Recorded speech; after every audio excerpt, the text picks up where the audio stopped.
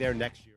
As the Cowboys await their second-round pick at pick number 58 and their third-round pick at pick number 90. Welcome into the show, everybody. And like I said, we've got a loaded show. We not only are going to set things up as second-round coverage of the NFL draft is right around us, but we're also going to have some reaction to the first-round pick. Mazi Smith out of Michigan is now your newest Dallas Cowboy, and because of a little bit of that reaction and what we have going on here over the next couple hours, we get a chance, because we're in the building, to talk to those that will directly work with Mazi Smith, as we have defensive line coach Adam Durde here on the show. Coach, first off, congratulations on a phenomenal first round and getting another piece of your puzzle. What's your reaction to Mazi and him being a Dallas Cowboy? Oh, super excited.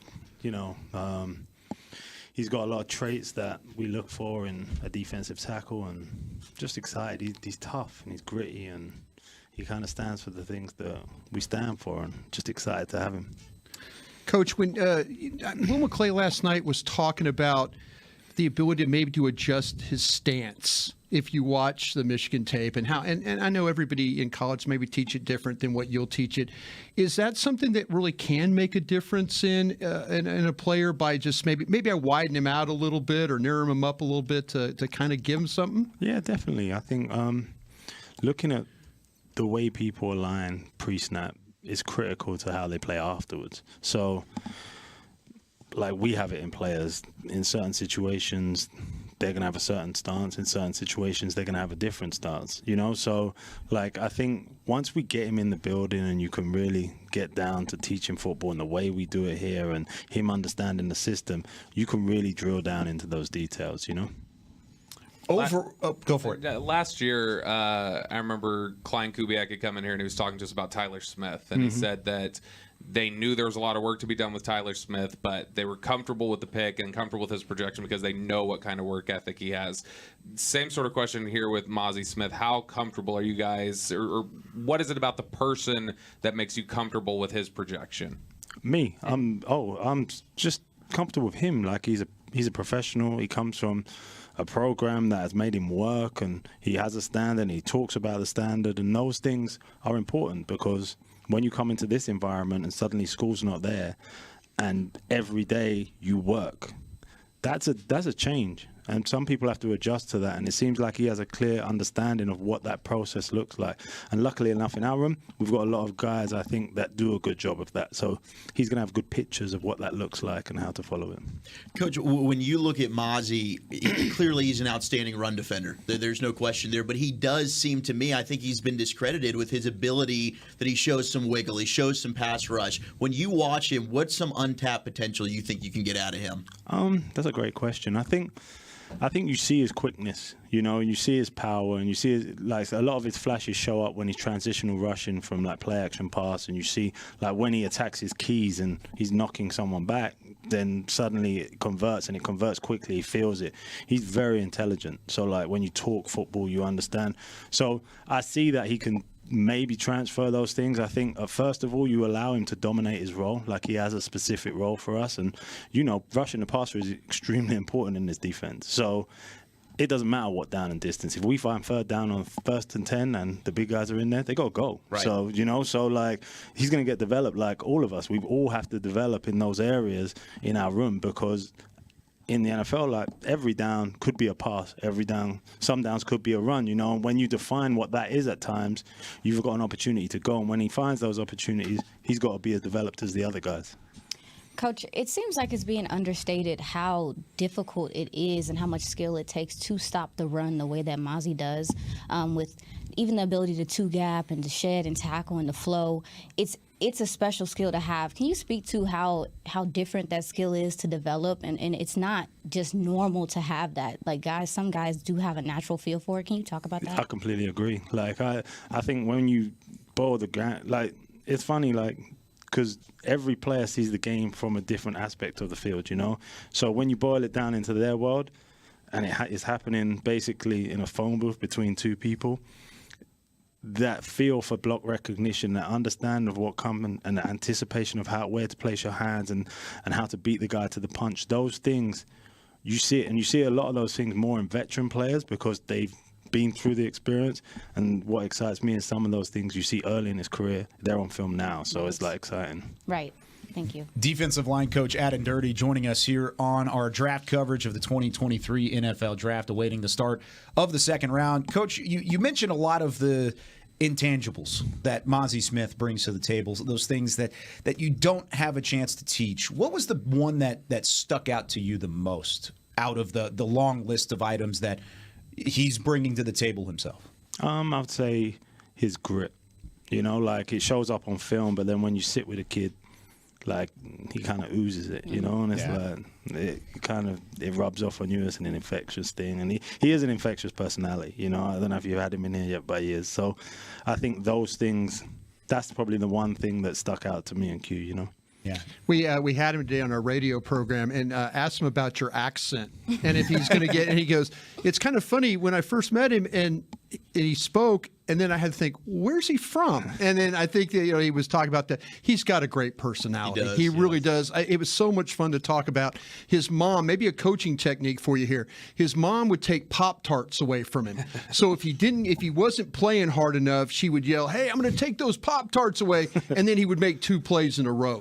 I think we should do that for everyone in our room. Yeah, he likes the brown sugar Pop-Tarts. okay, So there you go. There you go. What type of Pop-Tart are you into? I think I'm the strawberry one, but All those, they're a good call. Wait. The frosted ones or the OG? the frosted ones. The ones in England are only the frosted ones. They're the only ones we have. Well, England's doing it right. Yeah. At least they had it across the pond. That's a good thing. They did. Yeah. Coach, I want to ask you, though, about, and watching him play, and I know with some of the scheme work and stuff that you do with the twist stunts up front, that's a big man moving, and he's kind of got that capability. I mean, the grass isn't dying under his feet.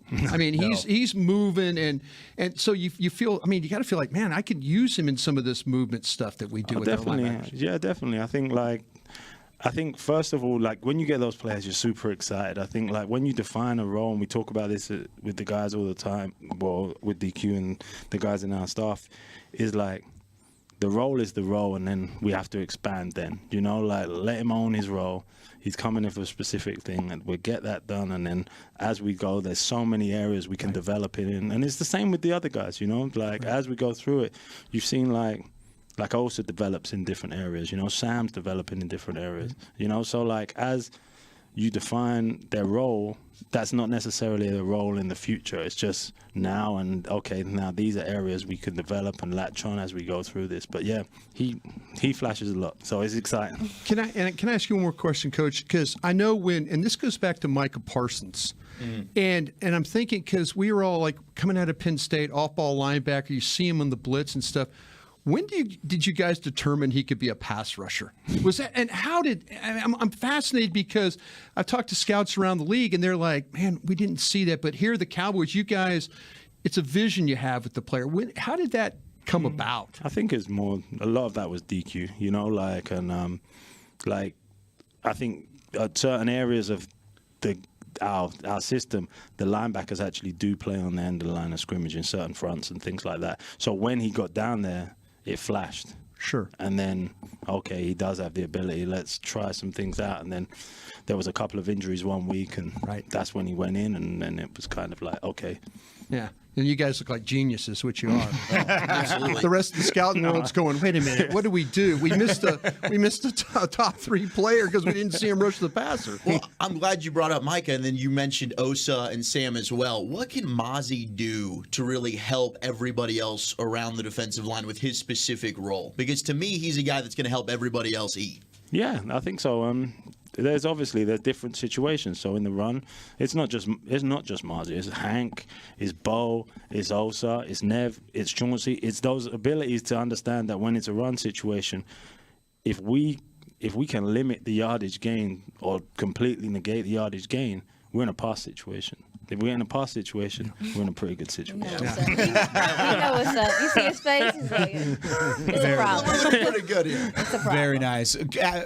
Adam, thanks so much for taking some time. This has been so much fun. Good luck. Congratulations on the pick, first off, but good luck throughout the rest of the offseason. Go get us some more really big names up there, right? In these next couple rounds, go get some more out there. How about that? We'll try. There you go. Thanks for having me, guys. I really appreciate it. No doubt about it. There he goes. Thanks, Defensive line coach Adam Durde here on on our coverage on 105.3 The Fan and DallasCowboys.com of the 2023 NFL Draft. By the way, Roger Goodell has gotten the second round officially underway. The Pittsburgh Steelers are on the clock at pick number 32, followed by the Cardinals, the Lions, the Colts, and the Rams. Brian, anything stick out to you just talking to Adam and just how much excitement you could hear it in his voice, how proud he is to have Mazi Smith as a Dallas Cowboy. That guy's going to be a defensive coordinator here soon. Yeah, agreed. Yeah, it really, really is. It's one of the, actually, I should have talked about, he and I have something in common, both NFL Europe guys. So, working in that. You're both from England. You're both English. I wish I was from England. But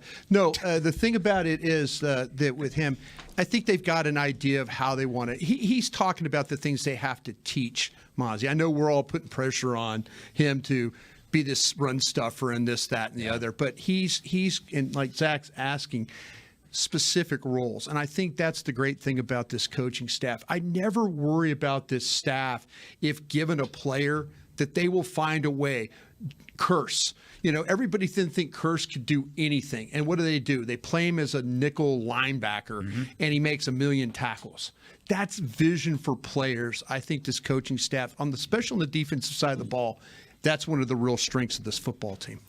Yeah. What stood out to me was just how he kept, everyone is kind of talking about the fact that you can see that he has pass rush ability and with the strong hands and all that stuff and what he possibly could be. And one thing about Coach Durde in this conversation, he kept reverting back to, we want him to just hone in on the role that he has right now and, perfect that. And I think that's important, to your point, Brian, is that they know they have a role carved out for him. They have a plan for him. And you can tell that they have a plan for him. But I like that he just kept simplifying that and enforcing and simplifying that for him. What'd you think, Zach? Look, I love everything he was saying in terms of the specific role, but I think that I agree with everything that he said as well when it comes to Mazi's ability as a pass rusher. Like, I think that's been slept on with this. I don't think he's going to be just a two-down player. I think he's a guy that they can go ahead and find out, all right, what are the things that you do well? He showed me in times not only the power and the strength, but I think he's got some slipperiness to his game, his ability to go ahead and split a center and a guard to get upfield. He wasn't asked to do it a lot at Michigan. And Brian asked that, when you listen to Will McClay about his stance, right? These are things that the Cowboys can tweak when they need him to just be an anchor, hold the point of attack as a true one tech, stop the run. We know he can do that. He might have been the best player in all of college football doing it, but I do think he's got the ability to grow as a pass rusher as well, and he's very different. To me, it's just such an exciting pick because it's different from what the Cowboys have done over the last 10 to 15 years, where it's, lighter, quicker, up the field, fast, more three techs. This is a true one tech that's 350 pounds, space eater that also can give you a little bit of wiggle. Yeah, there's a lot of excitement around this pick. There's a lot of excitement around the players that are still on the board, though, going into the second round. I think we all looked at it, and Brian, you've talked about it before. Sleeping on your board is one of the best things you can do. And you look at those names that are still at the top of the list. So many. And there are a lot that the Cowboys could either see fall to them at 58 or that might go early. Who knows what's about to happen at pick number 32 as the pick is in for Pittsburgh. But Bobby, what are some of the names, the early names that you think could fly off the board here in the early parts of the second round that maybe the Cowboys had their eyes on even in the first? I mean, the fact that we saw so few tight ends go in the first round, you would think some of those are going to start coming off the board here soon. I'm going to be interested to see how long it takes Joey Porter Jr. to go. It might come right here for all we know with Pittsburgh. I think he's got to be the pick here, don't you? I would think so. It would make so much sense. They're mocking him in the first round. Yeah. I think Brian Branch isn't going to last very long today. We'll see how far Drew Sanders gets. Mayer. These tight ends, Branch, Sanders. I think those are some of the guys that we're looking at. Ojulari, I think could go pretty early today. But I anticipate the first name we'll see go off the board here would be Porter. I would think, but I mean, we'll see. Yeah, and I asked, and I'm the guy who has Porter as the my ninth best player, and I was told very scheme specific, press corner and play man. I know the commissioner's walking to the podium here, but very scheme specific. You don't want to play him in a lot of off coverage. I tend to disagree with that. I'd play the kid wherever you play. Here's the Steelers selection at 32. Steeler Nation, where you at? There we go. It's an honor and a privilege to announce that with the 32nd pick in the 2023 NFL Draft, the Pittsburgh Steelers select Joey Porter Jr. CB Penn State. Gosh darn it. All Man, right. Alan Faneca looks fantastic. Yeah, he does, actually. He looked fantastic announcing the pick, but you know what even looks more fantastic? Joey Porter Jr. playing right where his dad played in Pittsburgh. It was a script that was written that we thought at 17 in the first round. Instead, they move up to 15, don't pick him, and they get him at 32 anyways. Brian, you mentioned scheme-specific. Does that worry you about Porter Jr.? No, because I trust all these guys and gals that I talk to about football, and I know my own eyes when I see a guy that's 6'3", and the way that he's tackling and the way he's around the ball and the way he denies the ball. And, to me, yeah, press corner, people say he could be a guy that's a little bit of a grabby type of a guy. They said that about Surtain and Horn and those guys too. Yeah. But at 6'3", 193, he's got some of that fire to his game that his father had. And when you start to talk about the reading it and then coming forward, he wraps up his guy. He's going to play press coverage the majority of the snaps, and that's just kind of the way he is. But, I didn't feel like that for a long guy that his feet got out of whack. Sometimes these guys get a little leggy, and it's hard for him to turn and all that. But this kid, it's fine there. So if you want to say he's positions or scheme specific, by all means, have at it.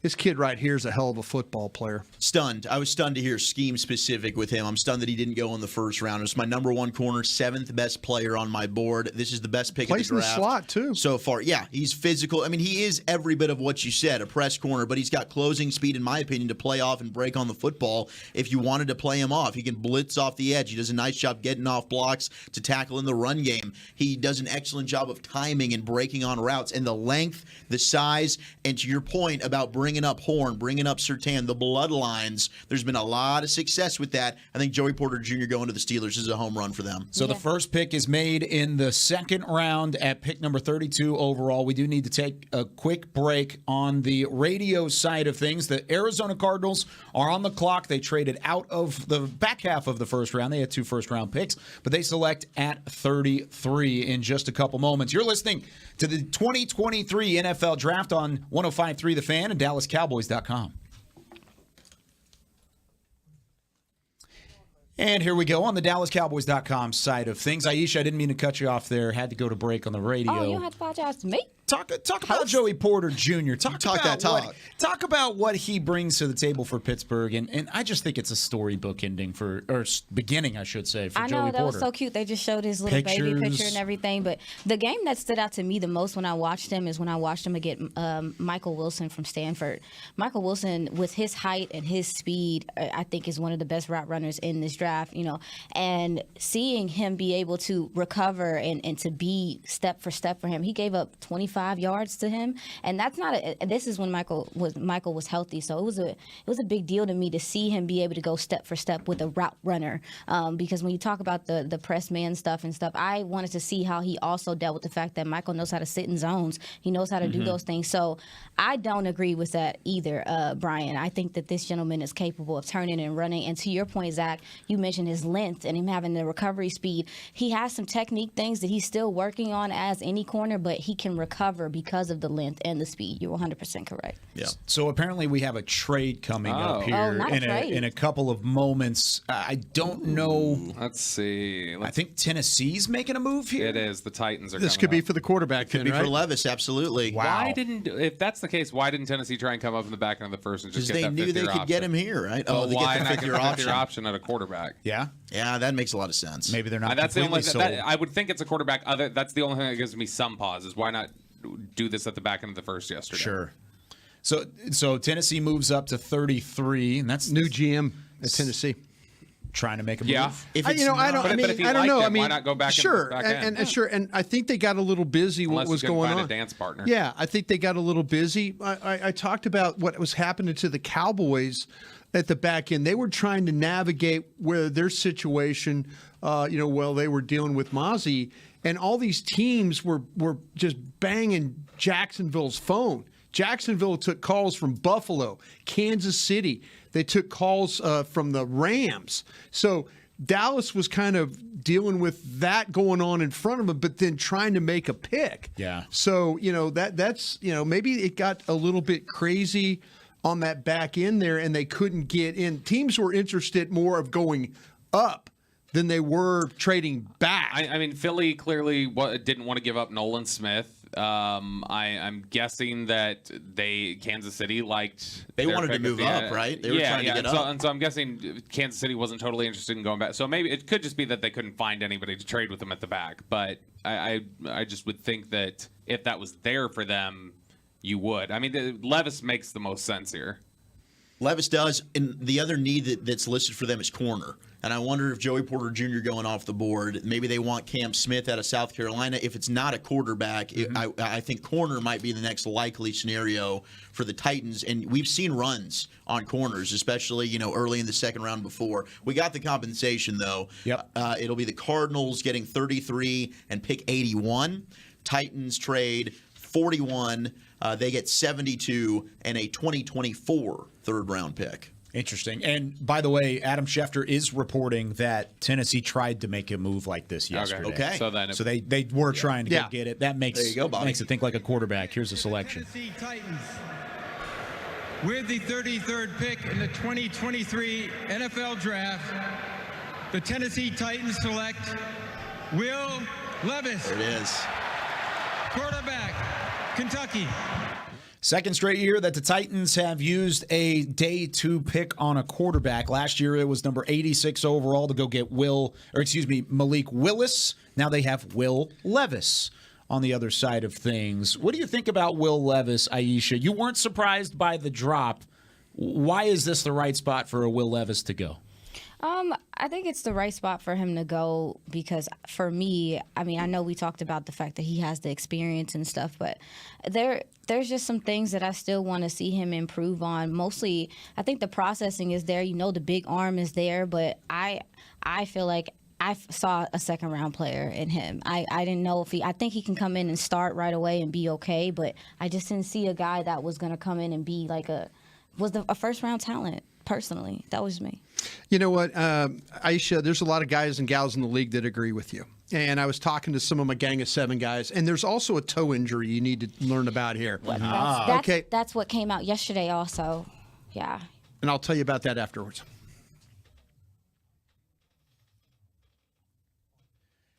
Round 2 coverage of the 2023 NFL Draft on DallasCowboys.com and 105.3 The Fan. Here with Bobby Belt, Brian Broaddus, Zach Wolchuk, Aisha Morrison. I'm Kyle Yeomans. We are now 2 picks into the second round. Joey Porter Jr., cornerback from Penn State, goes to the Steelers on the first selection at number 32 overall. And while we were off the air and on the internet side of things, at pick number 33, the Tennessee Titans make a trade. They go up from 41. They give some extra compensation to the Arizona Cardinals, and they select Will Levis, quarterback from Kentucky. Brian Broaddus, this is a good spot for him to go. A lot of people thought he would still sneak into the back half of the first round, but the fact that he's the second name off the board, not a shocker. Yeah, and credit again to Aisha for yesterday, very early in this process, saying, hey, listen, I don't see this guy as a first-round player where a lot of us did. I know I did. And so the thing with Will Levis, though, and you always worry about this when you're evaluating, is there an injury that you're dealing with? And are there character things that you're dealing with? And I asked this question to my gang of 7 guys. I said, listen, tell me about Levis. Mm-hmm. And the problem is seems a little weird, but overall probably a third-round talent. That was one of my scout buddies said that, probably a third-round talent guy. Wow. Okay, so I said, makes a lot of sense. I said, hey, wait a minute, there's a toe injury here, right? And he says, yeah, full range of motion right now. He wears orthotics on his shoe. He could have some degeneration down the road with the dropbacks and the push-offs and things like that. So that's something that maybe some teams were thinking about, that long-term his toe might not be good. In the 2023 NFL Draft, the Detroit Lions select Sam Laporta. Oh, wow. Iowa. So there's the first pin throw for the Dallas Cowboys as the first tight end is off the board here in the second round. It's pen snap for them. They're not just throwing it, they're breaking it in Breaking it in half. Tell me about Sam Laporta, Zach Wolchuk. Why is he okay here at 34 for the Lions, and why did the Cowboys want him so bad? You know, Laporta is a player that I don't think was used to his true potential at Iowa, and it's because that Iowa offense might be the worst offense I've ever seen in my life. You saw him live, right? I saw him live against Ohio State. Kirk Ferentz needs to fire his own son there. That's nepotism at its finest. But tell us what you really think. You talk about an inline blocker. At Iowa, you're going to have to do it. If you're not going to play tight end, if you're not a willing blocker, he is. He does move around the formation. He does end up on the ground some, but I think he's a great safety valve for the quarterback. He was reliable. He caught everything that was thrown at him. They needed a play on third down. They went to him. Now, to me, I didn't see a special athlete, but he's a great route runner, and he's just steady as all heck. He does his job, and I do think that his best football could be ahead of him because he wasn't asked to do as much as some of these other tight ends have been asked to in terms of stretching the field. But you see that. You see the ability from him. I'll tell you what, we might have overrated Michael Mayer. You think so? From Notre Dame. Well, you've had Kincaid and now Laporta go over. Well, I mean, when you talk about, I think when you talk about Mayer and Laporta, you're talking about two guys who are like steady, well-rounded, not a lot of flaws. You said this, though. You said this about this guy. You said this. I'm talking about Mayer. Yeah. You said there's nothing spectacular about him. You were worried about the up-the-field stuff and all that. I mean, they're taking guys that are down the line as opposed to the guy who media scouts, Brian Broaddus, has as the first tight end. Well, that's why I thought, like, if when you talk about Laporta and Mayer, they're both well-rounded. They're both steady across the board. Like, the difference is, I think, the league probably looks at Laporta as, like, more able to be the vertical seam guy than what Mayer is. And so that's the separation. That's why a guy like Laporta probably goes ahead of a guy like Is Mayer. the injury with Musgrave the problem?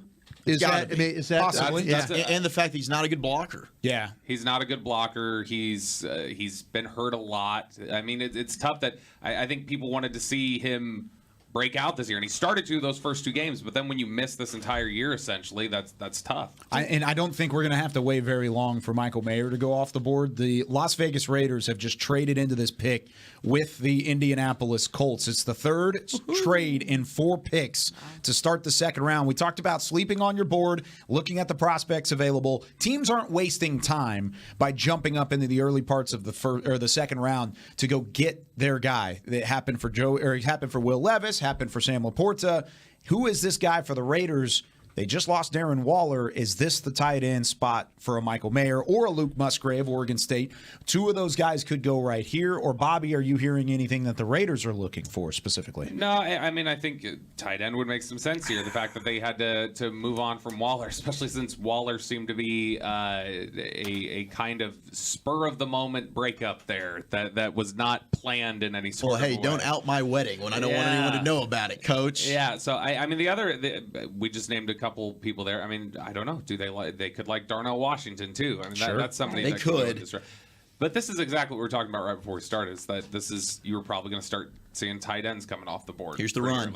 Yeah, I think it is Michael Mayer, and I think it makes a lot of sense considering who their head coach is, Josh McDaniels. And I haven't comped Mayer to Witten. I've done it to Gronkowski. Right. And he's a guy that's similar to me. I'm not saying he's Rob Gronkowski, but the way that I think you can use a Michael Mayer, who is a really good blocker, can work the middle of the field, can work the red zone.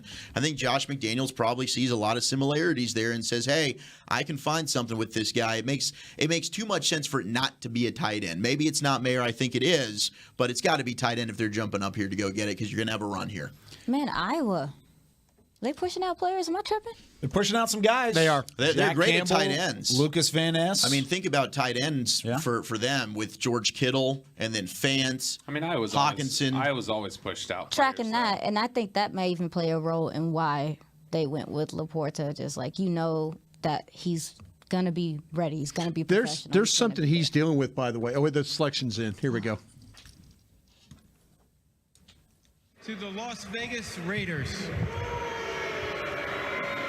With the 35th pick in the 2023 NFL Draft, the Las Vegas Raiders select Michael Mayer, tight end, Notre Dame. There you go. It is. So it is a tight end run, as you could probably hear Rich Eisen saying at the back end of that for a split second. But Sam Laporta goes. Now Michael Mayer goes. So maybe it wasn't that far off on Mayer after all, but I had him as my 18th best player, so I'd say I'd missed him pretty big. I had him at 22. Yeah. 23 for me. The thing about it, and let me go back to, if I could, with Laporta. There's an injury history there with that cat, and he's got a hip, an impingement. Is that Impingement? Impingement of the hip. That sounds about right. His right hip. He's got some issues that might be long term for him. I mean, I read off the litany. It sounds very bad. I read off the. Cut a break then. The way I you're mean, talking about this. because I was just curious. I was curious about the guy, and I'm like, okay, if everybody's talking about this guy, if for the Cowboys, well, tell me the background. What am I missing something here? And I said, give me Sam Laporta's injury history. Here's another guy in the league. I asked a doctor, actually a trainer. It said left meniscus in 17, stinger in 19, right meniscus surgery in 22, left ankle bone spur surgery in 22, right hip impingement that could flare up later in his career. And we're talking about Laporta here. Talking about Mayer. I was just saying, I was talking about Laporta, but, and by the way, the Rams were a team that was trying to trade up in this draft at the end, that the Cowboys were having to deal with all that mess. The Giants were fielding calls. The Jacksonville was fielding calls. Another tight end could go. We could have 3 tight ends in a row if, in fact, now let's see if the Rams, if their guy might have been Laporta or Mayer, one of these guys. We'll see. Gosh, this is going to be interesting. I wonder if Musgrave could go here if it is a tight end. Or maybe Tucker Kraft. I mean, I love Tucker Kraft. If they want to go with well-rounded tight ends, I think Kraft would be the next one in terms of the skill set as a pass catcher that gives you what you're talking about, Bobby, more of the downfield vertical threat, but also can block. The Rams have been.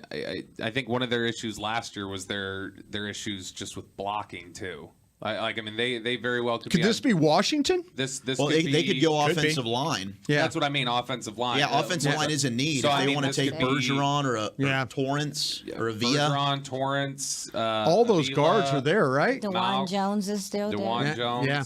I think all of that's on the table. I think yesterday, and this is just based off of conversations I had today, I thought Los Angeles might have been trying to get back up into the first to go get a quarterback, to go get Will Levis. That wasn't the case, of course. Or it's not the case now because they didn't get up there and they didn't make the trade in the second round.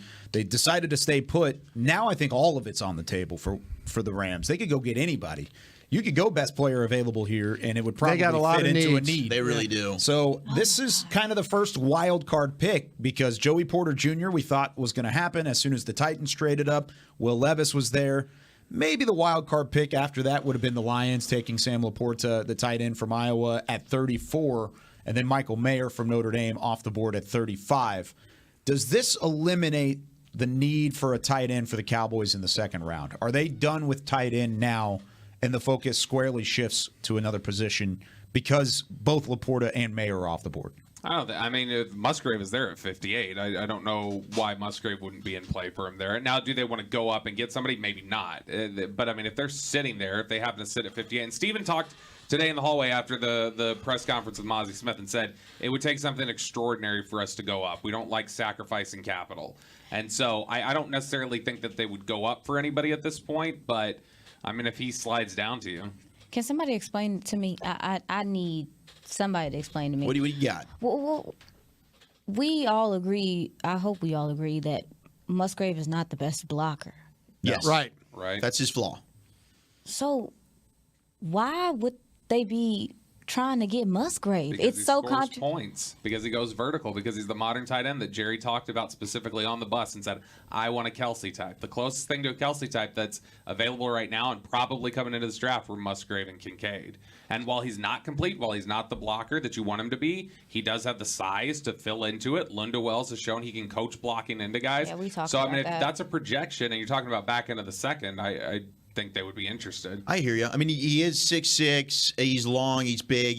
I hear what Bobby's saying. For me, it'd be Tucker Kraft. Like, I think Tucker Kraft Yeah, would be the guy that I'd rock with at 58. Yeah, I think he has the chance, the potential. I put it in my notes to be the best tight end in this class. Yeah. Wow. I put moldable because I feel like you could coach every little thing he does and he can get better. Yeah. He has a lot of upside. They have a reported 30 visit with Tucker Kraft as well. So he was here. He was in the building. They had the conversation. So I think there is something there. They had a formal at the Combine with Luke Musgrave. So they've talked to both of those guys. Here's the Rams selection at pick 36. With the 36th pick in the 2023 NFL Draft, the Los Angeles Rams select Steve Avila, guard, TCU. No. So the first guard goes off the board in the second round. Steve Avila from TCU is no longer available.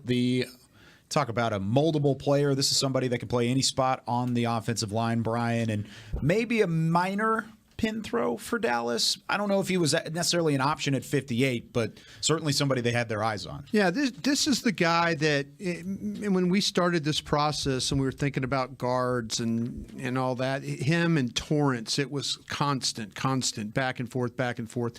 And the question was, is he a first-round player? And there's people that says, I don't know if he's a first-round player. Well, where is he in the second round? Well, maybe early too.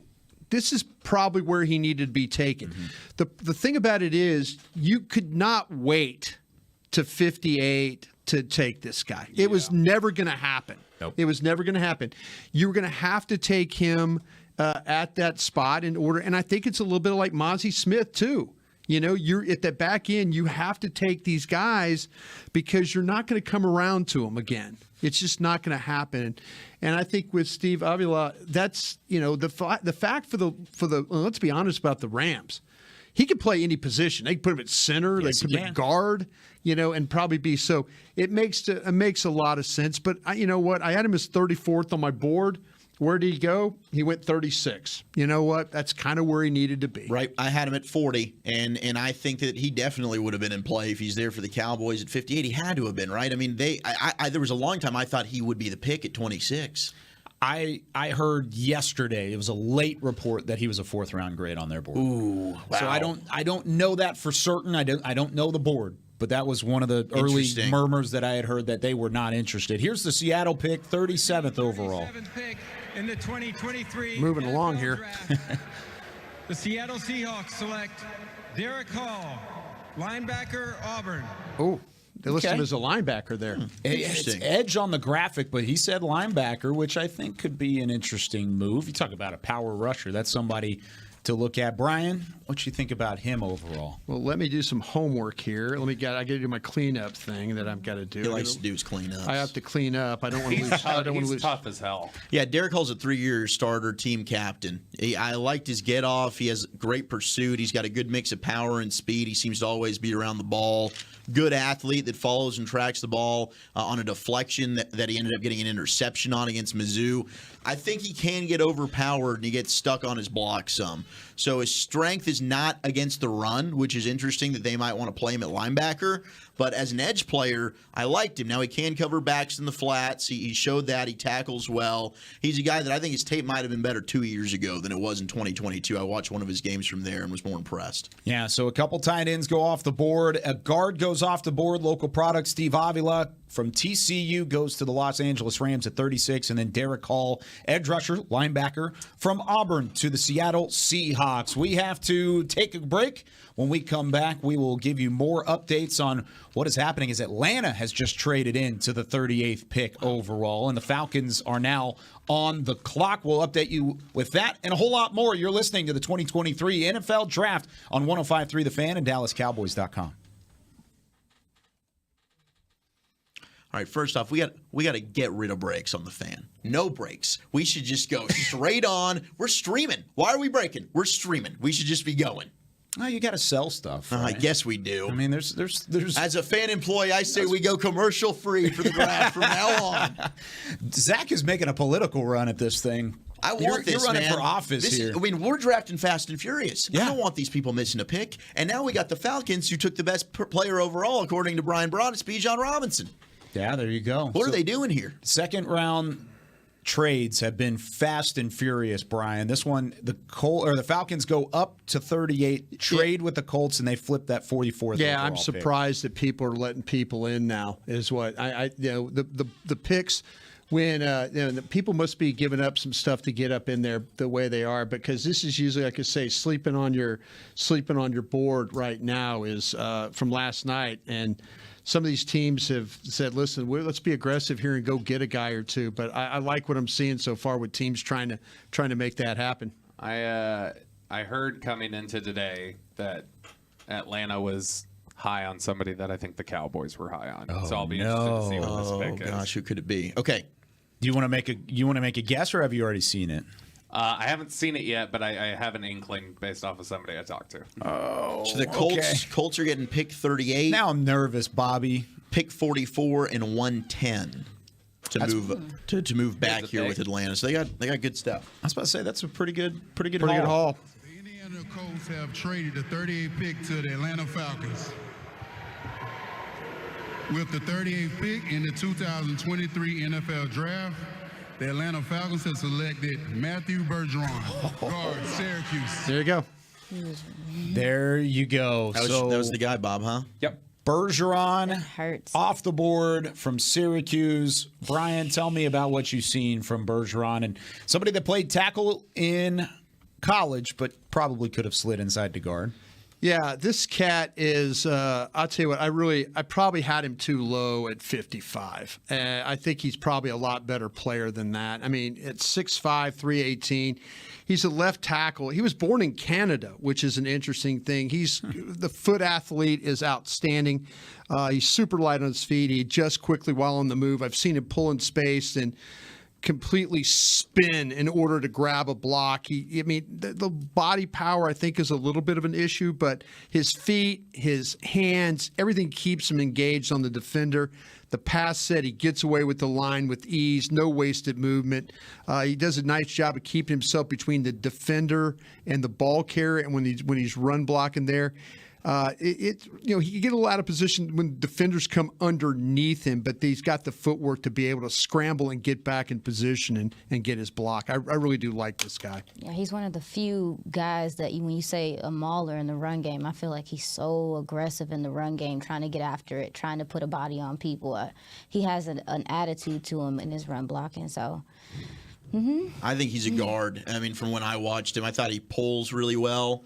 And I said I think he's going to be a better guard. Miles Murphy, just a bigger, more athletic edge, really gave him trouble in the Clemson-Syracuse game I watched. But he's got strong hands. And even when Murphy would win a rep, what I loved about Bergeron is he's coming right back at him, and he does not get phased. Now, there's some times he tackles Murphy to the ground, gets called for holding, but I think inside, that's why I'd kick him in. But I like him a lot. Super athlete. Bobby, I know you were very high on him. I had him as the 39th best player on my board. He was the last first-round grade for me. I had him at 18. I liked Bergeron a ton, and I think that there's obviously issues in pass protection, but I think a lot of that can be cleaned up, and I think projecting him inside as a guard, that's a dude who can climb to this next level and take out linebackers. And I think he's got a chance to be, potentially, to me, if everything clicks together, the best run blocker out of this bunch that was picked. Do you think Bergeron was one of their top names on their board going into day two?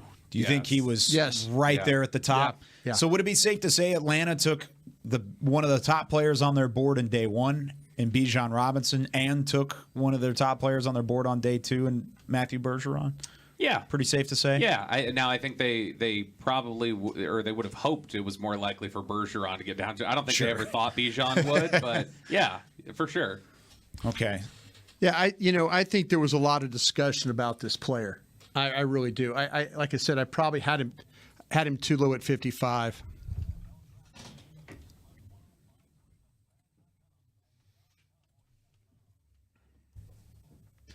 Some of the names the Dallas Cowboys had high on their list entering round number 2 of the 2023 NFL Draft are off the board. Sam Laporta goes to the Detroit Lions at pick 34. Michael Mayer, tight end from Notre Dame, goes to 35 in the Las Vegas Raiders. Steve Avila, TCU interior offensive lineman, to the Rams at 36. Derek Hall, edge from Auburn, to the Seattle Seahawks at 37. And then most recently, Matthew Bergeron, the offensive tackle, possibly a guard at the next level from Syracuse, goes 38th overall to the Atlanta Falcons. Atlanta trades up to go get Bergeron, Brian, which it's possible the Cowboys had him very, very high on their board entering the day. Yeah, I think the discussion, and maybe even last night, there was some discussion about this particular player and what he could bring, and the fact that he could play as a tackle, play as a guard. He's a lot bigger guy than you think. On tape, he looks like kind of a slender, right. But then you see how much he weighs, and you're like going, oh.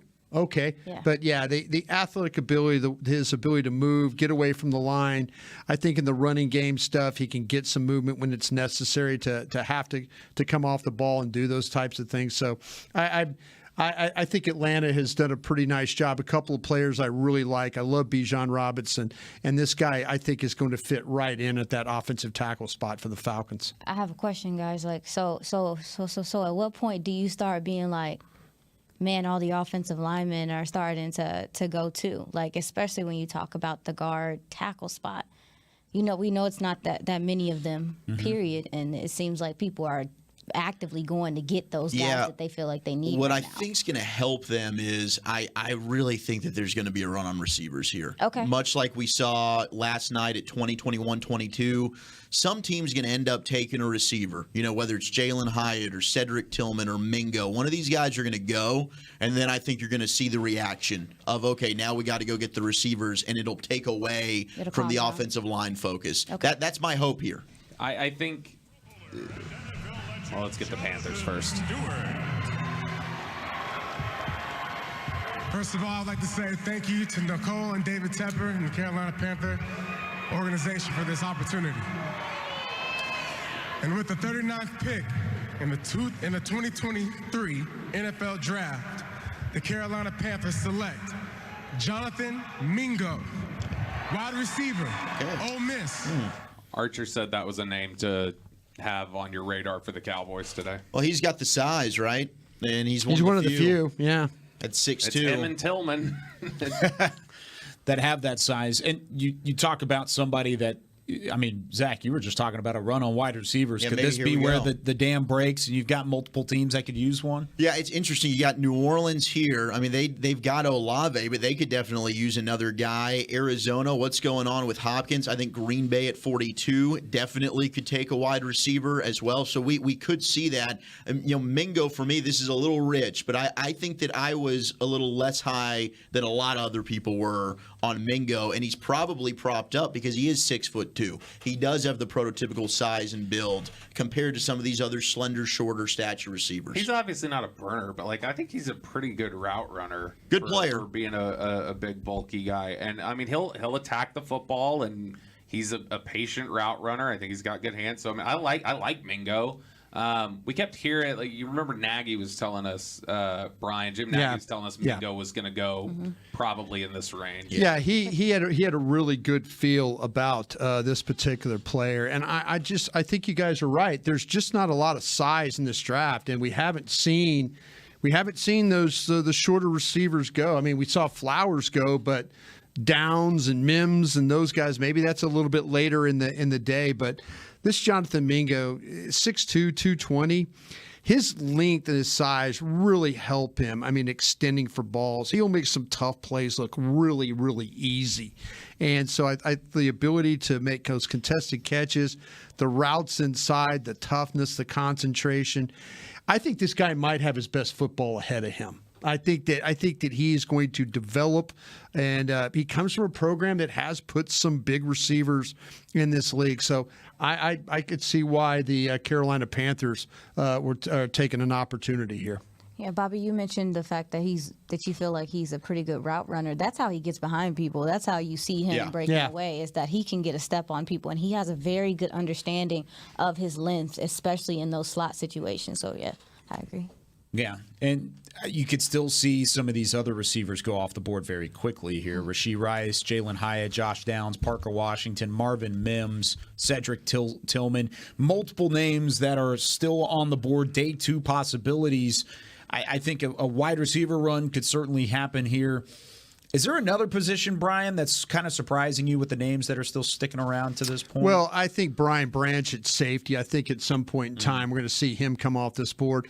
Drew Sanders, the linebacker, is still available. B.J. Ojulari from LSU, I think, is a guy that people have got a pretty good handle on. And linebacker, the Trenton Simpson. He was a guy that people kind of thought about. He might be a first-round guy. Could we see one of those guys, like a guy like him, with Sanders and Simpson, maybe a couple of these linebackers here in the next few? Cam Smith, still there from South Carolina. I think we have him graded about the same Yeah, place. I got him 28th on my board. I'm a big Cam Smith fan. Yeah. I've got him at 35, so that's about right. I think DeJuan Jones is going to be gone pretty soon. Okay. It's hard not to recognize what he did on the other side, at Ohio State. Certainly. Yep. Big offensive tackle. Here's the Saints selection at 40. Then we're going to reset the board for everybody. Hey, thank you so much for having me. Saints are on the clock. And what I want to say is that everybody that gets their name called tonight, your whole family should all celebrate together. It's a special time in all these young people's lives. So let's all give them a round of applause for that. And I also want to give a shout out to my man Mike Ornstein, who had a happy birthday, turned 70 yesterday. You've given so much to me and to the game. With all that being said, with the 40th pick in the 2023 NFL Draft, the New Orleans Saints select Isaiah Foskey, defensive end, Notre Dame. Foskey. Yep. Shout out to Orny. Oh, yeah?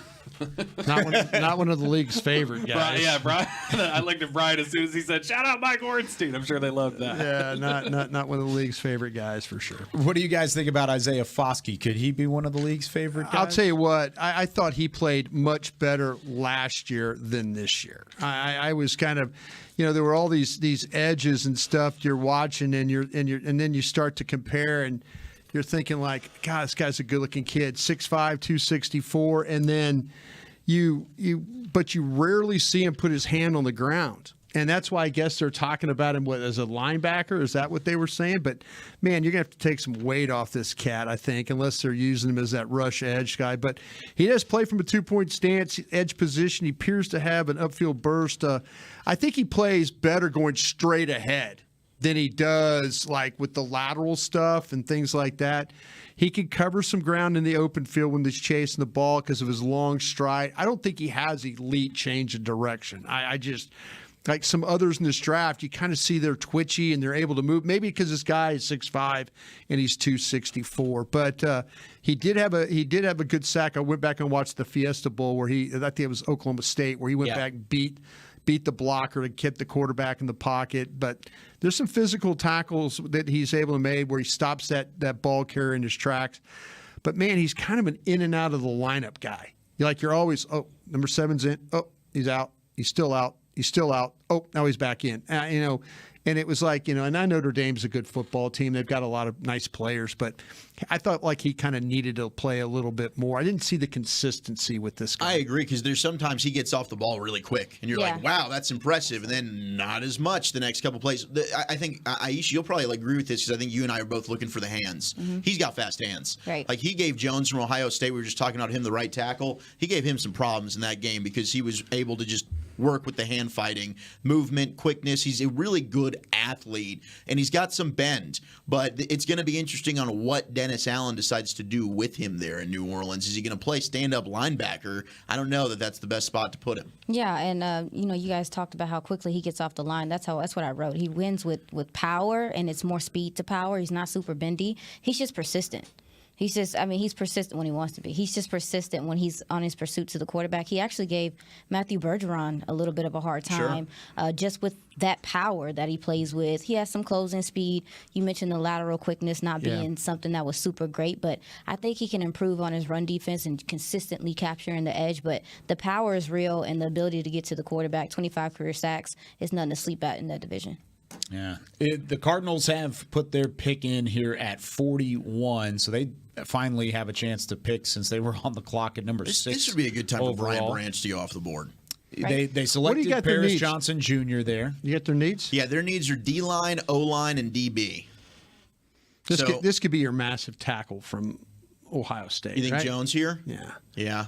This could be. That seems like they're always one of those They teams. pair him with Paris Johnson. They take both Buckeye tackles. Very well could. That'd be fun. I mean, and their quarterback is little, so how's he going to see? that's why I'm a little. That's a good question. Skeptical, yeah. That's a good point. Could this be an edge rusher? B.J. Ojulari? You don't think your new defensive He's about head to coach start. wants a pick? Nah, he's going to be. He's going to. He's going to. I Here we would go. think it's a defender. Bobby. I'm just saying. I don't know where. I'm just saying. Like it'd be usually a new head coach gets somebody on their side of the ball. I just don't want Ojulari to be taken here. Yeah, okay. I like Ojulari. I don't want him going off the board. I think you could look at a defender here. I think I'm with Bobby, but we're going to have the Cardinals pick, and we'll reset the board in just a little bit. We have to step aside on the radio side of things. We'll continue on DallasCowboys.com. You're listening to the 2023 NFL Draft on 105.3 The Fan and DallasCowboys.com. Back here on the internet side of things as we await the pick for Arizona. What are you guys thinking about the way that the second round has gone so far? We're still about 15 picks away from the Cowboys at 58. Bobby, you have a good feel of what's happening right now and how that war room could be feeling? I mean, there's been, I think, a few different guys here that have gone that they probably would have liked to have seen get down to their area. Guys that they would have been interested in. Jonathan Mingo going. Michael Mayer, obviously Sam Laporta. You get the Matthew Bergeron pick. So I think there's been more pen throws early in the second round than there were early in the first round yesterday. So many DN is a thing. I know we felt like this DN class was kind of heavy, but I mean we're looking at, I think Van Ness went, Felix went yesterday, Ojulari went, Isaiah Foskey, Derek Hall. So here's the Cardinals at 41. Shout out to Lawrence and Lilia, my parents, my wife Tracy, and the Arizona Cardinals. Let's go! With the 41st pick in the 2023 draft, the Arizona Cardinals select B.J. Ojulari, linebacker, LSU. Those bully polls. Your defensive head coach wanted a pick, huh? They wanted to pick. And to finish your point, Aisha, there's another edge rusher off the board. Gosh darn it. It's B.J. Ojulari. There's been more go. more edge players taken than any other pick in any other position. That makes sense too. How did Jonathan Gannon get the recognition that it was by creating pass rush and getting to the quarterback? So it makes sense.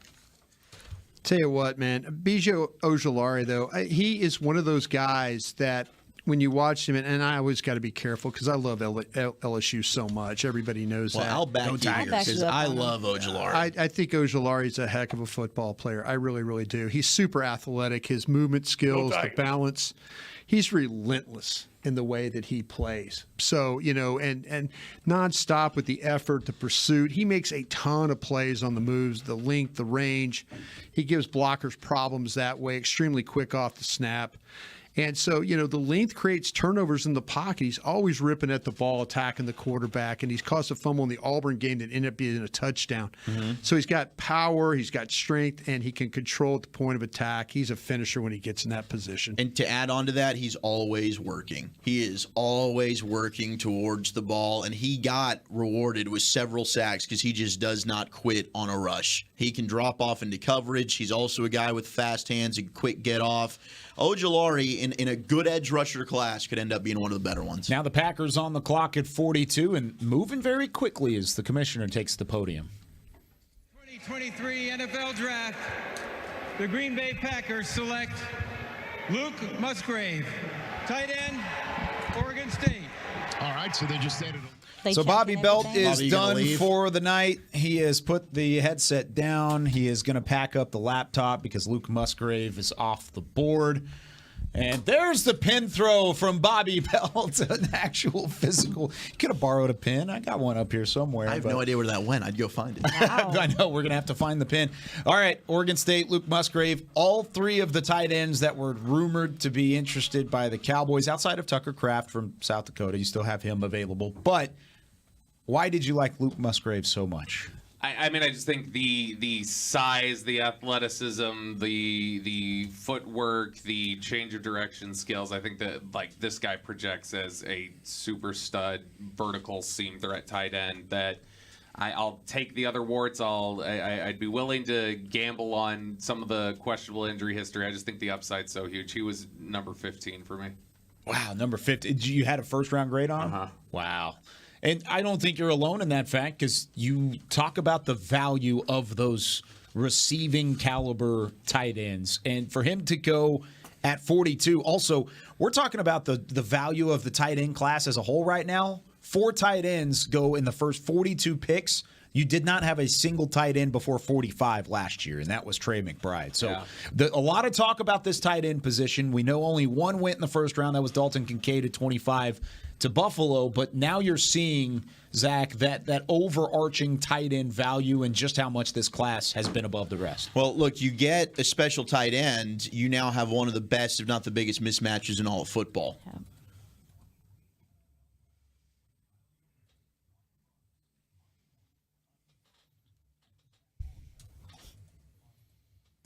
Rolling into hour number 2 of day 2 of the 2023 NFL Draft, live from the Star in Frisco in the Dallas Cowboys World Headquarters. This is the Draft Show on 105.3 The Fan and DallasCowboys.com. We've got Bobby Belt, Brian Broaddus, Zach Wolchuk, Aisha Morrison, and myself, Kyle Yeomans, here for the next couple hours in day 2 of the NFL Draft. We have some picks to update you on. Matthew Bergeron, the offensive tackle from Syracuse, goes off the board at 38th overall to the Atlanta Falcons. The Panthers at 39 take Jonathan Mingo, wide receiver from Ole Miss.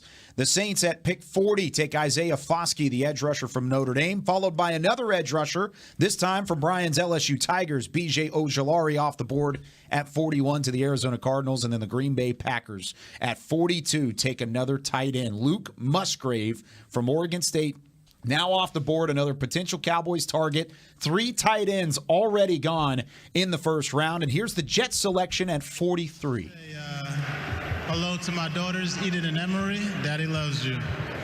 With the 43rd pick in the 2023 NFL Draft, the New York Jets select Joe Tippmann, center, Wisconsin. And the first center is off the board in the 2023 NFL Draft.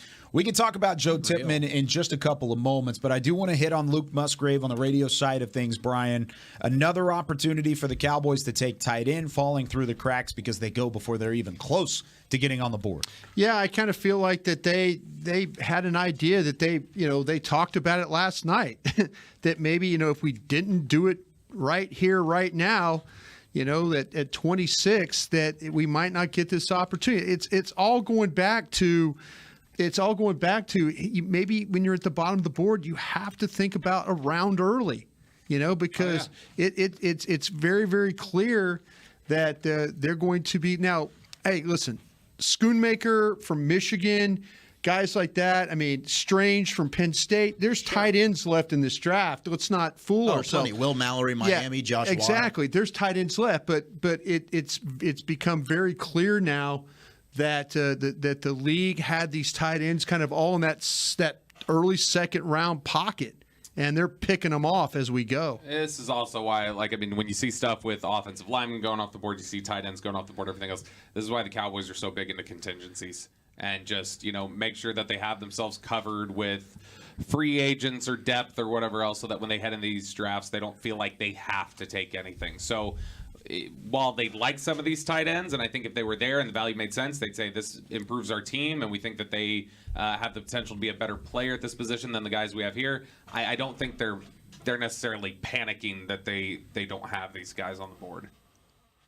I wanted to ask you guys, with Joe Tippmann, he has some injury history, yes? Shoulders? Mm-hmm. Yeah, out of Wisconsin. Yeah, sure does. Is that concerning at all for you for a center, with just how much coming off the ball, the impact, just maybe wear and tear over time? I'm just asking. Well, they passed on the best center of the draft, so that's fine with me. Yeah, Michael Schmidt's still on the board, right? Listen, I wasn't going to say it. Hey, go ahead and take anybody else.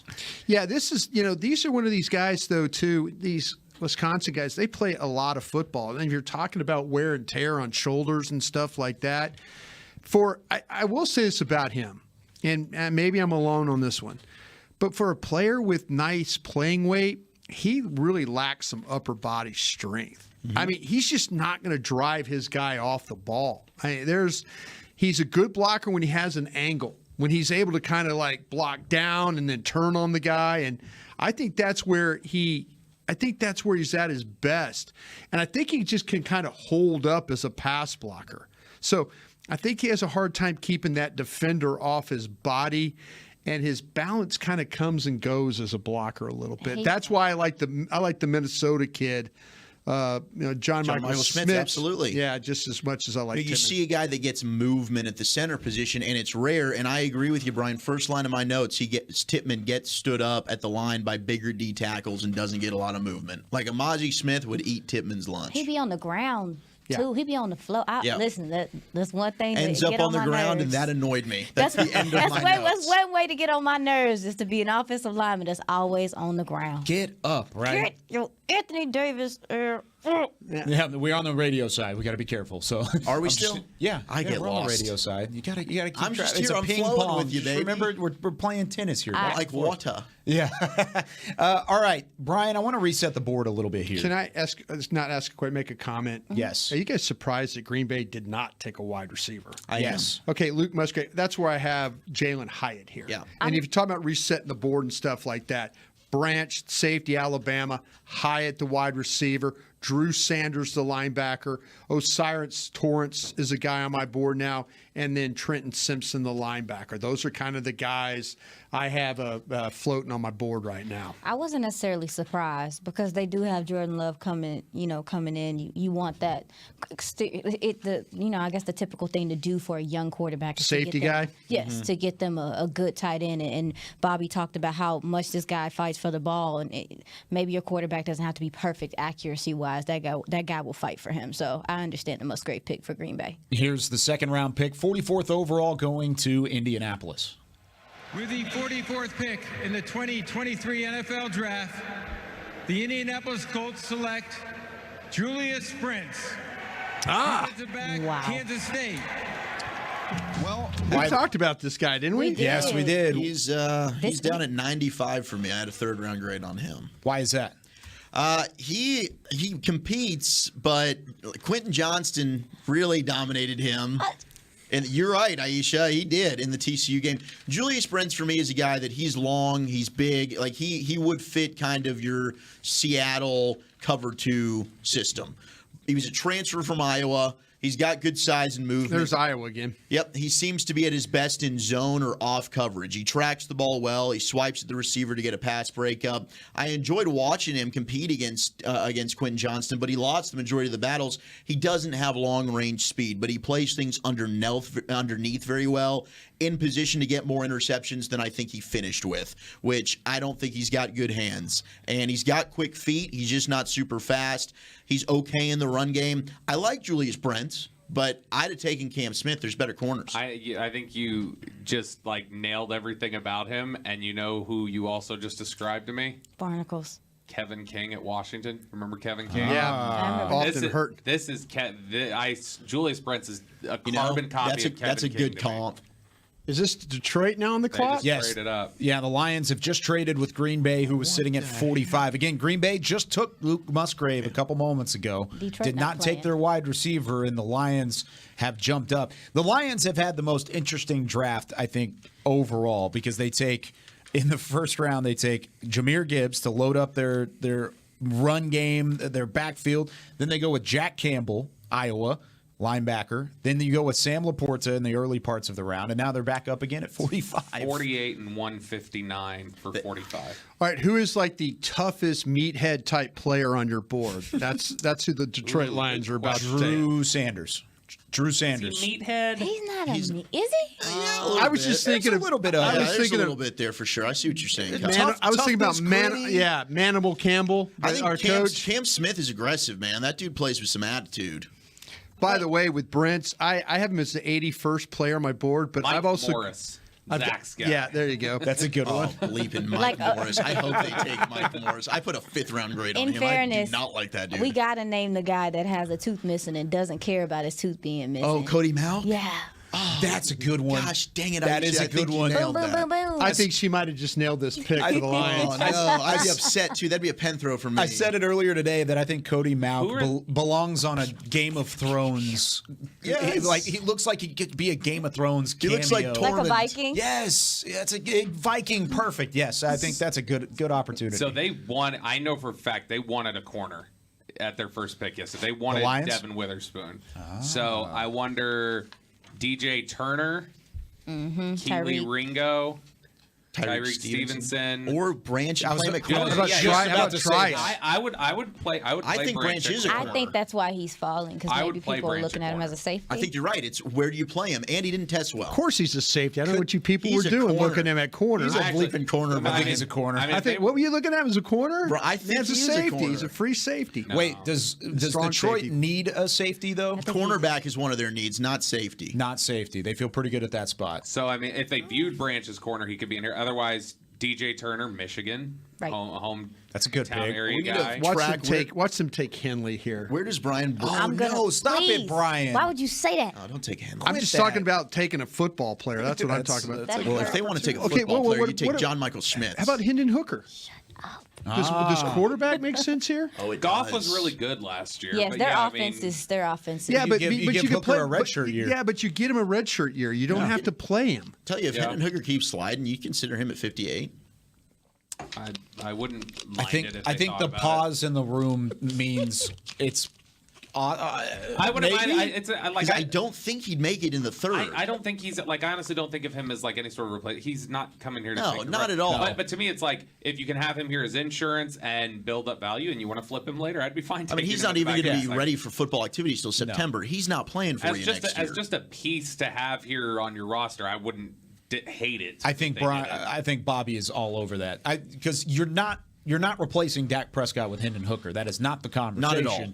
The conversation is just adding depth to your quarterback room, which you want to do anyway. I don't believe Hendon Hooker will ever be on the same tier as what Dak is at his peak. Agreed. I just don't think that'll happen. But I mean, if you want to have him here and keep it, the Patriots made a whole career out of that while they had Tom Brady, was bringing people in there like Jimmy Garoppolo and Billy Volek and whoever else they would always bring in there, Brian Hoyer, and they would always flip guys and get draft capital back for it. So I mean, if he's sitting there, I mean, I personally don't want to deal with the drama of it all. There would be drama because a lot of people would argue that if Hendon Hooker didn't have the ACL stuff, then he might have been a first round player. And then no matter what, if he's going through rehab, he's getting better, he's practicing, and then he's sitting behind Dak, it's going to be a point of conversation anytime Dak makes a mistake, whatever the case may be, blah blah blah. I don't feel like dealing with that, but I get y'all's analysis of the matter. you have the right mental toughness ahead of it, though. Right, like I don't think we're Dak's talking about phased. Dak. Like I mean, I that. get. So like I mean, I don't think it's a problem in that locker room. Right, but you are right. Outside, like It's gonna be everyone's a going to talk problem about every that. week. All right, the Lions on the clock at 45th overall. Here's their selection in round number 2. They're walking to the stage currently. Gosh, Roger, you want to walk There's faster? Roger. Yep, he's coming. Y'all leave him alone. He didn't get enough booze. Bay Packers have traded the 45th pick to the Detroit Lions. Pandemic Raj is the best. I agree. With the 45th pick in the 2023 NFL Draft, the Detroit Lions select Brian Branch. He's a bleeping corner. Wait, what did they say? They have him listed as a They corner. just said defensive back. They said defensive back. But Yeah. but It it says says corner cornerback. on the graphic, yeah, though. the Chiron puts him up there as a corner. All right, we're But going to find they out said where does defensive Brian back. Branch start next year for Detroit, and Brian and I'll have to get a little. Oh, he bet hung in on. there, right? He was He a green did. room guy? Levis didn't hang. He left. Did he cut his hair? Am I tripping? Didn't he I just guess have so. hair? I think he's always had it like that. I don't. No, it was a little bit longer. You're I'm right. writing him down You're as a right. safety. I don't care what you guys say. I did it too. You're but bleeping wrong, but He's it's a fine. quarterback. So okay, here's the thing about Brian Branch, though. Where was he on your board? Was he your highest player remaining? Oh, yeah. He's absolutely. my highest player remaining. 23rd on my board. Yep. He was 23rd on mine. I had him a lot higher. I really like had him Brian 16. Branch. I had him at 10. I had him in the top 10. And he was the one guy I missed out of my top 10. But the thing about Brian Branch that I think he could play literally anywhere in your secondary, and he's going to be a baller. He did it at Alabama. He was all over the place. He played in the box. He played in the slot. He played over the top. Anywhere he was productive. So I really liked his versatility overall. This, to me, is the best value pick so far of the draft. after you could argue they had the worst value pick in the first round of the draft with going and getting Jack Campbell at pick number 18. You can hard to argue argue that. Yeah. So they made up for value-wise. I really like Brian Branch a lot, and I think this is a good steal for Detroit at 45. Yeah, one thing I think he does really well is playing closer to the line of scrimmage. He is not afraid to come up and tackle, be physical, and that's why I do said look nope, at him as a yap strong. at the same time. There, didn't I? Nope. That's why I look Nope. at him as a strong safety, type situation. But with him, when you talk about the Lions, man, like one thing they have to improve on is their run defense, and this dude is gonna help you set the tone. You don't want your corners having to come up and tackle like that, but if you want him to come down as a safety or whatever and set the tone, he can do that early for them. So I like him. I like the pick for them. The instincts, IQ, and technique, it's all plus to me. Right? Amen. Absolutely. Absolutely. I had him as 29. He reads everything, reacts very, very quickly, and he's a great open field tackler. Yeah. Yeah. Now, who's the top player on your board? Look at Dan. The top player on my board right now is John Michael Schmitz. Okay. I've got him as my 25th player. Then it would be Jalen Hyatt, followed by Cam Smith. There's your hair, Aisha. He did have the hair. There it I is. wasn't seeing things because at the cut combine it. it was going when it was flowing when he was doing his drills, and I'm like, wait, He had the dreads, and he Twin? cut it all. So there it is. Okay, so top player on your board, John Michael Schmitz for Zach, Drew Sanders for myself. Brian, who's your top player remaining? That would be Jalen Hyatt would be my guy right now. That would be my 24th guy. Yours too, Aisha? DeJuan Jones. DeJuan Jones is up there. He's number 2 on my board currently. Bobby? Drew Sanders, and then it's Tillman and Hyatt. Okay, so the 2 Tennessee wide receivers. Dallas is 12 picks away, by Are the we way. feeling good about Dallas right now? Are we feeling good? You feeling like they're going to get a guy? Yeah, I'm feel feeling fine. good. You Torrance feeling like is a Drew there. Sanders? Drew Sanders is there. I think Torrance is on the board possibly here. The question is, do they like Drew Sanders? That's the question. I'm curious. I think they they do. All right. What's the fit? Where, with Drew Sanders? Yes. Anywhere. I think he'd play off-ball linebacker. What's the fit in parallel to Micah? Does his fit What do you change mean? anything? Oh, I mean, Drew Sanders is what makes him special. What, in my opinion, what will make you take him right now is the fact that he can rush the passer. Sure. Also, not just because he's a linebacker, because I think that he rushes the passer better than he plays linebacker, in my opinion. So, are you taking him to be a linebacker that rushes the passer sometimes, or is he going to open up things for Micah, or is Micah? Are you starting to look at maybe moving Micah to DN? I mean, Mike is an edge. To me, Tracking Mike is an that. edge who can disguise as a linebacker, and they can do different things. But to me, it's like the same thing as like, well, why would you take Will McDonald? Why Right. would you take Will McDonald? Because you've already got Mike. I think that Sanders. Give me all the guys who I feel like you can disguise and do different things with. Brian Branch, who can fair. play multiple positions, you can disguise in different ways. Sanders, who I think you can do the same thing. I like Sanders a ton. Like I thought that. When you look at the size and you look at the ability to rush the passer, yeah, does he struggle to get off blocks sometimes? Yeah, like is there, are you going to need to keep him clean? You can keep him clean. You just got Mozzie Smith, so This couldn't be our Army guy, could it here? That would be a Patriots Carter? pick at Carter? 46. Carter. The card looks like a playing Good card in evening, his hand. Kansas City, and good evening to all the football fans worldwide. The 6-time Super Bowl champion, the New England Patriots, will play a game in Germany this year. So I wanted to give a special shout out to all the fans in Germany and everywhere else in the world. But without further ado, with the 46th pick in the 2023 NFL Draft, the New England Patriots select Keon White, defensive end, Georgia Tech.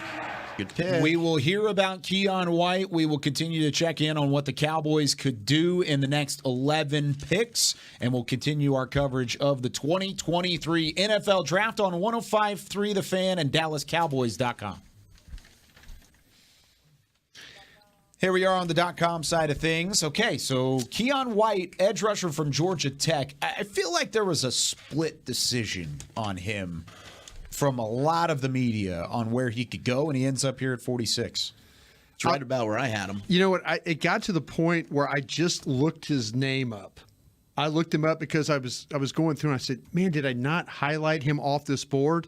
And I went back and checked because I felt like he'd already been drafted. But he hadn't. But he was a guy that everybody was talking about, right?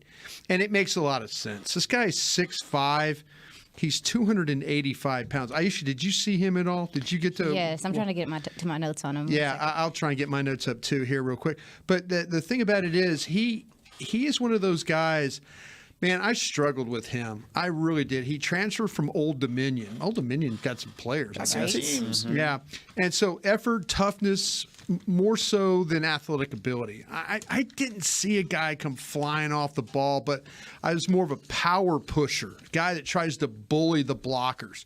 There's several snaps where he gets away with it. He can be a hard guy to deal with a pass rusher when he wants to walk the blocker back into the quarterback.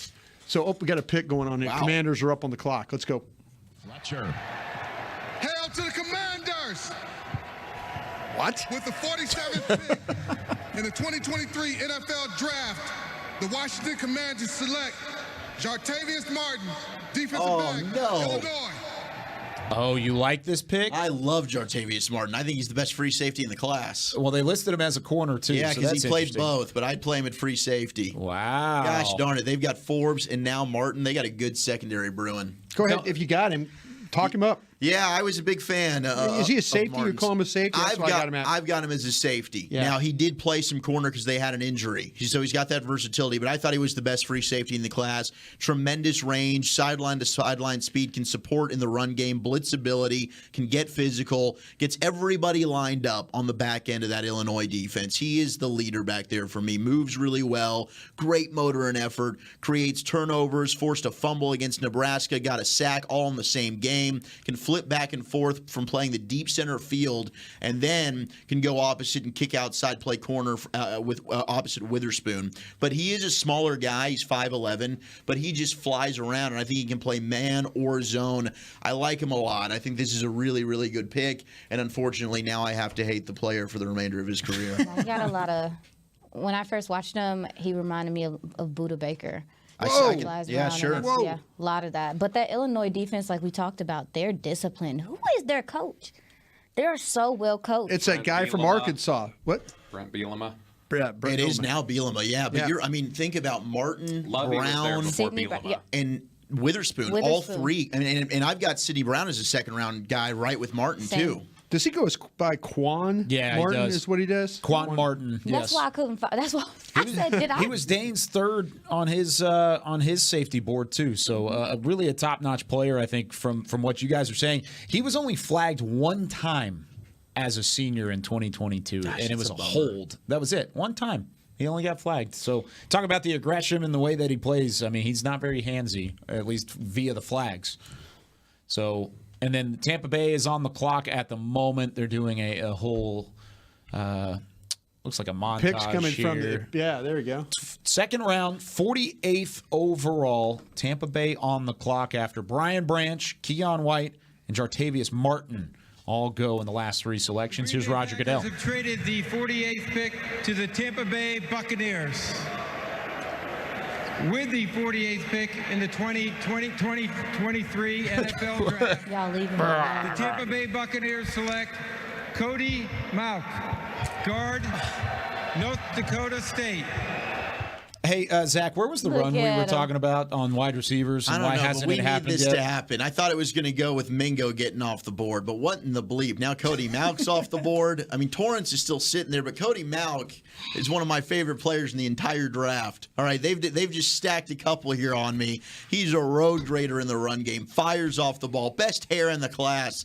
He moves his feet well. He might catch a little bit, as Brian talks about in pass pro, but once he's locked on, good luck getting off of Cody Mauch. He's constantly moving. He's looking to apply punishment and find somebody to block. Does a good job to get to the second level, and he dominated against Arizona. So if you want to knock him for playing against smaller competition, he crushed it.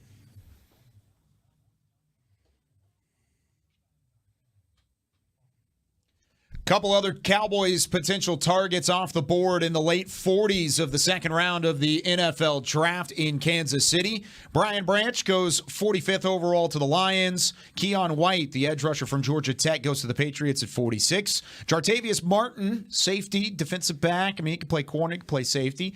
Both out of Illinois. He goes to the Washington Commanders. And then the Tampa Bay Buccaneers trade up from 50 to flip-flop with Green Bay, and they take Cody Mauch, the interior offensive lineman from North Dakota State. And Zach, you were just talking about how he fit a mold for you that was just a road grader up front, and possibly a Cowboys target if he would have slipped another 10 picks. He just plays mean. I mean, everything that I said about him before we came back from break, he's just one of these guys that he's looking to apply punishment. He's a violent player, and I think he's better in the run game than he is in the pass, but he can pass block. He's one of my favorite players in the entire class, and it's a bummer that the Bucs have taken him off the board. I don't know if the Cowboys would have taken him at 58, but I darn sure would have tried to consider and fight for the pick. It was so hard not to notice him at the Senior Bowl when they moved him to guard and he was standing people up, and then they had him at center and he was standing people up. And obviously he went to North Dakota State, so some people might look at that tackle at him as a tackle and say, okay, well, type of competition he was going up. I'm like, nah, dude, if you move him inside, I think he could be dominant inside, even though as a tackle he was fairly good. He did a really smart thing. The Senior Bowl tape is always good to watch. North Dakota State plays good football. Yeah, they went to Arizona, and they gave Arizona all they can handle in the desert. Right. And so, as you look in the war room right there, Adam Pacifica, who's the cap guy, he's in charge of contracts and stuff. He's handing out new trade charts. So everybody's getting a legal sheet of paper with all the trade numbers. He's taking up the old ones so you don't make any mistakes, and then handing out some fresh ones. So that's what's going on right now in the war room. How much does it change over the course of a weekend? Because a trade chart normally, it does fluctuate. Yeah, but he's not changing the numbers. He's changing who's got the picks now. We've had all these trades. With all these trades, he's now had to move. So when Steven takes a call and he looks down, and it's, if he has a trade chart that he started the day with, it's absolutely no good to him. So the Pittsburgh Steelers are on the clock. Their pick is in at pick number 49 overall. There will be 9 more names off the board before the Cowboys are on the clock at 58. Bobby, what's your general feel about where they stand right now? A couple names still on the board. Drew Sanders from Arkansas, DeJuan Jones from Ohio State, Trenton Simpson from Clemson, Osiris Torrance from Florida. There are names there, but how do you feel like they are kind of the temperature of that war room right now? I mean, I'm sure it wasn't they haven't enjoyed watching a lot of these guys go off the board. Bergeron, Laporta, I'm sure these were players that were upsetting to see go off. But I think they also recognize the possibility that it would get down to 58 and they would lose a lot of these names. I think that there's a lot of ice cream, as Brian Broaddus talks about. These first few COVID drafts with all the super seniors, the guys who have the extra year of eligibility, and you get these crowded mid-round drafts. 6-year seniors? I think it just, what it ends out doing is it creates a lot of ice cream drafts where you're just second, third, fourth, fifth round, just kind of going there's a collection of guys here that we could, have separated out for us. Let me ask you one guy. Darnell Washington is still on the board, the tight end from Georgia. Would you consider it if he's still there at 58? I would, but you've got to tell me they would. So if you're, I don't know if they would. If you, by the way you're asking the question, I think you might know. I don't. I promise. I'm mostly just putting it out there. What do you know? But this is one where I don't know it. I don't know. I mean, to me, no. I have absolutely no problem with the player. I don't have a problem with a player that's 6'7", 262 pounds. The Steelers picks in, by the way. But let's get back to that because I don't have a problem with Washington. Mm-hmm. I wonder if they would. 49th pick in the 2023 NFL Draft. The Pittsburgh Steelers select Keanu Benton, defensive tackle, Wisconsin. That's a good player right there. That's a Steeler. Yes, it is. That fits the mold, really Aisha. Does. Tell me about him, Aisha.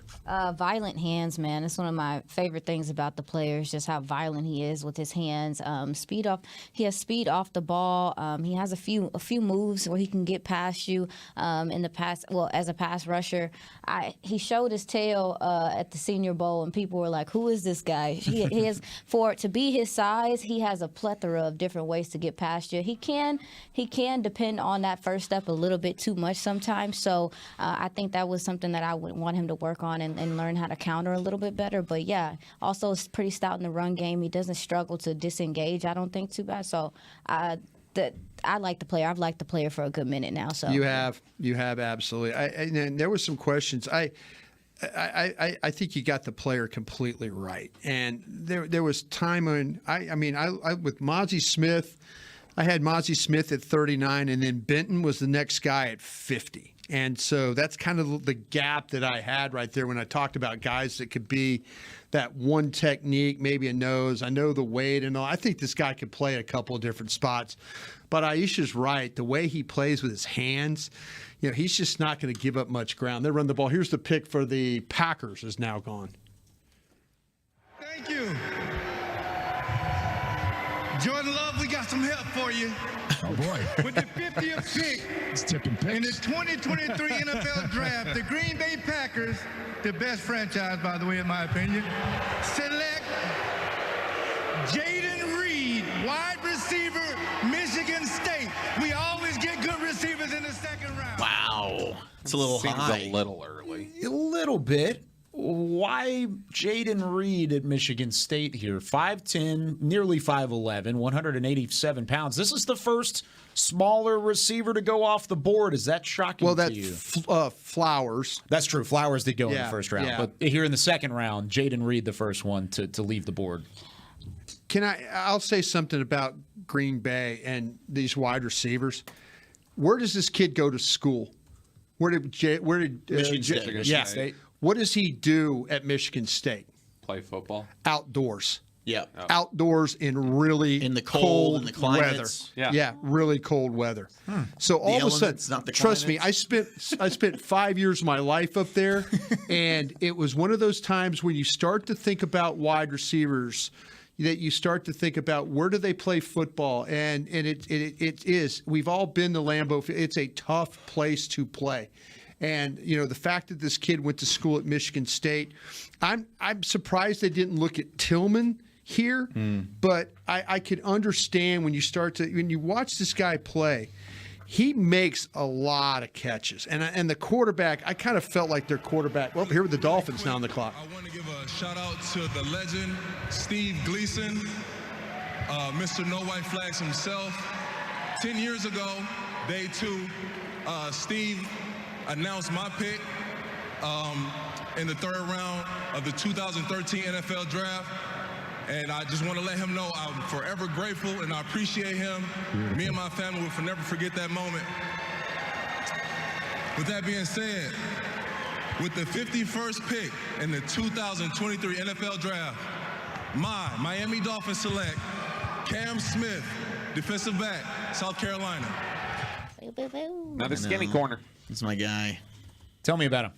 I loved Cam, and he talks a little bit out there. Like Cam Smith plays with some attitude. He's a hell of a player. He does, and he plays outside, but he can kick inside as well. Had an interception from the slot against Clemson back in 2021. Plays the run. He's not a clean tackler, but he's going to be physical and throw his body around out there. He can get thrown around a bit by receivers, but he reacts to the ball well. He's got long arms. He's not afraid to get physical and jump in there. Good straight line speed. Can play both press and press and off. He's got good makeup speed as well. I like him more in press, but I loved his attitude and his play temperament. Overall, another South Carolina safety, too. Is it surprising to you that he went off the board before Darius Rush did? Or not safety, but corner defensive back? The fact that Rush is still on the board and Smith is gone? I like Rush. I've got Rush at 79 on my board. I had Cam Smith at 28. He was definitely the best corner left for me. There you go. All right, we're 6 picks away from the Cowboys. I wish they'd take Henley from Washington State. Man, here. listen, I literally was just saying, if he fell, I would be. You know what? I'm not going to get him in the third round. I'm sorry. I know, Bobby. I'm looking at this draft right now. Here's the pick. Oh, I'm sorry. Here's the pick. Let's go Seahawks. To the best fan base, to the loudest fan base, 12s, make some noise. And they're not there. There's 12 of them.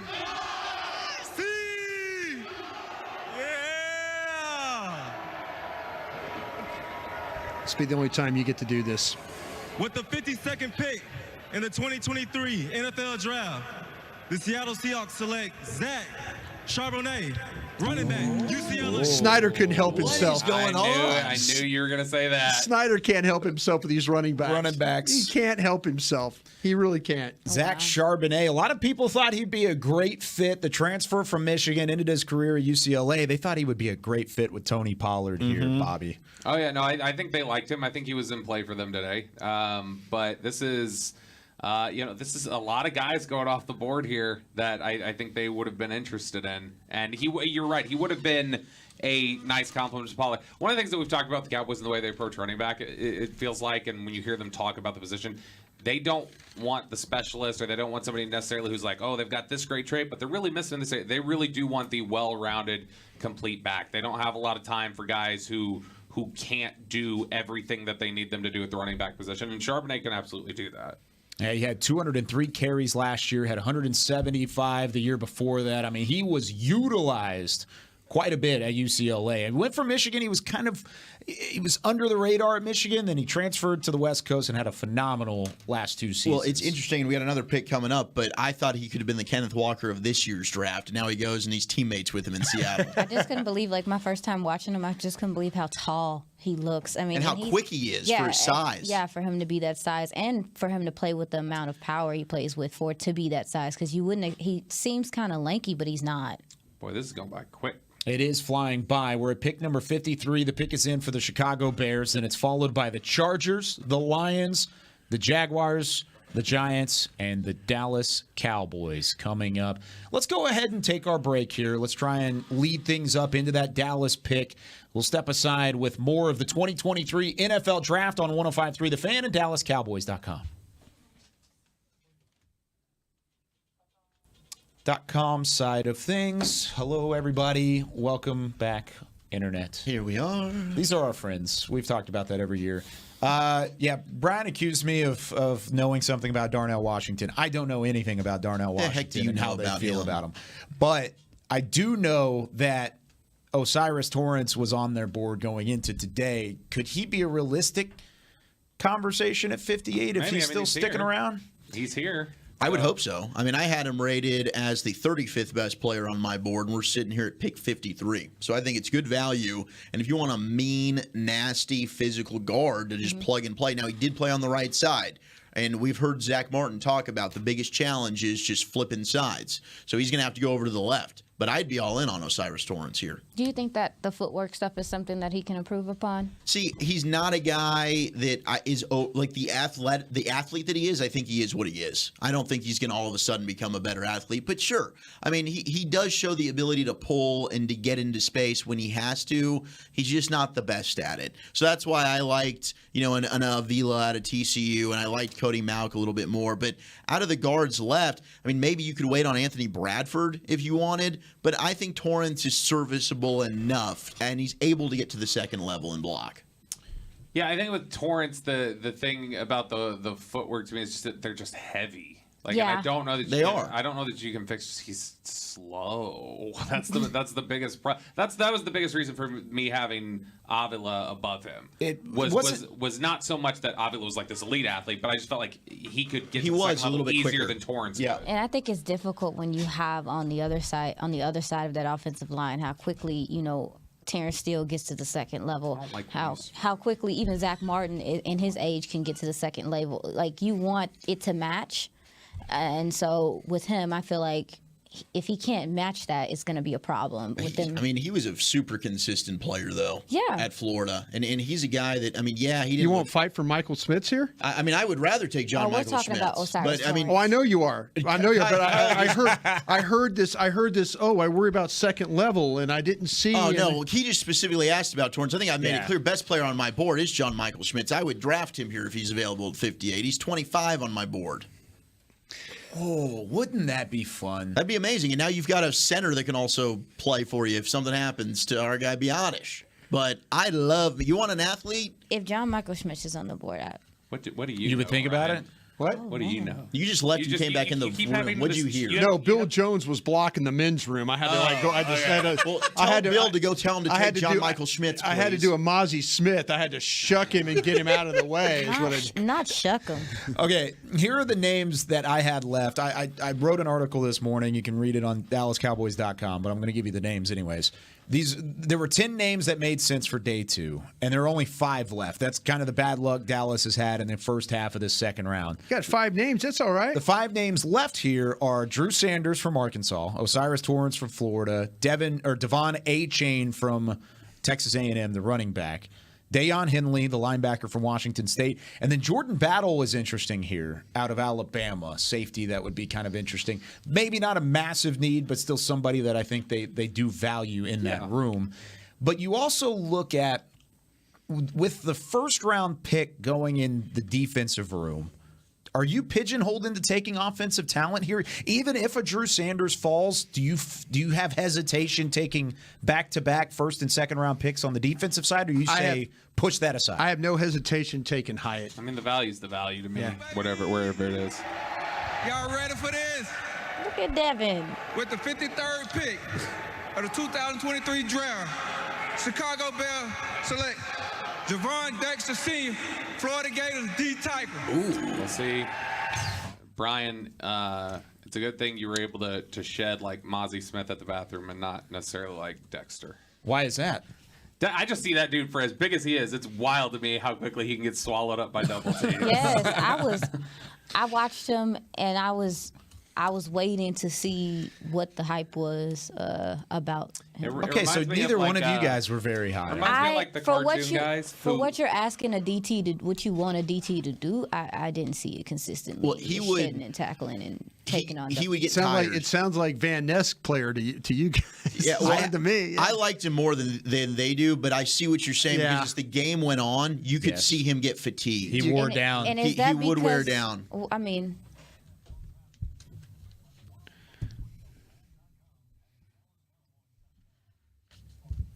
Live from the Star in Frisco, we are 5 selections away from the Dallas Cowboys at pick number 58. The last 5 names to go off the board. Keona Benton, interior defensive lineman from Wisconsin, goes to the Steelers. The Buccaneers select Jaden Reed, wide receiver from Michigan State. Excuse me, that's the Packers that selected Jaden Reed from Michigan State. Cam Smith, the corner from South Carolina, goes to the Dolphins at 51. The Seahawks take Zach Charbonnet, running back from UCLA, who could have been a fit with Tony Pollard. That was at 52. And then at 53, the Bears just turned in the card for Javon Dexter Jr., the interior defensive lineman from Florida. The Chargers are on the clock, followed by the Lions, the Jags, the Giants, and then your Dallas Cowboys. We will continue to take a look into the war room and continue to see what could be on the table for the Cowboys over these next 5 picks. Bobby Belt, Brian Broaddus, Zach Wolchuk, Aisha Morrison, I'm Kyle Yeomans. There is the war room as we look at it on the DallasCowboys.com and the Odyssey app side of things. But, Bobby, if you're looking at names here, there are a few on the table. But overall, this has been a second round that's taken a lot of their early targets off the board. We'll talk about that after the Chargers selection. Thank all of you fans from every team. We are so grateful for you. Without you, none of this would exist. We are so blessed. With the 54th pick in the 2023 NFL Draft, the Chargers select Tuli Tuipulotu, linebacker, USC. Talk about a bowling ball of a linebacker. That's one guy. Let's talk about the Cowboys, though, and what could happen. There's 3 selections, 3 more names to go off the board here, Bobby. Yeah, I mean, look, I'll be honest. I'm so close to retiring from the guess what the Cowboys are thinking and what the Cowboys are going to do game. Yeah. So here are just some of the names that I have left that I really like. Drew Sanders is there, the linebacker at Arkansas. Cedric Tillman, wide receiver at Tennessee. Jalen Hyatt, wide receiver at Tennessee. I like DJ Turner. I like John Michael Schmitz. I mean, Osiris Torrance is somebody that you can talk about here. Like we said, do you wait? At some point, I feel like you got to address running back today. I would think you'd want to find somebody to couple, but who would that be and at what range? Would it be now? Dan Quinn is in the war room right now, by the way. I think there's a lot of guys. There's a lot of guys in the 3rd round. Yeah, the 3rd round, I think you can wait for running back. You can wait for running back. DQ's in there, I wonder, could it be Sanders? Could it be Henley, as we've talked about? I'm going to faint. I mean, I'm going to fall out the chair. For who? For Henley? If it's Henley. Henley would be a fun pick here, but I think Drew Sanders would probably be more likely. I've got Sanders at 29. He's my highest-rated defensive player left. He's my highest-rated. The fact that Dan Quinn's in there, and it looks like he is speaking to the room, and even Mike McCarthy's on the phone here with somebody at the moment, off and to the left. So there's a little bit going on. Also, something going on in terms of the draft. The Chiefs just traded with the Lions, and the Chiefs are now on the clock at pick 55 here. Ooh, Jalen Hyatt makes a lot of sense. They could go get a weapon for sure. Is he your highest rated wide receivers. I'm he sorry. is. Who did the Chargers just take? I was working on Tui something. Pelosi. The USC Okay. edge. Gotcha. Hyatt is my highest rated skill player. Okay. Yes, he is at 27. I've got Schmitz at 25, Hyatt at 27, and then Sanders at 29. Let me see who I have. Brian, who are your top 3 wide receivers? I have Hyatt left on the board as my number 1 guy. Okay. Let me look at that was off my stack. Let me look off my board. I've got all those small guys. I've got all those small guys kind of lined up in the round. I don't know if they would do that. Hyatt, Downs, and Scott would all be second-round guys to me. I've got Rashee Rice from SMU, Jalen Hyatt from Tennessee, Josh Downs from North Carolina. Ooh, you guys aren't giving Mims love Tillman, here? Hyatt, Rice. Mims is right after that. He's very close to that. I got Mims as the next best receiver after Hyatt goes off the board. That would be fun. Do you think a wide receiver is even in play here for the Cowboys? I think at 58. I do think an offensive player's here, and I'm kind of getting some vibes on something here too. What are your vibes? Are they share with the immaculate? class? Okay, what do they do in the second round generally? They take an injured guy. Yeah, Hooker. getting some vibes. Who? Who did getting you some say? vibes. You think Hendon Hooker? Hendon Hooker might be the pick here. Wow. I'm just getting some vibes about it. They've talked about wanting to take a quarterback. They Yeah. met. They met have with been- Hooker. Yes. Come Yeah. on. Well, there's something. That'd be I mean, fun. I'm a big Hendon Hooker fan, and if you're able to get him at 58 and he's your backup quarterback, I think Is the value too good there? I would say yes. I had him. I mean, as- he's not going to play. I think they thought that they were close to thinking the value's too good for Malik Willis last year. So I mean, I've got Hooker as my 38th best player. Okay. I have him at 47, so that's still good value. 57 for me. Yeah. Okay, here's the guys that they met with in terms of quarterbacks. They had a formal with Hendon Hooker at the Combine, a formal with Jaron Hall from BYU at the Combine, and then they brought in multiple guys for Dallas Day, including Max Duggan and Clayton Tune, Duggan from TCU and Tune from Houston. So 4 guys on my list that they have met with, and Hendon Hooker is on that list. Could that mean something? I'm just saying Absolutely. it's a vibe, man. I'm just saying it's It a is vibe. weird though, because when you get into this moment, I'm thinking, gosh, I'd like to just pick a player that's going to help you win now. Right. Correct. Yeah. Yeah. And Hooker's not doing that. No. Unless your QB gets hurt, but we saw Cooper Rush be able to win games last But year.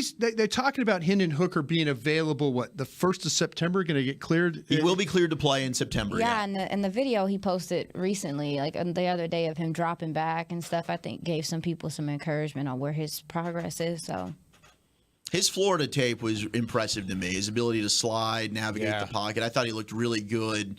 I mean, he's got the arm strength. He's just got toothpick legs. That's what scares me watching him run around. I feel like his legs are going to snap at any minute. Well, we by were the a way, little spoiled Jacksonville. with Jackson. That's true. Jacksonville just traded out of 56. So the Chiefs traded in to 55 from Detroit. Jacksonville trades out. Chicago will be on the clock. Actually, they're on the clock now because the Chiefs pick is in. And then it's the Giants, and then it's the Cowboys. Lots of conversation happening in the war room. It's not We'll as see. animated as it was. I wonder who Chicago in thought the first that round. the Giants were going to come up and take. I'm sorry. Or maybe the Chandler. Cowboys. Oh, yeah, or that, yeah. Yeah, maybe the Cowboys. A lot of teams feel like they know, or at least they have an inkling. Buffalo thought they were going to take Dalton Kincaid last night. I don't think that's necessarily the case, but there's a couple names on the board here as we await the Chiefs selection at 55. Bobby, are you hearing anything on quarterback? We're checking. We're checking. It's probably. I'm just saying Our it guys was are one of those checking. things that maybe that the talk was there, but we'll see. That they've got a lot of it's got to be. It's like I say, Hendon Hooker would make sense just for the fact of they've done stuff in the second round. But like I said, it was just one of those, maybe a dart throw. Guy said, "Hey, keep an eye," kind of a thing. But it's probably not going to happen. They've got a lot of other guys that they can look at here for sure. Can you believe this? First of all, the Buddy family would like to thank the family of the National Football League that's represented here, and also the Hunt family that has allowed my dad and I's dreams to come true. And now the beat goes on for the next generation. The Detroit Lions have traded the 55th pick to the Kansas City Chiefs. With that pick in the 2002-03 draft, the Kansas City Chiefs select Rashee Rice, wide receiver, SMU. He was the top remaining wide receiver on my board. Now Jalen Hyatt is that man from Tennessee. So Rashee Rice off the board. Now the Bears are on the clock, followed by the Giants and then the Cowboys. So Rashee Rice, one of the wide receivers, gone. He was a bigger-bodied wide receiver. Frame, speed, they're both there. Overall, you have a chance to put all three of those things together. Speed, size, and then the skill that he has. Good route runner. Second-round pick, that's right where I had him graded, so I think that's a good selection, Zach. Great hands, and you can throw him the ball even if he doesn't seem to be open. He's going to go and attack that ball in the air, and more oftentimes than not, he's coming down with it. He does a good job finding openings in the zone, sits there, waits for it. He can work all over the field. He just gets open. It's hard not to like him. Is he the fastest guy? No. But I struggled to find a lot of knocks on him. He can catch the ball in traffic. I like Rashee Rice at all. I got to call one of his games at Richland when they played Denton Ryan in the playoffs. Went to SMU, local kid from DFW. I'm pulling for him. That's a great spot to go with Andy Reid, Pat Mahomes, and the Kansas City Chiefs. No doubt about that. Okay, so we talked about the potential for a quarterback here. Hendon Hooker still on the board. It was just a whisper. Just a whisper. But just a whisper. I want to go outside of quarterback here. Yeah. So we've talked about guard. Anybody feeling guard? Do you go straight at the guard position? Anybody feeling tight end still?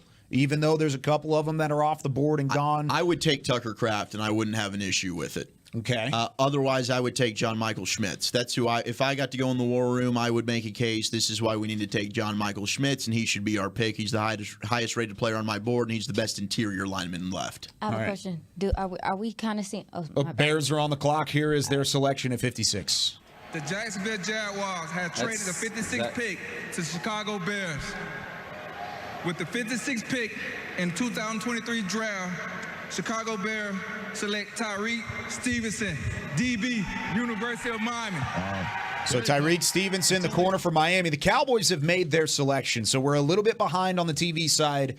The war room has just erupted. Will McClay is currently on the phone. Goodness. The Cowboys pick is Who do you in. There's see? Lunda Wells that just walked It's in. a tight end. Maybe it's Tucker Kraft.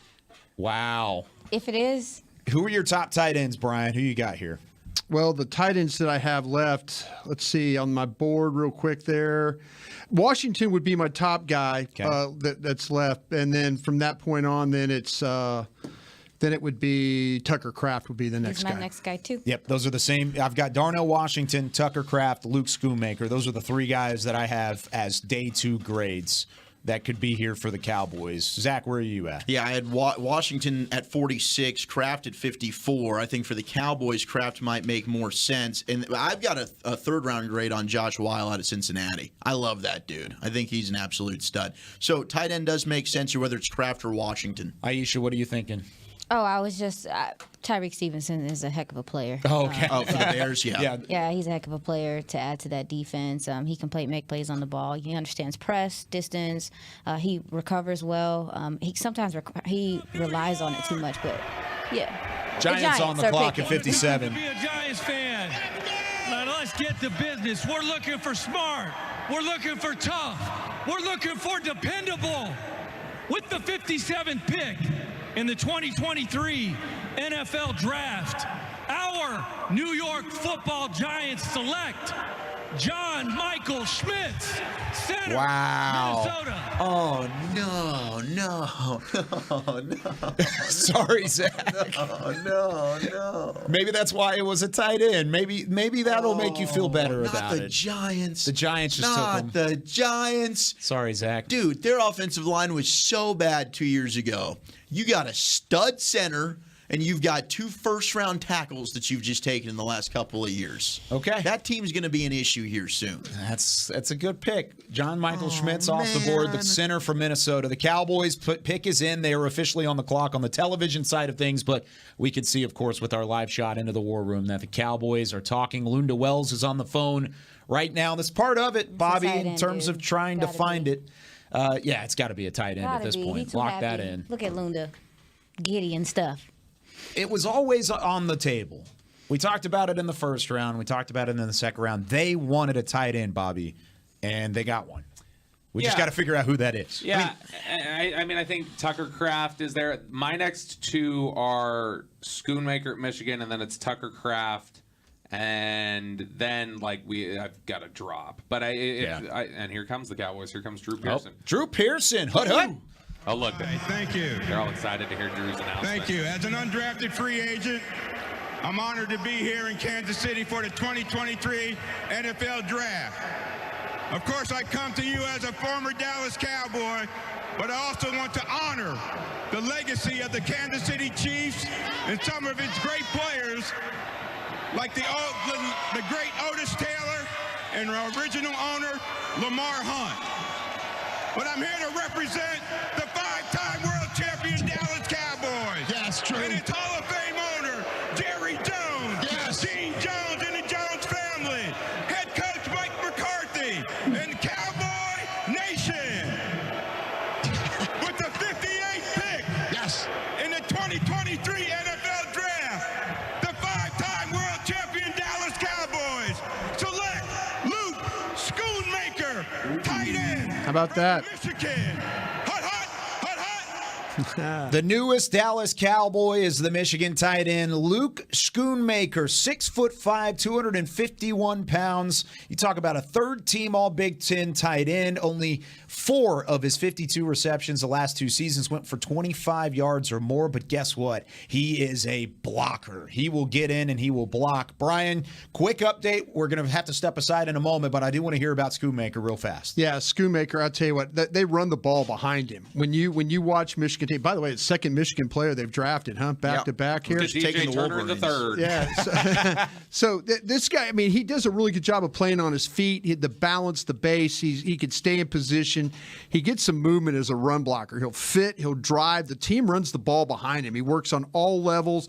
He does a really good job of finishing his block. He'll line up on various spots in the formation.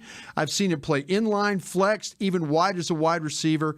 He can point of attack block. He does it various ways, movement, motion. Good athlete, route runner. He could get up the field, doesn't labor at all. He's pretty smooth as a player. He makes plays down the field, but especially good in the red zone. He knows how to find that space when the quarterback is on the move. He'll sit down in zones, work across the field, soft, dependable hands. Does a great job of adjusting the ball. Solid catch radius. Respects the way he blocks, but also the way he catches the football. Bobby, you were really high on him in terms of the tight ends that were still available.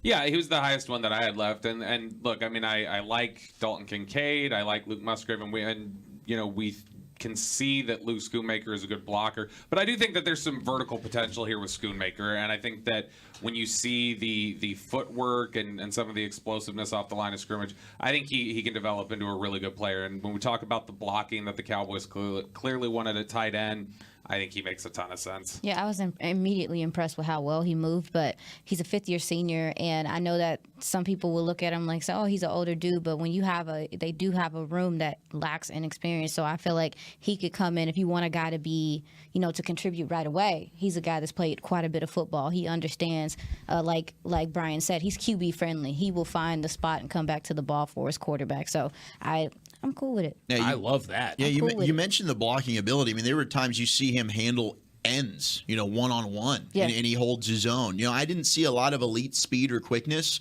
but he does an excellent job of using his size to his advantage and his route running to create separation.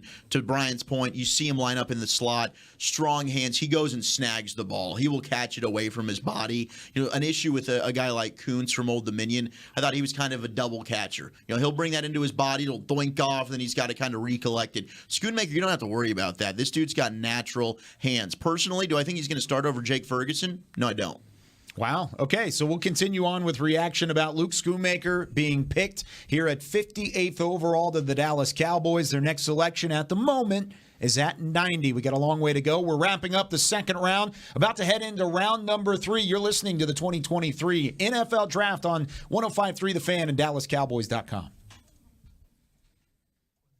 Okay, so I want to go back to that real quick. Yeah.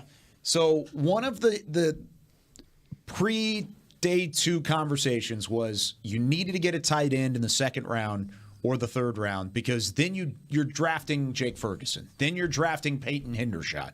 They have 2 young tight ends on the roster who they do feel good about. Sure. But overall, you wanted to get somebody that has a gap, that has a notable difference. What is the notable difference for Schoonmaker? You don't think he's going to start over Jake Ferguson. Why is that? I just don't see the notable difference with Schoonmaker. To me, I mean, is he a far better blocker? He might be a better blocker than Ferguson, but I think both they're very comparable to me coming out. Like I have Schoonmaker and Ferguson to me graded similarly. As Fergie coming out of Wisconsin and then Schoonmaker coming out of Michigan. Because I think Fergie also showed the ability to line up in the slot, good route runner, didn't have elite speed, but he's able to create separation with his route running ability. He's also good hands. I think you're getting similar type of players here. And maybe the offense in which Michigan ran didn't get to utilize Schoonmaker's skill set to where we didn't see the productivity downfield. Good player. I like him. I don't dislike the pick whatsoever. But I don't know that he's necessarily a leap above Ferguson like we would have said Kincaid if they had taken him would be. What do you think, Brian? I think the thing I think they like Hendershot. Okay, they like both tight ends. I think they think more of Hendershot than they do Ferguson. And I just kind of listening to people talk about the two particular players, I kind of feel like with Schoonmaker, I every time I've talked about down the line kind of tight ends. Well, here we go. Buffalo's pick. I'll come back with this. Yeah, the Bills at 59. Everybody's coming out here talking about how you fans are. You guys have all been great. But it is Bills Mafia over everything. Hey! Boo. Yeah. In all seriousness, man, I was here in 2018, and I had the honor of being up here with a great Bills Mafia legend in Pancho Villa. And this is for you, man. I'm back up here again, and I just want you to know you're gone but not forgotten. With the 59th pick in the 2023 NFL Draft, the Buffalo Bills select Osiris Torrance, guard out of Florida.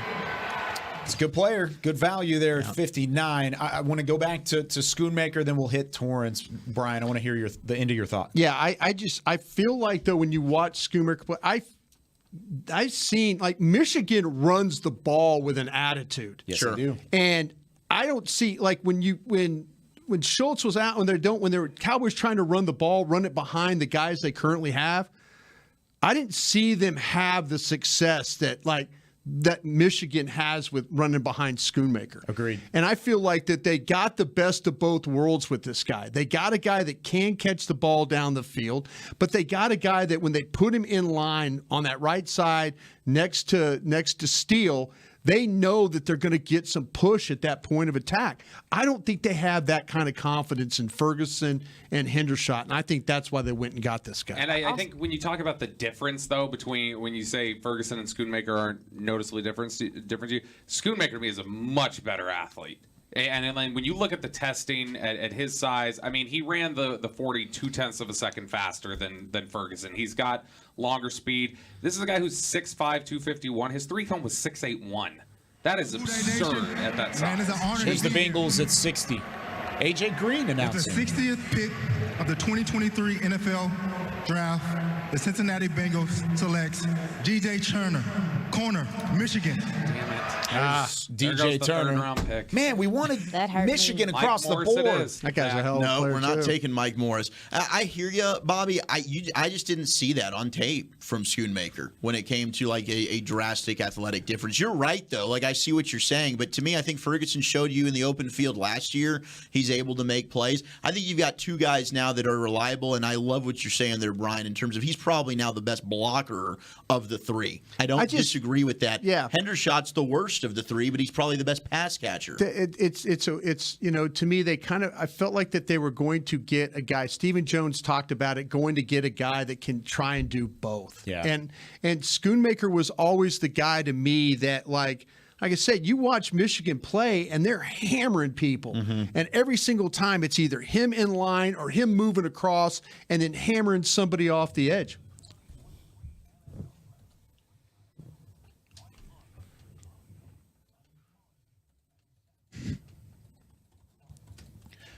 Welcome back to 2023 NFL Draft coverage on 105.3 The Fan and DallasCowboys.com. We are live from the Dallas Cowboys World Headquarters at the Star in Frisco, where the War Room now sits back down as the end of the second round comes to a close, and the Cowboys have made their selection at pick number 58. It's the tight end Luke Schoonmaker out of Michigan, the newest Dallas Cowboy, and 2 for 2 on picking Michigan Wolverines in the first two rounds Go blue. of this 23 NFL Draft. We've got Bobby Belt, Brian Brian Broaddus, Zach Wolchuk, Aisha Morrison. I'm Kyle Yeomans. Reaction continues. We will have secret audio coming up in a couple of minutes, and we will also get Luke on the phone, the newest Dallas Cowboy. We'll have him one-on-one here in just a couple of moments. So, Zach, you ended the last segment on the radio talking about how you don't think Luke Schoonmaker would start over a Jake Ferguson or a Peyton Hendershot at this point in his career, but there's a long way to go. You got training camp and things of the sort. But Brian, you were saying on the DallasCowboys.com side of things that you think blocking-wise he is NFL ready and he brings an element to this offense that they've been looking for. Yeah, he plays in a scheme where if you're not willing to get your nose bloody, he's not going to play. You know, that's Michigan. They'll throw in the football, they try. You know, it's kind of the quarterbacks. We'll see. You know, I mean, but with him, it's such a power game, and he's it's not on the backside cutting off and trying to get in the way. It's like firing off the ball, getting in your guy, hands, push, turn, or bury or pin. And this is what this guy does. And I think it's, you know, the ball goes behind him. They get so much movement in the running game. And you don't get movement in the running game unless you have the point of attack taken care of. And they've got tackles, they got a center, and they got a tight end that like I said, he can inline it or he can move and be part of that. So a couple of tight end names, actually a trio of tight end names going off the board early in the second round. You had Michael Mayer, Sam Laporta, and then Luke Musgrave all off the board. Bobby, what does this tell you about the Cowboys Can I say something real quick, though, too? The thing about it is we all kind of talked about maybe the best blocker in this draft, or everybody thought the best blocker in this draft was Washington. Mm-hmm. And you just saw what the Cowboys thought. They don't think he's the best blocker in this draft. They think that Luke Schoonmaker is the best blocker in this draft. But how much does that say about the tight end position specifically to go and get a tight end? Even when some of the early names were off the board, they were honed in on this position from the very jump. I think with Bobby, and you correct me if I'm wrong with this, so Bobby, they lost some guys along the way, right? Yeah. Oh, yeah. I mean, this was one of those, okay, if you stack the tight ends, where are we? You know, like I think... Obviously, I don't know. Thinking has got us in trouble a lot the last couple of years trying to guess. But I think just from things that I think Musgrave would have been picked ahead of him if he was there with Schoonmaker. And that's just because, not because obviously the blocking, at that point it's just Musgrave is just such a threat and a difference maker in the passing game. But I think Schoonmaker was my fourth tight end. I liked him a lot. I mean, he was a top 50 player to me. Does this have anything to do with maybe the attitude you're trying to set, like the tone you're trying to set on the offensive side of the ball with running the ball, with being smash mouth? Sure. Like, I mean, you brought in, Tyler Smith last year, and you see what he can do in the run game, tearing steals like that. If you want a tight end to come in here and, really set that tone from that position. I know that you mentioned that you didn't feel like he was really elusive and things like that. I don't see that from him, but I do think that Schoonmaker is good on the move. You get him the ball on the move, especially with his height and those long strides. He's difficult to tackle. But also too, when you talk about Jake Ferguson coming in, when you talk about how much they were blocking, are you maybe trying to take some of that responsibility off of Jake Ferguson? If you're trying, if maybe you are looking at him as a more of the receiving type guy or Peyton Hendershot, is because. Or you're showing those two guys how to block. Well, tracking that, but maybe, yeah. You're like, hey, see this guy, watch this guy. That's what I think, and I think I just feel like though that. They want to run the football. Here, I keep talking, and the selection keeps it's coming. It's running fast. It's That's fast. not your fault. Hey, Kingdom Nation, y'all look good out there. Hey, I can't leave out here without giving one big Duval. Figured that was coming. All right. Thank you, Fred Taylor. With the 61st pick in the 2023 NFL Draft, the Jacksonville Jaguars select Brenton Strange, tight end, Penn State. These tight ends are flying. Wow, how about? And that's a dude that I think gives you more in the way of receiving. Yeah. But I like what you're saying, Aisha, because I do think at times last year, and we saw it towards the end of the season, the Titans game is the one I'll go back to, where you saw Peyton Hendershot not be able to hold blocks at times. You saw Ferguson struggle a little bit. And the Cowboys were having a lot of success in 12 and even 13 type personnel. They went away from it after that game for a couple of weeks. And I think now with Schoonmaker, you feel way more confident that, hey, we can line up in some big packages, 12 personnel, with Schoonmaker and Ferguson. And you're right, he probably will rub off positively on Peyton Hendershot. If that's what you're going for, I have no issue. He's a very well-rounded player. I just do think if you're looking for, hey, the more downfield, a guy like a Travis Kelce type that we were talked about coming in, I don't know that he's going to give that to you necessarily, but the upside's there. Maybe they're just balancing out their room. Like we were talking about, Brian, maybe it just balances out the room. You got Peyton Hendershot, who's the vertical threat. You have Jake Ferguson, who can do a mixture of both. And then you bring in Schoonmaker. Yeah, and then you also look at Sean. We don't talk about Sean McEwen that much, but he has a role. Oh, it's my bad. Texans at 62. It's happening fast today. Houston Texans are making moves. The Philadelphia Eagles have traded the 62nd pick to the Houston Texans. And with the 62nd pick in the 2023 NFL Draft, the Houston Texans select Juice Scruggs, center, Penn State. Go Texans. You're seeing the value of these tight ends and the interior offensive linemen rattling off here on the back half of this second round because Brenton Strange from Penn State. Who did Cincinnati take? But I'm sorry, DJ Turner from Michigan. Turner. Okay, there we go. But Brenton Strange from Penn State, I had a 6th round grade on him, and he goes above Tucker Kraft. He goes above Darnell Washington. He goes above a couple of other of these names, and now you have Juice Scruggs from Penn State, back-to-back Nittany Lions here toward the back half of the second. So the Denver Broncos are on the clock here at 63.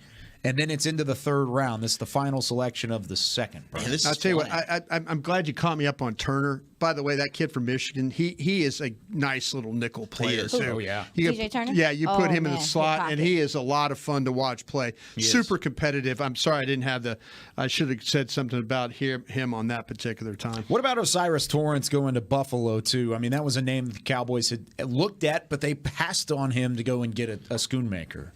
I mean, that was a top-notch guard, that one of the top guards in the class. If you wanted to plug that hole right now, Torrance is a possibility. You didn't see him lose reps a lot. I mean, the only player that I saw give him issues was Jalen Carter, and it's who didn't he give issues to. But he was balanced overall for me in pass pro and run blocking. He always seems like he's doing the right thing. He covers for his teammates as well. If a center missed a block or the tackle missed a block, he's coming over in support. He did a good job of switching and picking up defenders to block. But I will say the big knock on him, not the best athlete. Here is the final pick of the second round, the Broncos at 63. To, my daughter Marley, my son DeMarcus, and also my son Michael. I know they're watching. The Detroit Lions have traded the 63rd pick to the Denver Broncos. DeMarcus, with the 63rd pick in the 2023 NFL Draft, the Denver Broncos select Marvin Mims, wide receiver, Oklahoma. No. Final pick. Shout out Frisco Lone Star High School. We played a lot of his games here inside Ford Center at the Star in Frisco. Now he is a Denver Bronco. Good pick to end out the second round, but there are some wide receivers still available going into the third. Jalen Hyatt's still there. Cedric Tillman's still there. What's going on, Aisha? Well, I'm trying to figure out what's going on with Darnell Washington. Somebody know something we don't know? David Moore, Dallas Morning News, says he was medically flagged by the Cowboys. Boom, boom. Wow. Boom, So boom, there boom, you boom. go. Thank you, David But Moore. the tight ends have just flown off the board. Isn't there now a big gap to you guys in your board now? Yeah. Tight ends? I mean, every one of my third round guys is gone. Your third round tight ends? Tucker Kraft is Tucker Kraft's my guy. Except for him. No, except for Tucker Kraft. And Yeah. he was the first my board, my tight end board. So him and Davis Allen are the only ones I have I had left. Latu as well in the third from Alabama. Okay. And he was a guy, but again, Luke Schoonmaker, the pick at 58. So, all right, you took care of your interior defensive line. You checked your box in terms of tight end. Where are you going in the third round? Are you going back to the guard spot? I have for months stood on their third-round pick, and I'm not saying it definitely will be, but my projection for 3 months has been Kendre Miller. I think it is running back. That would be a fun pick. That would be a really fun pick. Talk about running back. You said why? No, you did. You don't like Kendre? Say it with your. Say, Did you, I mean, say if you it. said Come on. it, I mean, if you said it, say it. What? I didn't say I didn't like him. I just So But You don't want to go running back necessarily. no. I just think that there's more electric feeling running backs that are left. I mean, He's not- like he a doesn't Tajay stri- Spears. But are He there, doesn't strike But me. are there more complete? Are there more complete? Are there more completely well-rounded backs than So Kendre you're left, saying which he's is how Michael they Mayer, stack but a it. running back? I'm just saying the way they have stacked, the way they have always stacked running backs is they like the complete running backs. It's what they loved about Zeke. They needed to get questions answered about Tony Pollard's complete game before they would feel comfortable taking him. Malik Davis, one of the reasons they really love him is how complete he is. I think that's one of the reasons they've been really fascinated with Kendre Miller through the process. That makes sense. He had 2 consecutive days visiting here at the Star. They had him for private workouts. They've shown a lot of interest in him throughout the process. Yeah, him or Roschon make a lot of sense. Roschon Johnson from Texas. I'll tell you what, I think Aisha's onto something myself. I would take A-Chain, Spears, Bigsby, Roschon Johnson before I would take Miller. That's just what's your knock against him? I'd be surprised if they took A-Chain. Well, small. if they want a guy that's explosive and they want a guy that finishes runs, He's They had got formal with him in Indy. blistering pace. What's that? They had a formal with him in Indy. Yep. He's also. He's also very young. I didn't realize he'll be 20. He's 20. And they value that. Yeah, he's 20. I think his vision is good. His patience is good. But I think that's something that takes away from his explosiveness because he is too patient sometimes. Yeah, something to keep in mind because they do look for those well-rounded running backs. They also look for well-rounded tight ends, and they got one in the second round at pick number 58. Luke Schoonmaker from Michigan is your newest Dallas Cowboy, and he joins us now on the draft show. Luke, congratulations on this moment. What's going through your mind right now with the selection and now as a part of the Dallas Cowboys? Oh, a whole lot right now. A whole lot of excitement, and just so much thanks. And I'm so blessed for this opportunity. Who has been really a big inspiration for you up to this point? Who are you around at this moment and celebrating this big time milestone and this step in your journey? The closest people in my life, my parents, my siblings, aunts, uncles, cousins, closest friends, my girlfriend, and my agent and his family. Hey, Luke, we watch a lot of Michigan tape. I mean, you, Mozzie, we watch you all. And the one thing we notice here is, like, they put you at the point of attack and you hammer people's asses at the line of scrimmage. I kind of feel like that you're going to bring that same mentality when you get here to Dallas. Absolutely. I'm all about toughness and grittiness, but more even, you asked me to do a job, I'm going to do it to the best of my ability. How much interaction did you have with Dallas during the process? Were they one of the teams that you felt like this is where you could have ended up? Absolutely. I met with them, a formal interview at the Combine, and love Coach Wells. I just love everybody that I met in that room. It felt like I could definitely see myself there. I know that they have a little history with selecting Michigan guys, and yes, it feels so great, and it's, I'm speechless right now. Well, heck yeah, Luke. I mean, welcome to Dallas. We're happy to have you, and you get to stick around with your teammate, Mozzie Smith. But you mentioned the room. Do you have any thoughts on your fellow teammates, Jake Ferguson and Peyton Hendershot, also Big Ten guys? Hey, Cowboys love Big Ten tight ends. It's not a bad deal at all. And my good friend, Sean McEwen, also. Yeah. Being able to get back on the same squad with him again, I'm through the roof. Yeah, Luke, what do you think you bring to that room? Such a versatile room right now. What do you think you bring to this tight end room in Dallas? Yeah, I think, a guy that you can really another versatile guy, a guy that you can put anywhere on the field. You put me in line, put me in the slot, and I'm going to do my job. I'm going to do what's asked of me and do it to the best of my ability. All right, so if you were lined up in the backfield in practice and Mozzie gets past the line of scrimmage, are you going to be able to take him on? Are you going to be able to block him up? I'm going to do my best to run in front of him, and I'm sure we'll laugh after that. But, oh, yeah. What's your scouting report on Mozzie Smith, since you have gone up against him a couple times? What do you think about the first-round pick? Well, first of all, he is the widest human being I've ever met in my life. His shoulders are just huge. But excellent person, excellent player. He is so consistent every single game, and he was such a factor to our defense this past year, and he's going to continue to do that with us now. But we learned from Mozzie that he's a big fan of Pop-Tarts. And so is there his mom would say, listen, Mozzie, you need to make a play. If you don't, we're going to take Pop-Tarts away from you. Did mom or dad ever say, hey, Luke, if you don't catch a ball or get that block, we're going to take something away from you? Would that kind of I never got that from my parents. So that's a new one to me. Well, would you be disappointed if they took Pop-Tarts away from you? Oh, I'd be very disappointed. So I can understand Mozzie for sure. Could we bribe you with Miller Lite? Could we give you a cold beer after you make a nice block? Is that something that could happen? That might make me work a little harder. All I don't know. There we go. We got something on it. Look, I did want to ask you, because you did a lot of the dirty and the grunt work there at Michigan. You talked about it. Give you a job, you'll go ahead and do it. But you do have a very high athletic score. You show a lot of athleticism. Do you think that there's room for you to grow in terms of as a receiving threat as a tight end? Absolutely, yeah. That's something that I'm just so excited for, and to continue to emphasize and improve at the next level, is that I do have so much more that I think I can show in the pass game, and I'm just grateful that it's going to continue, and I'm going to keep on working at it. The newest Dallas Cowboy, Luke Schoonmaker, joining us here on the Draft Show. Luke, congratulations again from all of us here on the Draft Show. We'll see you in Dallas very, very soon. Time to get to work. We can't wait. Time to get to work. Thank you guys so much. There he goes. Go Cowboys. There you go. Go Cowboys. That's a good way to end it. All right, we're going to step aside on the fan side of things. When we come back, we're going to have some secret audio, and we're going to talk to his new tight end coach, Lunda Wells, in a couple moments, in studio in a couple moments from now. You're listening to the 2023 NFL Draft on 105.3 The Fan and DallasCowboys.com. Let me make some room here. Yeah, we're bringing Linda in. So we talked to Adam Durde earlier. He was over the moon with the pick of Mozzie Smith. I anticipate the same from Linda. He's always been very, very kind. What? Nah. What are you looking at? I'm just.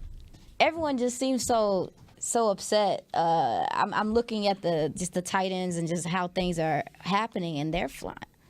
Aren't they flying off the board? They needed to take their guy there at 58. Yeah. They weren't having their dude come back around. That's why, if you thought Schoonmaker was taken a little high, that's one of those things. If that was their guy, they needed to pull the trigger there at 58. Absolutely. That's what I'm saying. That's what's so odd to me is it didn't feel like they had a choice there, because even Britton Strange went in two more picks. But I am surprised that Tucker Kraft is still on board. That's the thing. When you start to get to this point as well, we learned about Washington and the red tag situation with him. You wonder with Kraft, is there a red tag situation as well? That's the thing. You can only evaluate these guys, look at the tape, put them where you think you would take them, and then you kind of figure out along the way, well, we couldn't take him because of a shoulder, a knee, a back, or something like that. So that's kind of that's the big mystery. But when they really start to fall like complete rounds, when they fall out, like I say, if we get to this situation and Kraft is just, is not even picked in this round, then you're kind of in a situation where there's something else going on there.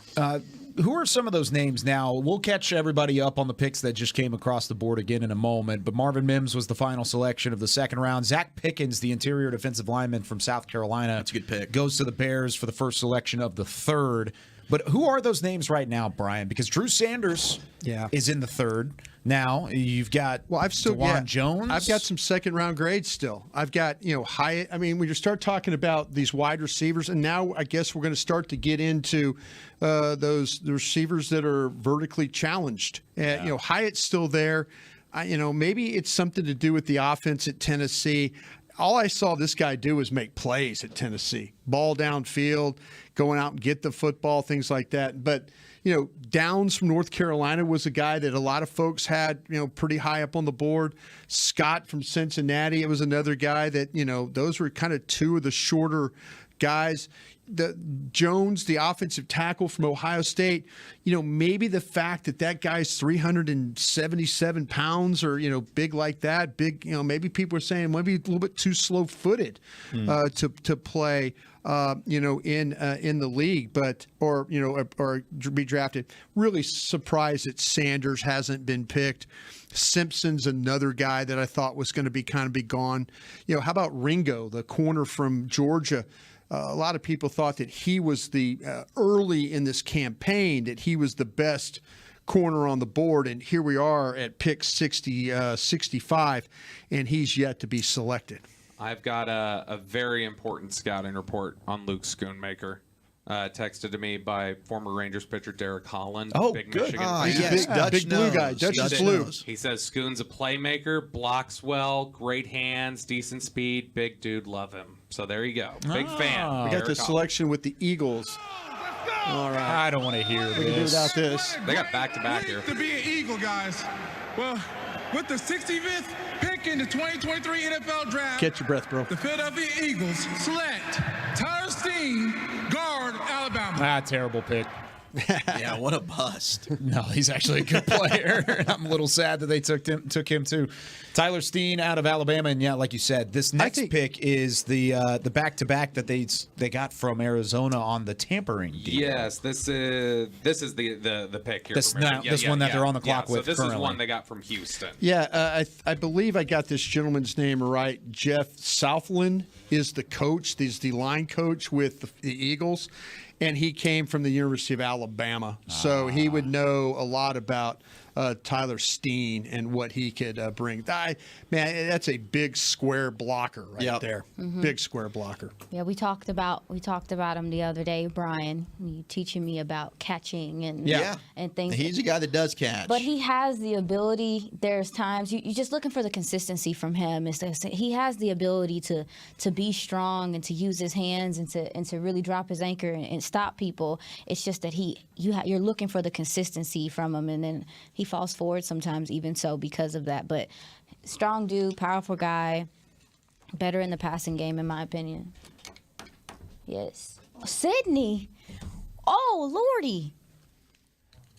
Back here on 105.3 The Fan and DallasCowboys.com. Couple selections into the third round of the 2023 NFL Draft. The Cowboys at 58 take Luke Schoonmaker, tight end from Michigan. We're going to hear from his new coach, Lunda Wells, in just a couple moments. We're also going to hear the secret audio as well. Following that, it was Osiris Torrance from Florida off the board. DJ Turner from Michigan goes to the Bengals at 60. Brenton Strange, tight end from Penn State at 61 to the Jags. Juice Scruggs, interior offensive lineman from Penn State, to the Texans at 62. And then the final pick of the second round, Frisco Lone Star product Marvin Mims, wide receiver from Oklahoma, to the Broncos. And then the first three picks of the third, Zach Pickens, defensive tackle from South Carolina, Tyler Steen from Alabama, the offensive tackle, he goes to the Eagles at 65. And with their back-to-back picks, the Eagles select Sidney Brown, the safety from Illinois, in the third pick of the third round. And Aisha Morrison, you did not like the fact that the Eagles just stacked Tyler Steen and your guy Sidney Brown. Yeah, I mean, like I said, we talked about Tyler Steen. I think that the player has room to improve on an offensive line and to grow, especially with the coaching they're getting on the Eagles side of things. But then with Sidney Brown, I call him Swiper. I mean, this guy, he doesn't have a whole bunch of size. To my wife Angela, make sure you have. Here's the Broncos at 67. Right now, Oh, it boy. is 8:26. With the 67th pick in the 2023 NFL Draft, the Denver Broncos select Drew Sanders, linebacker, Arkansas. So not only was it not fun watching DeMarcus Ware announce the Broncos selection, but he announces Drew Sanders to the Broncos at 67. So another local product going there, and another potential for Dallas. Is there a reason did you hear anything about why he was still available in the third, Bobby? No, I mean, look, there's I think it may be similar to like the Joey Porter question, where it's like, what are we missing? It's like, it may just be that we like him more than teams do. It may be just as simple as that. But look, I mean, there are issues that he has in terms of getting off of blocks. I think sometimes the recognition isn't always the best, but I think he's really impressive athletically. He's a good blitzer. He can stand up. He can rush.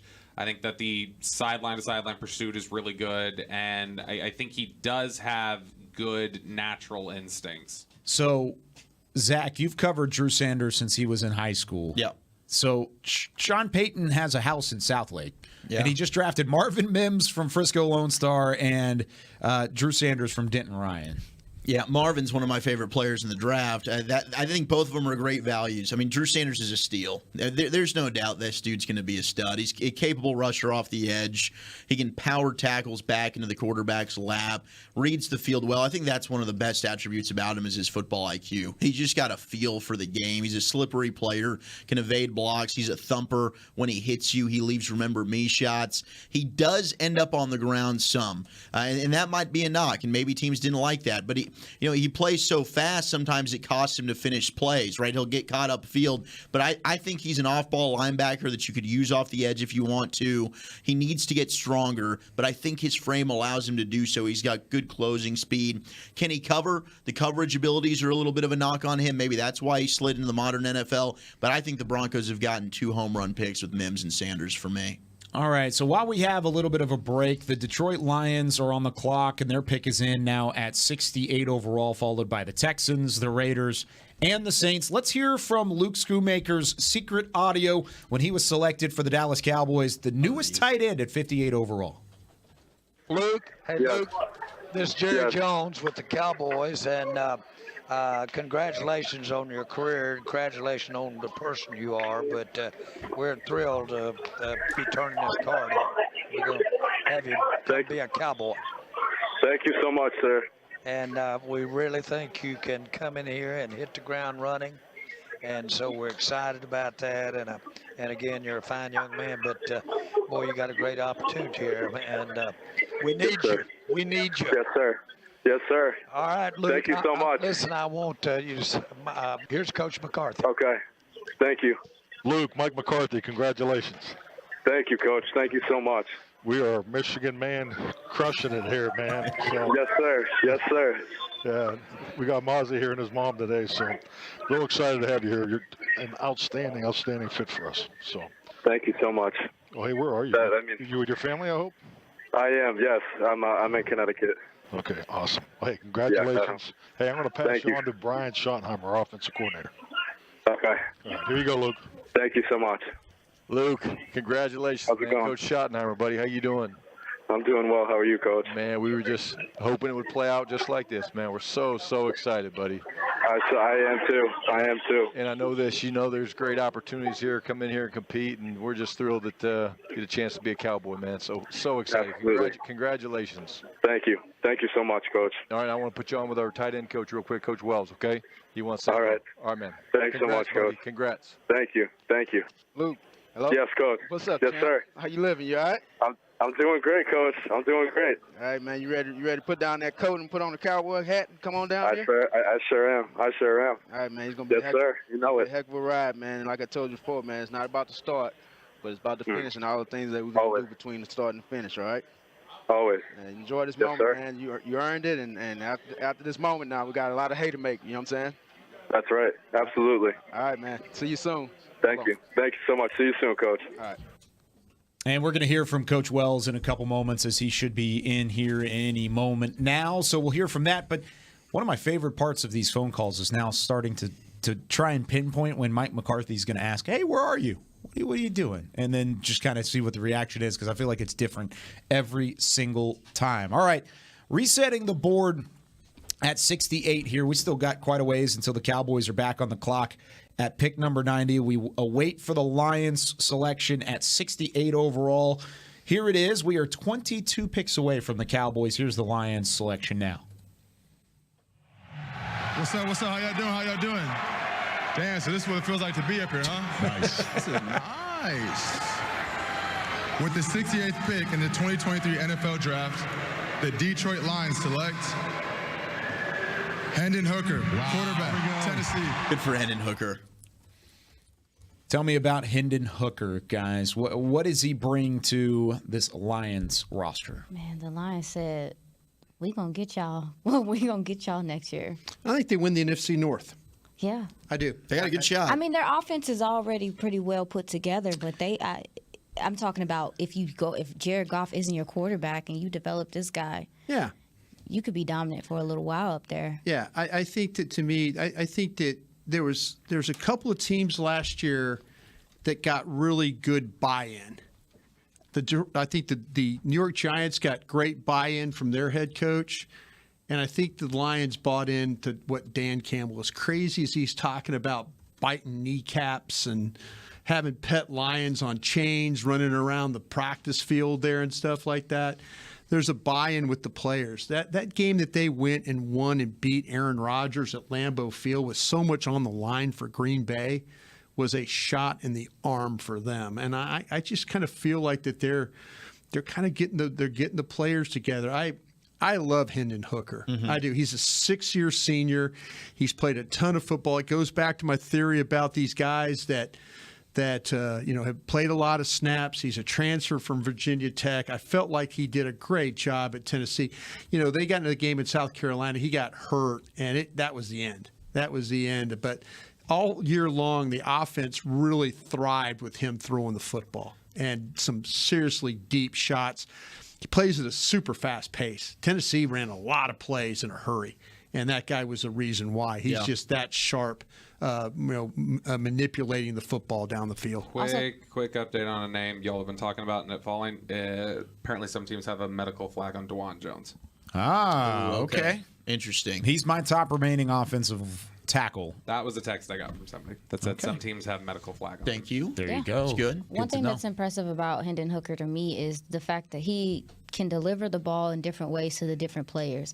Because when you look at Cedric Tillman and how he has to, he's not a super separation guy where he has to put the ball on him. He is a pretty good route runner. And then also, too, you look at Jalen Hyatt. He's a burner, so he has to have an arm on him to get that ball out there, extend it to him, place it to him correctly. So I felt like with the versatility of the Tennessee receiving core, that allowed him to really show off what he could do with different players and different touches on the ball as well. Yeah, he can hit his receivers in stride. I mean, he's got some touch, great mobility, good ball fakes. He will miss open receivers at times. The ball will sail on him, and it's mainly when there's pressure around him. That was something that sets apart a guy like Bryce Young when you talk about he doesn't get rattled, right? He's always poised in the pocket. So Hendon Hooker just needs to keep calm. But I liked him a lot. We talk about it guys. Hendon Hooker seems like an it kind of guy. You could see the difference he made, to Bryant's point, where it's done. When he got hurt, Tennessee season was over. I think this is a great pick in the third round for the Lions, and it could be their future starter. The Los Angeles Rams have traded the 69th pick to the Houston Texans. Nice. With the 69th pick in the 2023 NFL Draft, the Houston Texans select Nathaniel Dell, wide receiver out of Houston. Tank Dell Pick off the 69. board. This was one of y'all's favorite watches of the entire draft class, right? Yeah. I mean, everybody had fun watching him play. Yes, absolutely. Just has such a natural feel. Had the pleasure of talking to him at the Combine, and he's talked about playing football since he was 4. And you just see that in his game because he can just feel when a corner's sitting on his hip. He can feel when he can blow past people. And he's such a good improviser mid-route. It's insane the way that he can move his body. And then also, too, you think about the fact that they passed the ball a lot where he was playing at. And he's just electric as a returner as well. I mean, you're getting a heck of a player, a hard worker, not a whole bunch of size, but is going to do what he got to do when he has the ball in his hands. All right, so Tank Dell off the board. The Houston wide receiver goes, to Houston, to the Texans at pick number 69 overall. But 11 picks prior, the Dallas Cowboys selecting Luke Schoonmaker. We've talked to Luke. We've heard the secret audio. Now we have a chance to talk to his tight ends coach. Linda Wells now joins us on the draft show. Linda, first, congratulations on getting a guy. Yeah. We knew it was a possibility. The tight end position was highly coveted in this draft class. What do you think about the selection? I think it was a great selection for us. It's congrats to the organization because I think we got a stand-up guy, a guy that we look to bring in here, meets all the qualities that we want in a tight end and in a Dallas Cowboy. Smart, tough, loves football, and so can't go wrong with those guys. Man, you look like you were dressed for the occasion, too. Did you know this was coming today, or are you just always dressed for the occasion? You always got to dress and be prepared. Have you not seen L? Oh, I know. Oh, trust me. I've seen the hat. I just had to bring it up. That jacket, though, man. My gosh. I was tempted to bring the hat out, but I said, you know what? Nah, I don't want to do too much, you know. I think you should have. Coach, when we all were watching Luke, and the thing, Michigan is such a physical team with the way that they run the football week in, week out. Right. And the thing that I always noticed about Luke was it's always at the point of attack with him. Right. That's inline Y, it's a move, and the way, I mean, he just hammers people at the point of attack.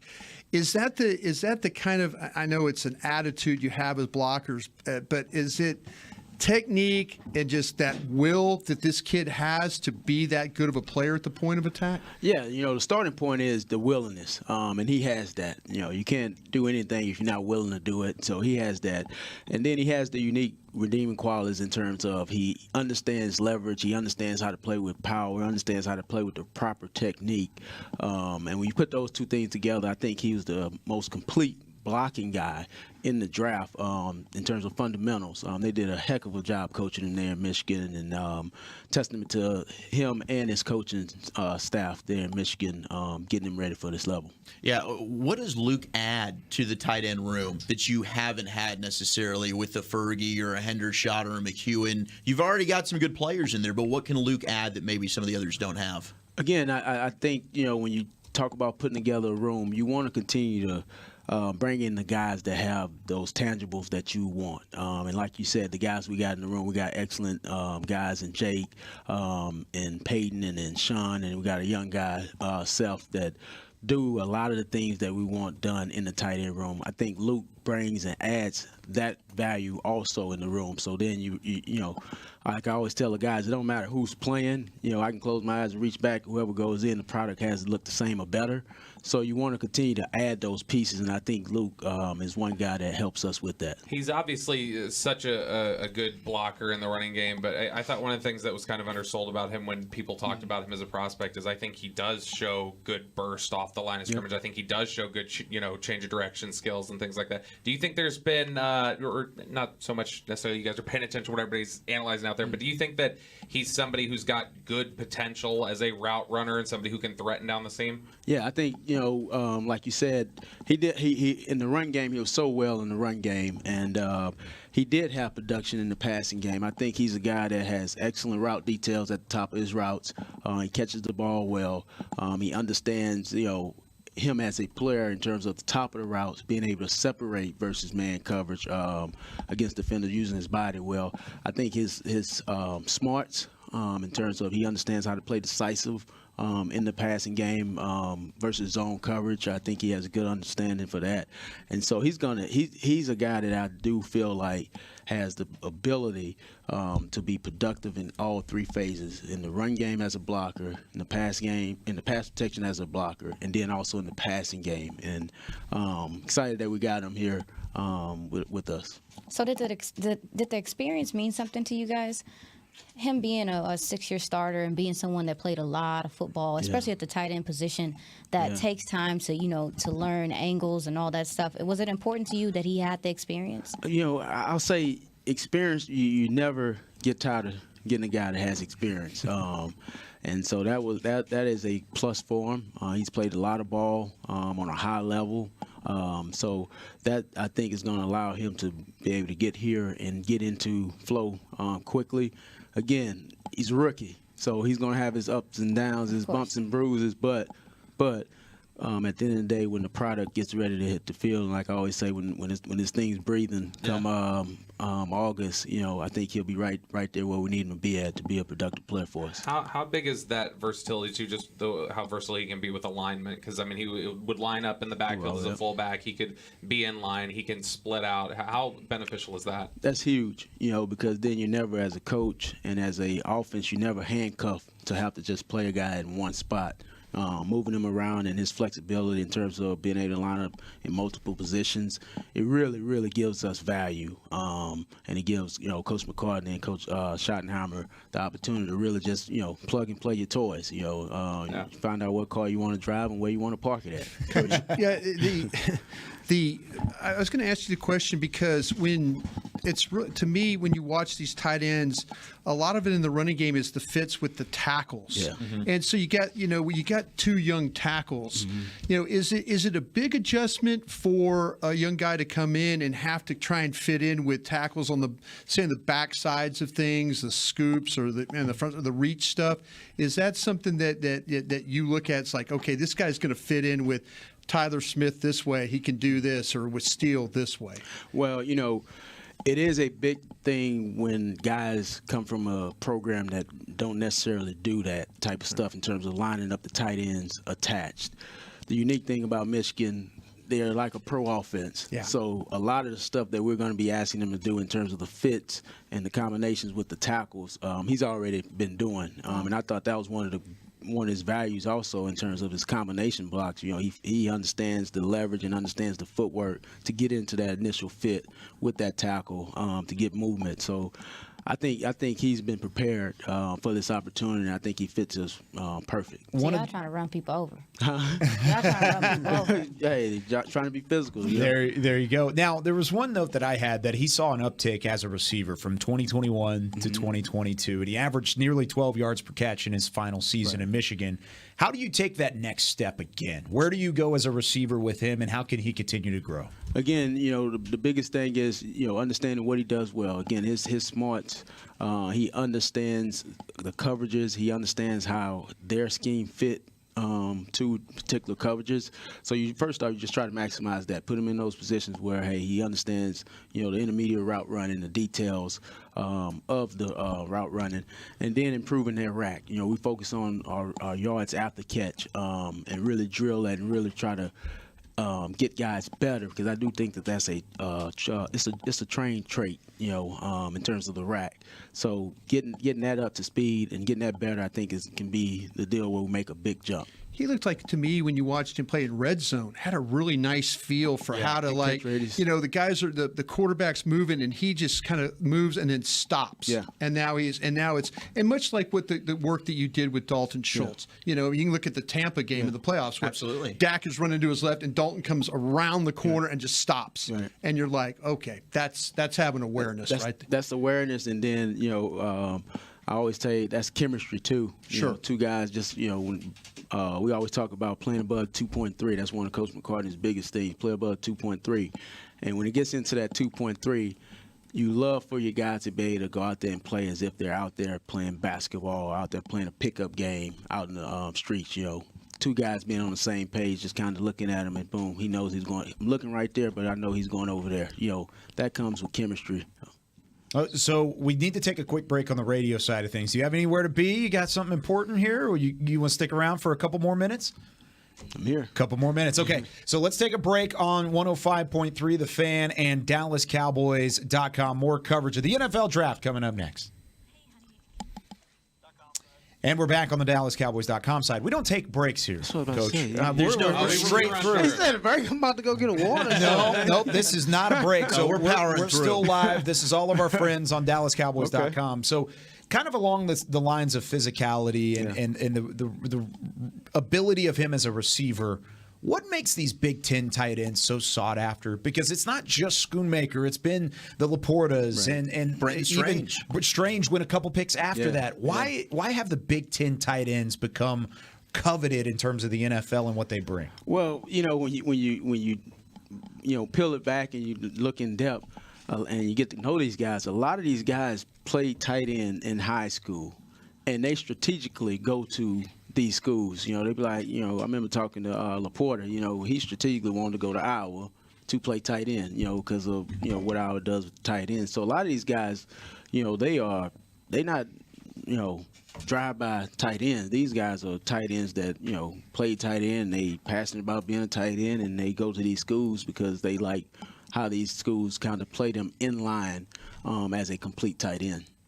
You remember the day when Iowa with Hayden Fry? Maybe you're a lot younger guy than me. A little younger. Remember when Hayden Fry used to stand those guys up? Yeah. They'd play in line, and the tight ends would stand up. Yeah. In line, I'm thinking, they're about to get crushed. And then those guys would drop down at the point, and they would hammer people. Yeah. It is. I mean, it's the Big Ten. It's just such a physical brand of football. I mean, I went to school in the SEC, but man, when you watch those Big Ten tight ends play, it's pretty damn impressive. But even this year's tight end class, for us, it seemed like this is one of the deepest, most talented tight end classes we've seen. Have you noticed that growth at the position? Yeah, it has, and I think this year is a year that has guys in all 3 rounds, in all 7 rounds, where you can really find some good quality guys. I think this group of guys, they've done a great job. They really done a great job, and I look forward to seeing these guys over the next couple of years. What do you think about the evolvement of the position and how the receiving qualities are something that people are really looking for? It's like the 3-point shot in the NBA. Right. How do you feel about that as a coach and just how the position is growing and changing? Right. Football is all about matchups, and your best cover guys are out on the Audubon, which is the corners. Right. Best cover guys are inside, which is your nickel and good safety. But then when you can get a tight end that can be a matchup in the passing game, maybe against a linebacker who's a physical linebacker, he's playing because he's physical or whatnot, it gives you value. And, Coach Starr always talks about, the quickest distance to the end zone is through the middle of the field. And tight ends line up in the middle of the field, 90% of the time. And so it's a value. It's a value in the position. Well, Coach, it's been so much fun getting to catch up with you, getting to kind of talk shop back and forth. You've always been so great to us. Good luck the rest of the way. Congrats on the pick. We're excited about it. I think it'll be a lot of fun to watch Luke over the next couple years. Thank you. It's a lot of excitement, but now we got a lot of hay to make now. So let's go to work. Sounds good. Good luck, Coach. Appreciate you so much. Thank you, Coach. There he goes. Tight end coach Linda Wells here on the Draft Show. We'll get back on the 105.3 The Fan side of things in just a couple of moments, but man, I'm excited now. Anytime Coach gets an opportunity to work with that's a guy, a big-time ball coach I'm right always there. pumped. That's a big-time ball coach. He'd coach your offensive line, too. Well, and be damn good at it. And be damn good at it. I need to get some style advice. That's what we need to talk to him about. Just you go out there on the blue carpet on game days, L-Dub walking in with it is always like one of the 3 best looks on game day. Literally looks like one of the people off a Blade that be in like the entourage. It's amazing. We're getting that receiver run now. I need to figure out what cologne he's got on, because the cologne it smelled very good. I'm sure he was looking at me going, dude, you smell like you've been on a submarine for 3 days. He's probably looking at you saying, why are you sniffing me right now? What's going on? But no, I tell you, we lost some players along the way. Yes, we did. So the last pick we talked about was Nathaniel Tank Dell, wide receiver from Houston. After that, it was Byron Young, defensive tackle from Alabama, going into the Raiders. Okay, I had the wrong Byron Young. Yeah, the not as Aisha, you get that Young. right? Which one is it? Which one was it? The Alabama. Yeah, my edge from Tennessee still there. DT. He's okay. We got a better one though in Steady Mozzie. DT. Jalen Hylett to the Giants. Okay, so we're getting there. So Kendre Miller went to the Saints. I skipped. Yeah, you skipped a couple. Yeah. Kendre Miller, running back, TCU, went to the Saints. It's a tough one. That was one that Bobby had his eyes on. I think Cowboys had their eyes that's a on. pen throw for them. Yeah, so he didn't make it down to 90. We'll catch up.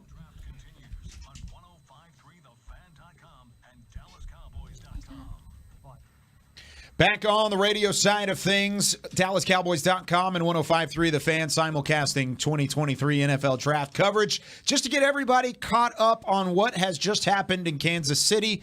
The last 5 picks in the NFL Draft. At 70, the Raiders take Byron Young, defensive tackle from Alabama. At 71, the New Orleans Saints take Kendre Miller, running back from TCU. Bobby, you thought that might have been an option for the Cowboys at 90? I think they liked him. They had a lot of interaction with him throughout the process. He was somebody that I think was slept on by most of the analyst community for a large part of it. I think he could have gone in the second. Wow. For some teams, but ultimately gets picked somewhat early here in the third with the Saints. And then after that, it was a run on orange jerseys. The Titans take Garrett Williams, corner from Syracuse. The Giants take at 73 overall Jalen Hyatt, there you go. Biletnikoff Award winner, wide receiver out of Tennessee. And then 1 pick later, the Cleveland Browns select Cedric Tillman, wide receiver from Tennessee. So the two Tennessee wide receivers that we thought would go off the board earlier, Brian, instead go off back-to-back in the middle of the third. Yeah, and I think they're probably a little disappointed by that. You know, I mean, especially Hyatt. And, you know, Tillman was a guy, when you watch him play, the slants, the inside routes. Tillman. I mean, if you start talking about a West Coast kind of a player that you're going to throw a ball to a big body guy and he's going to come down with it, Cedric Tillman was your type of guy. So, the Giants have done better. They've got a good head coach. Great day today. They have a good head coach. They have a really good general manager, and their attitude about it. This is going to be a competitive division, like it was, even more so than it was, I think, last year. Yeah, they got John Michael Schmitz, who was my 25th best player, and then Jalen Hyatt, who was my 27th in the second and third rounds. So, I mean, I think they've had a tremendous day. It's interesting now. You look at receiver. I don't think that's a route that I'd go here in the third round for the Cowboys. You know, you got Scott from Cincinnati. I like him quite a bit. But otherwise, then you got some smaller guys. Like, I like Parker Washington from Penn State. Josh Downs, I think, is really slot only. I don't know how they feel about him. And then you want to gamble on a Keyshawn Boutte? I like A.T. Perry. I was about to say A.T. Perry, too. A.T. Perry's not a bad one. interesting. Trey Palmer is not bad. Okay. Yep. Yeah, I just don't have those guys in this range personally, but they could look at it. A.T. Perry from Wake Forest and Trey Palmer from Nebraska, by the way. Tracking that. So a couple guys. I like Perry though. I'd take him in the fourth, but if you want to make sure you get him, that'd be an interesting selection here in the third. How high are you guys on Puka Nacua from BYU? 6'1", 200 pounds. He's got some shiftiness to his game. I also had a fourth on him, but again, I mean, where you're picking now, if you really want a receiver, you might just need to take the guy. Here's the Falcons selection at 75 overall. NFL Draft. The Atlanta Falcons select from The Ohio State University, Zach Harrison. Ohio State edge. Different lineman. How about that? Different the edge lineman. rusher. There you go. Zach Harrison, Ohio State. You talk about length. This guy had 6'6". a lot of length. Yeah. Yes. 275. Tell me about him, Brian. Yeah, let me pull him up as I'm doing my house cleaning here. On the edges, Zach Harrison right there. I'm going to get there eventually. I'm the old man in the group here. So, Sorry. Yeah, no, I'm cool. I've got a lot of highlighting I'm doing to try and keep everything organized. So I apologize. We got about 7 hours to talk about these guys. He needs time. I need time. I need a lot of things here. Zach Harrison, I'll get there, Aisha. Don't you worry about it. 6'6", 274, tall, long build. He's good looking physically. He'll line up on both sides of the defense. He plays what's known as the jack for these Ohio State Buckeyes. He plays more like a 3-4 defensive end than he does a 4-3-1. I thought his technique could be a little bit all over the place. Sometimes he's good with his hands, others where he allows blockers to get to him. He's got a very long stride when running, so he covers some ground when he's on the move. He does a good job of coming back and retracing those steps, though, when he gets too far up the field. I feel like there were some snaps where he lost the ball, and it didn't happen all the time, but you did notice it. Doesn't have much of a burst or quickness off the edge. He's not going to be that guy that comes screaming off the edge like his hair's on fire. He's going to fight with the blocker more on his pass rush than he is winning than with off. Balance can kind of come and go with him a little bit. I see him stumble around some. Marte Mapu, linebacker, Sacramento State. Okay. That was a 30 visit for the Cowboys. This is funny because Brian and I were just talking about Mapu, and I think I mentioned that'd be a Patriot type of pick. Because where do you play? He went a lot earlier than I thought he would. He's a safety. He's a linebacker. Bill Belichick will find a way to have a plan for him. But, yeah, he went – I had a fourth on Mapu. You'd have to drink a fifth when watching him. Yeah, he's be nice. Well, it's just where were you going to play the guy? I don't know. That's the problem. I think he's a linebacker. Yeah. He was the lowest player on my board to go to this point. So I had him at 227 in the sixth. So I was right there with you. Actually, I take that back. I had a couple guys lower. Brandon Did Strange. anybody watch like the playoff games that they had? They yes, played that's like what I watched. Incarnate Word. Yes, I watched that game and specifically. they played Richmond, and you're like going, "Come on, dude, jump in there!" But evidently, Aisha, you're my Senior Bowl expert. Was he a Senior Bowl? Did he light that thing up? Was he? I mean, people kept talking about him as being that. If I'm not mistaken, he's injured right now, isn't he? If I'm not mistaken, I think he didn't. He didn't play in the Senior Bowl. No, people were waiting. 2023 NFL Draft, the Los Angeles Rams select Byron Young, linebacker, Tennessee. There's your Byron Young off the board. A lot of Tennessee players That's here a good in the third. pick right there. Hendon Hooker, Jalen Hyatt, Cedric Tillman, and now Byron Young in there as well. Yeah, but finish up on. I thought he was a Senior Bowl guy. I might be way off base on that one. He was okay. So I think that's what it was. Is that he was injured, and then people were waiting to see him, and the Senior Bowl was one of the only times they got to really see him. Yeah. And so that's why I kept seeing him on so many 30 visits, and I think it's because people wanted to get another look at him to evaluate what he did and what he did well. I need to find my notes. I mean, on he him. was highly productive. A very intriguing Not player. on the teams I watched, and Well, that struggled for me. Maybe I he just quit. doesn't take good angles. Yeah. That was the biggest knock for me, is he just doesn't always follow the ball and finish because he's taking poor angles, so he'll get caught out of the play. But he's long and rangy. I mean, he looks like a kind of guy that he just needs to develop some. I don't think he necessarily has a great feel for the game, but he's super athletic.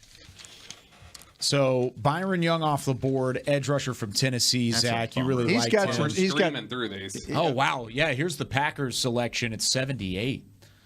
Genesis Butler, and I love the Packer fans. Darren Woodson's a better player than you, bro. Yes, he is. I've been with both of them. Brian Gutekunst, the best GM. Guess what, Jordan Love? We got some more help for you. Oh boy, he keeps tipping. With the 78th pick in the 2023 NFL Draft, the Green Bay Packers select Tucker Kraft, tight end, South Dakota State. Shout out to all the So teachers. they picked two tight ends? Musgrave and Kraft. Wow. What? Yeah, they did. Because they took Musgrave in the second round, and now they take Tucker Kraft. Well, they lost their tight end this year. Is that enough to go get two guys? I mean, look, if you want to help out a Weird young double dip. quarterback, I don't mind it. I mean, Kraft definitely can block. Musgrave can't. Unless that's the thing. Unless they just absolutely do not plan on playing Musgrave in line. They're just going to Put him in the slot? Yeah, they're just not Have going to him play be him in line. Right. And they might need to. But I love the Byron Young pick by the Rams. I think that dude's going to end up being a steal. Paint us a picture. He's a great athlete. He doesn't have the strongest looking frame, but he fights off blocks and he holds his ground at the line of scrimmage. He's got a really good get off the line. All right, so we do have to take a break here on the radio side. We are heading into the meat of the third round. The Cowboys on the clock in 11 selections. You're listening to the 2023 NFL Draft on 105.3 The Fan and DallasCowboys.com. Can I cheerlead for Henley again here? Yes. I'm just going to throw it out there. Here's the selection from the Colts. All right. It's like to firing off an aircraft carrier here. 79th pick. No problem. 2023 NFL Draft. The Indianapolis Colts select Josh Downs, wide receiver, North Carolina. Yeah. Welcome to the Horseshoe. Go get your Anthony Richardson some other targets, right? An exciting player. Tell me about Josh Downs. You talked about how you thought he was going to be a slot-only player, Zach. I do, personally. He's just not – he's not very big. Now, they kind of do a good job at North Carolina, almost like arena football, where they get him going in motion and then The orbit motion yeah, stuff? he just takes off, right? And he's a big His play. quarterback's damn good, too, by the way. Sam Hartman. Yeah. No, he's at Wake Forest. That's May at North Carolina. Yes, May. Yes, absolutely. And then he played with Hal before that, so he has had good quarterback production. But to me, I don't think that he can win on the outside against bigger corners. That was my question. Good route runner. He's super quick, really fun player. He's got an outstanding stutter step at the top of his route to create separation, and then he can stack, works the middle well on drags and slants. But I just question because of his size, I don't know that he can win against bigger corners lined up in press man on the edge. I'm sorry. Are you talking about Cole Beasley, or are you talking about Downs? Right? Yeah. No, exactly. but no. He, to your point, like, he gets a lot of free releases. He's not super physical. Did a lot of work in the slot, but he's gonna fit somewhere where he can do run screens, picks, any trick stuff you want to do, diversions from other like misdirection stuff. I mean, obviously you're not getting a whole bunch from him as a blocker, but he tracks the ball well. He's a fun player. Depending on the situation he's in, he's going to be productive, but that is a slot player but he does understand the slot. And I think that is a powerful thing if the system is fit for him. You nailed him. You got it. Good job. There you go. So he was the next remaining wide receiver left on my board. He was the next highest man up. Now that guy turns into Parker Washington for me specifically. We're 10 picks away from the Cowboys. They've addressed tight end. They've addressed interior defensive line. You mentioned Dayon Henley, as by the way, the Panthers just traded into this 80th pick here. There's another linebacker maybe to watch. Possibly. What is that? Is this from the Steelers? Trenton Simpson. Yeah. That's true.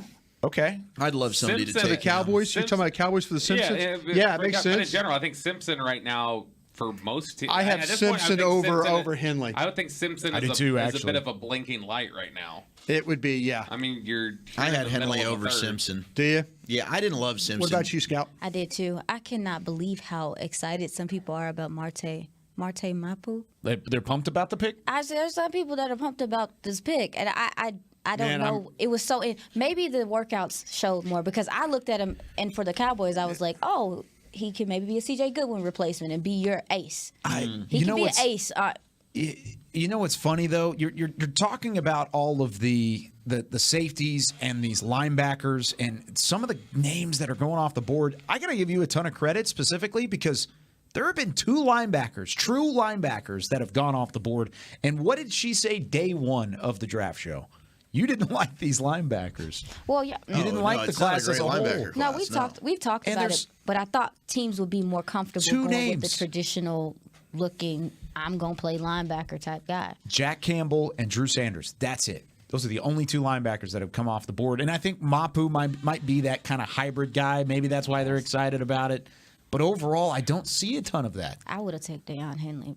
Yeah, I think Henley's definitely the best linebacker left. I would absolutely snag him. And then you can talk about guys like Abdullah, but he can give you a little bit of pass rush as well. That's his bit. Yeah, I mean, and Yasir Abdullah's good at that. You know, is he going to be an off-ball linebacker? No. You got Williams from Tulane, Dorian Williams, who I like. I think he's 17 a good player. tackles in the Cotton Bowl. Right, an absolute stud. Yeah, if you wanted I don't know, well, later on, if you wanted someone that just was experienced, Owen Popoe, is it Popoe? Popo from rather? Auburn. From yeah. Auburn. Played a lot of snaps, understands the position. Again, a linebacker. Papo. Papo, rather. Owen Papo. Owen Papo. And then Cam Jones from Indiana I liked quite a bit. Another injury guy. Got to make sure Kyle's right on this. You know Yeah. me, I'm the official. Oh, are you? The pronunciation. Because you've been saying Papo. Charbonnet's wrong the entire process. Oh, here we go. Panthers. The Pittsburgh Steelers have traded the Charbonnet? 80th pick to the Charbonnet's Carolina gone. Panthers.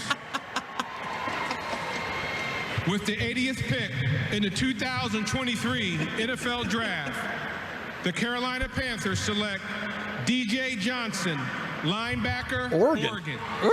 It's a 30 visit off the board as the Panthers make their selection in round number 3, pick 80 overall in the 2023 NFL Draft. We are into hour number 3 of our coverage. Actually, heading into hour number 4, right? 6, 7, 8, 9 o'clock.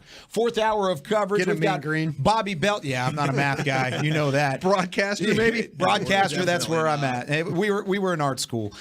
Brian Broaddus, Zach Wolchuk, Aisha Morrison. I'm Kyle Yeomans. Glad you're with us on 105.3 The Fan and DallasCowboys.com. Here are some of the names that you might have missed over the last 5 picks. Marte Mapu, defensive safety from Sacramento State. Byron Young, edge rusher from Tennessee, goes to the Rams at 77. 78, the Packers select their second tight end of the day. Tucker Kraft, tight end from South Dakota State, goes to the Packers at 78. The Colts at 79 take Josh Downs, the wide receiver from North Carolina. And then you just heard it, edge rusher DJ Johnson from Oregon off the board to the Carolina Panthers at pick number 80. Brian Broaddus, what do you think about DJ Johnson? Because the Cowboys did bring him in. They did have a conversation about him. They sure did, and thanks for giving me time on that one. You did a great job of You did a great job. DJ Johnson from Oregon, he's 6'4", he's 260, and he sure looks the part as a defensive end. He's an older guy, by the way. He's 25 years old. He transferred from Miami. He was a highly recruited player that went through some position changes before settling at end. I feel like he really plays the run well. You're not going to see him get knocked off the ball much. When the ball comes his direction, you can see him get extending. He can extend on blockers and really control the edge. He's got some upper body power to him. It's got some snap to that game. When you get that guy, bam, snap him. He does a good job of getting rid of the blocker, getting in on the play. He'll need some work as a pass rusher. He does a nice job of getting off the ball, but you will see him rush too far up the field. Yes. And he has to fight back in order to get in position, but by the time he does that, the ball's gone. He takes advantage of tight ends. Anytime he had a tight end on him, he would win that. He just disappeared in games for me.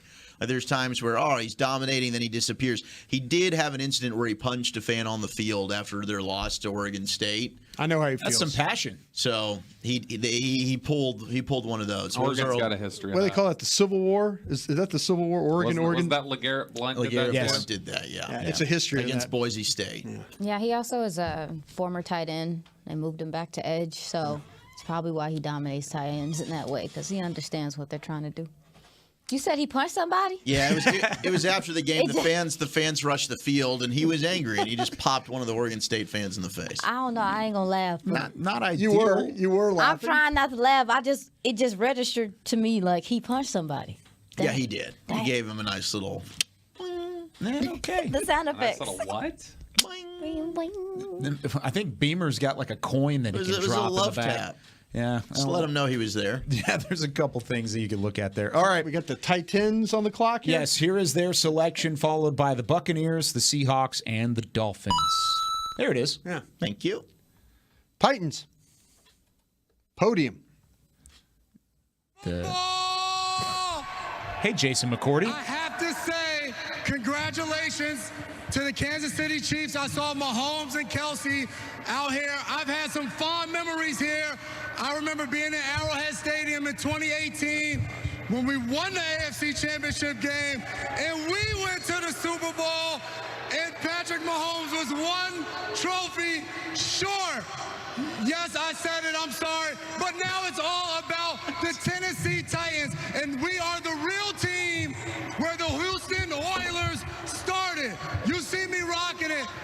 Tennessee, the home of the best barbecue in the nation. Oh, no. Shots wrong. Oh, no. Can't do that. Wrong. Did I say something? They might storm the stage here. They're trying too I'll hard. take it back. Oh, my I'm God. I'm sorry. I don't mean to offend anybody.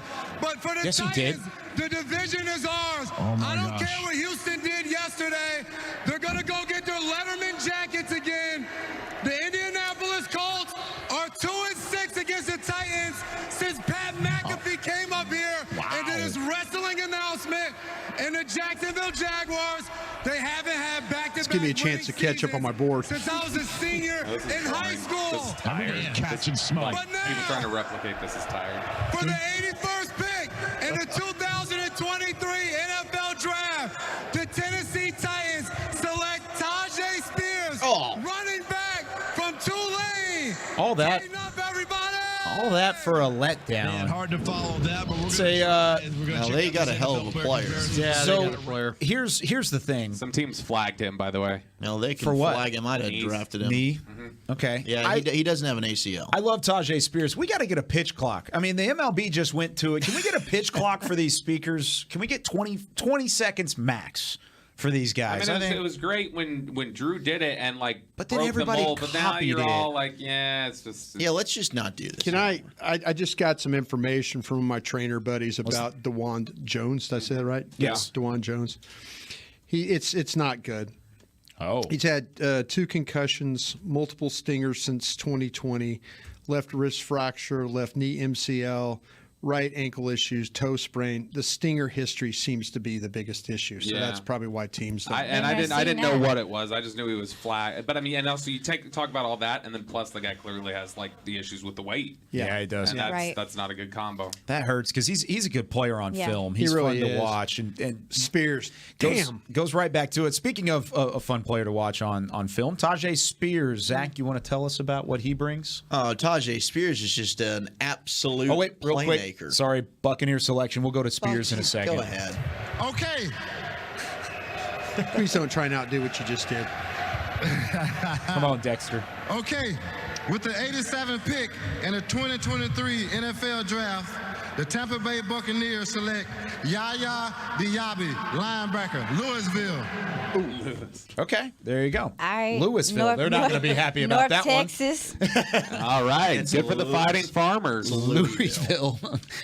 Let's go back to Tajay Spears, though, Zach. I do want to hear about the Tulane running. You know, Tajay Spears looked like the best player on the field every game I watched him. He's a workhorse back that's a playmaker, shifty, elusive, home run ability, toughness and attitude when he runs. He does not shy away from contact, finishes runs, can beat you outside, beat you inside. He's got really good balance and vision. I love his play temperament and his physicality, and he's always finishing the play fighting for yards. He's got receiving third down value as a receiver.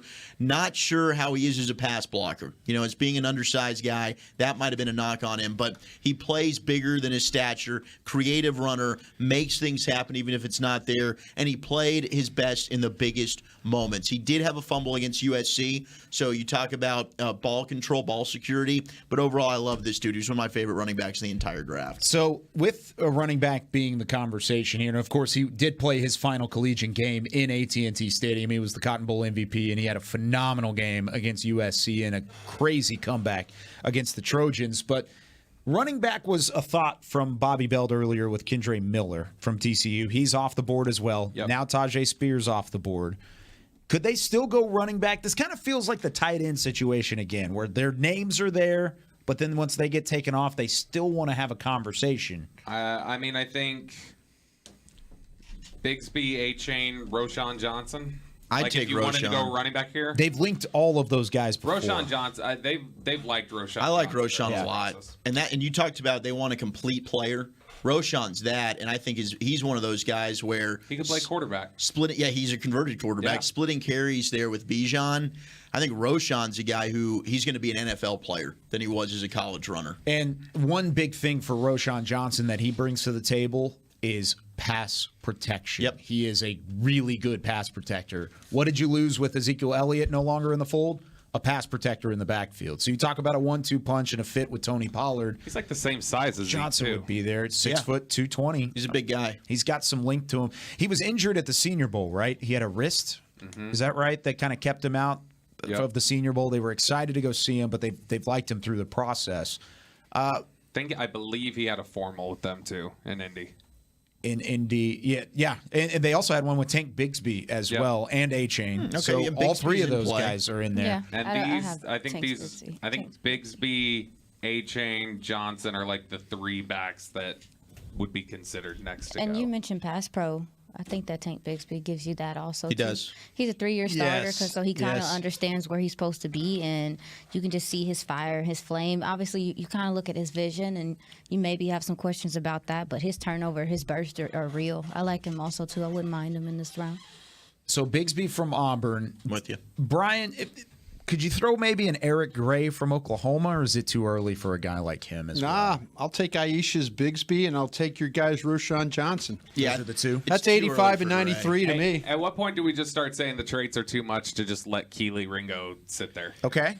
That's another Oh, conversation. heck, what about Atabare? Yeah. Oh, yeah. The Northwestern D tackle. I mean, they list him as an end, but I got him as my 32nd best player. I know they've taken a defensive tackle, but he's giving you something that you don't have with what you drafted with Mozzie. And he's a Big Ten player, so Yeah. it's right in the mold of what they're doing. He's super athletic. He didn't go to Michigan. It doesn't matter anymore. So outside of running back, What do you got? You got some? I was going to ask, what round do you guys have Zavala? See, that's fifth. I think that to me, I have him in the third, and I bet you they have him in the fourth. He's a little I bit have him further in the down. third Yeah, also. yeah. See, I got Zavala, Bradford, Ekiyor, or like my guys. If you're talking about those inside guys, that's 72, 89, 94 is what I got right there. Who's the top player on your board? Give me your top three, Brian. Who's your top three players? Yeah, I mean, okay, we're going to eliminate Washington because we feel like from Bobby's report. Flagged. And then the next person would be. Here's the Broncos Okay, here's real the quick. We'll Broncos. go back to you in a second. The Seattle Seahawks have traded the 83rd pick to the Denver Broncos. With the 83rd pick in the 2023 NFL Draft, the Denver Broncos select Riley Moss. Oh, Iowa. Iowa. Man, these Hawkeyes. Iowa not playing. Riley Moss is slept on. He's a little slept on. Go for it. Go for it. No, he's a little slept on in his draft. I felt like his Senior Bowl showing really showed some of the things that he can do and what he can do in coverage. He is in your hip pocket, kind of that nuisance cornerback, and I think that he understands. Yeah. Like the processing is good. He understands when to break on balls. He's a little bit of a risk taker also too. Not a super big size guy, but he is a willing tackler. Does the fundamentals well as a cornerback. You're getting a solid player. I just think he's a little slept on in this draft, in my opinion. These Iowa defenders are high flying for him to off go. the board. You talk about ball is skills. high. You It's talk high. about some ball skills. Yeah, he knows when to break on the ball. This kid has he some does. serious ball skills. He sure does. Yeah, I had a 5th-round grade on him. I like him. I think he's good. But my goodness, great. And he's fast. He's got recovery speed, good fundamentals. I didn't think he'd go in the 3rd round when you've got Darius Rush, Corey Trice.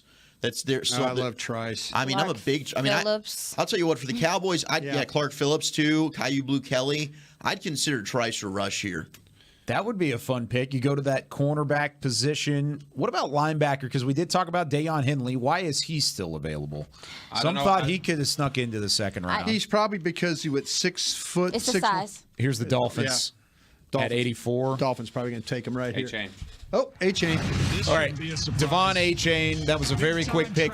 We need to take a break so that way we don't miss the Cowboys selection. You're listening to 2023 NFL Draft coverage on 105.3 The Fan and DallasCowboys.com. I'm getting worried because all of these picks are flying off. Right, I think the TV toss is me one behind. of these deja blues. My top 3 players available right now are Ringo, Henley, Simpson. Brian? Let me see here. Go to my stack. I think that's a pin throw, by the way, with A-Chain going off the board here to Miami at 84. I think they liked him. I've got Simpson. I'm not going to think about Washington. Simpson, the linebacker, Clemson. Ringo from Georgia would be my guy. Tyler Scott, the wide receiver from Cincinnati. Yeah, I got Adebawore, Antonio Johnson, the safety from A&M. Yeah, Johnson, I'm surprised he's not gone yet. Ringo and Henley. I have Trenton Simpson, a couple medically red flag guys, Keely Ringo, and Deion Henley. Those are my top 3. I have Adebawore, Trenton Simpson, and Nick Herbig. Okay. Oh, linebacker. Wisconsin. There you go. That's not bad. yeah. That's a good pick. He's not too far down my list. I wouldn't be stunned if Herbig was the next linebacker gone. I wasn't a big fan of him. Would you I consider liked him better than Simpson. another? We talked about fair. Roshan Johnson. I don't like Simpson either. Yeah, I remember that. Chargers round. Well, we are getting close to 90 fast. With the 85th pick in the 2023 NFL Draft, the Los Angeles Chargers select Deion Henley, linebacker, darn it. Washington State. I wanted that one. I did too. I Henley would have wanted been fun, man. Y'all, the opportunity to meet him and talk to him was so dope at the combine. Man, he's such a hard worker, and he don't care that people think he's small. He's he don't really care. not. He doesn't look that small when He you doesn't watch makes him. every damn tackle. Yeah, he Yes, doesn't. he does. He doesn't play small, but what he can do, dropping in coverage, is so impressive. he's and so good in gonna make, coverage. Yes, he's going to make a defense better, man. He's going to make their defense better. Good pick by the Chargers, I'm darn it. sick. Okay, so we're looking at the Cowboys draft room here. They are 4 selections away from pick number 90. They're getting dangerously close here. They are in the realm of possibility. Are we thinking running back, linebacker, corner? I think Roshan Johnson's the pick. You think so? I do. I don't know how you can watch Texas film when you watch Bijan Robinson play, and then all of a sudden this other guy comes in and he's like running the ball and catching the ball and breaking tackles and stuff. I mean, he's just a very the well film is player. really good. He's tough. He catches, he blocks. I would. Bobby, you're an alum. I mean, Yeah, of course. Yeah, God, you're Texas X, baby. No, I would take Ringo. If it was me, like if Ringo's Okay. sitting here, I'm taking. I got Ringo at 40. You're not wrong. Like I mean, You're not I think wrong at this about point that. you're talking I'm at about 50. absolutely rare traits. They had a formal with him at the combine, Yeah. too.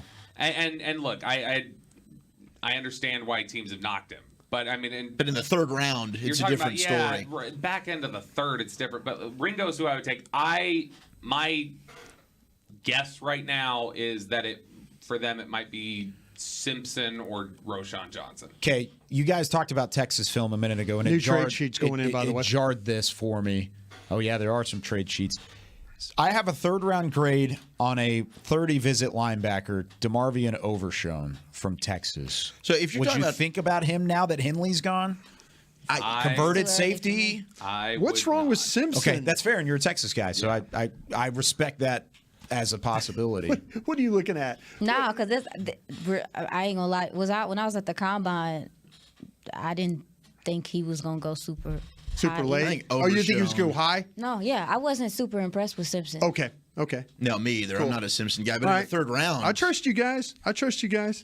I had Simpson very high. He and he was a 30-visit guy, too. Yeah, he So- should be gone by Yeah, now. I mean it's not anybody that I was like super high on, but no, he should be gone by the this value, Right. the value here would be solid.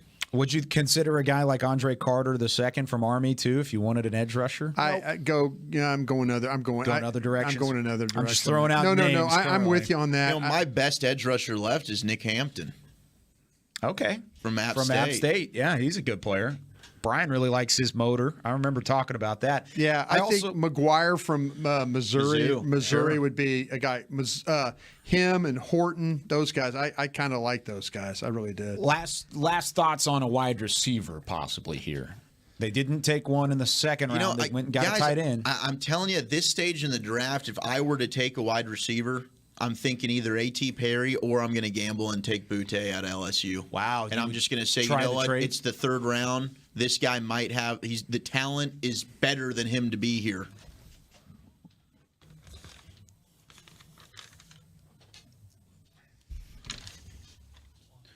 Live from the Dallas Cowboys World Headquarters at the Star in Frisco, this is the 2023 NFL Draft, where the Cowboys are 4 selections away from being on the clock at pick number 90 in round 3 of the draft. We've got Bobby Belt, Brian Broaddus, Zach Wolchuk, Aisha Morrison.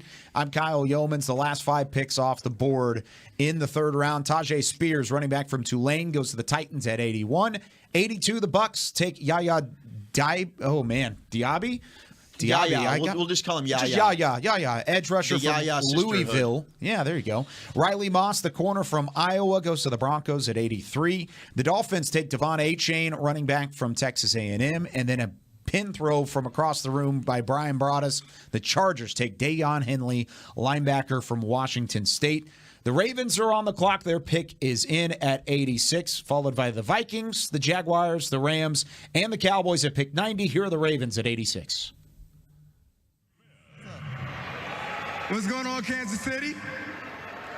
Baltimore, what's going on? Hey, Torrey Smith. I'm not going to sit here and troll y'all like Jason did about the Titans. He's a little delusional, but y'all know what's Somebody going had to on in say it. Baltimore. Eric DeCosta has been cooking this week, and it's on. With the 86th pick in the 2023 NFL Draft, the Baltimore Ravens select Trenton Simpson, linebacker Clemson. It happens every year since 1992.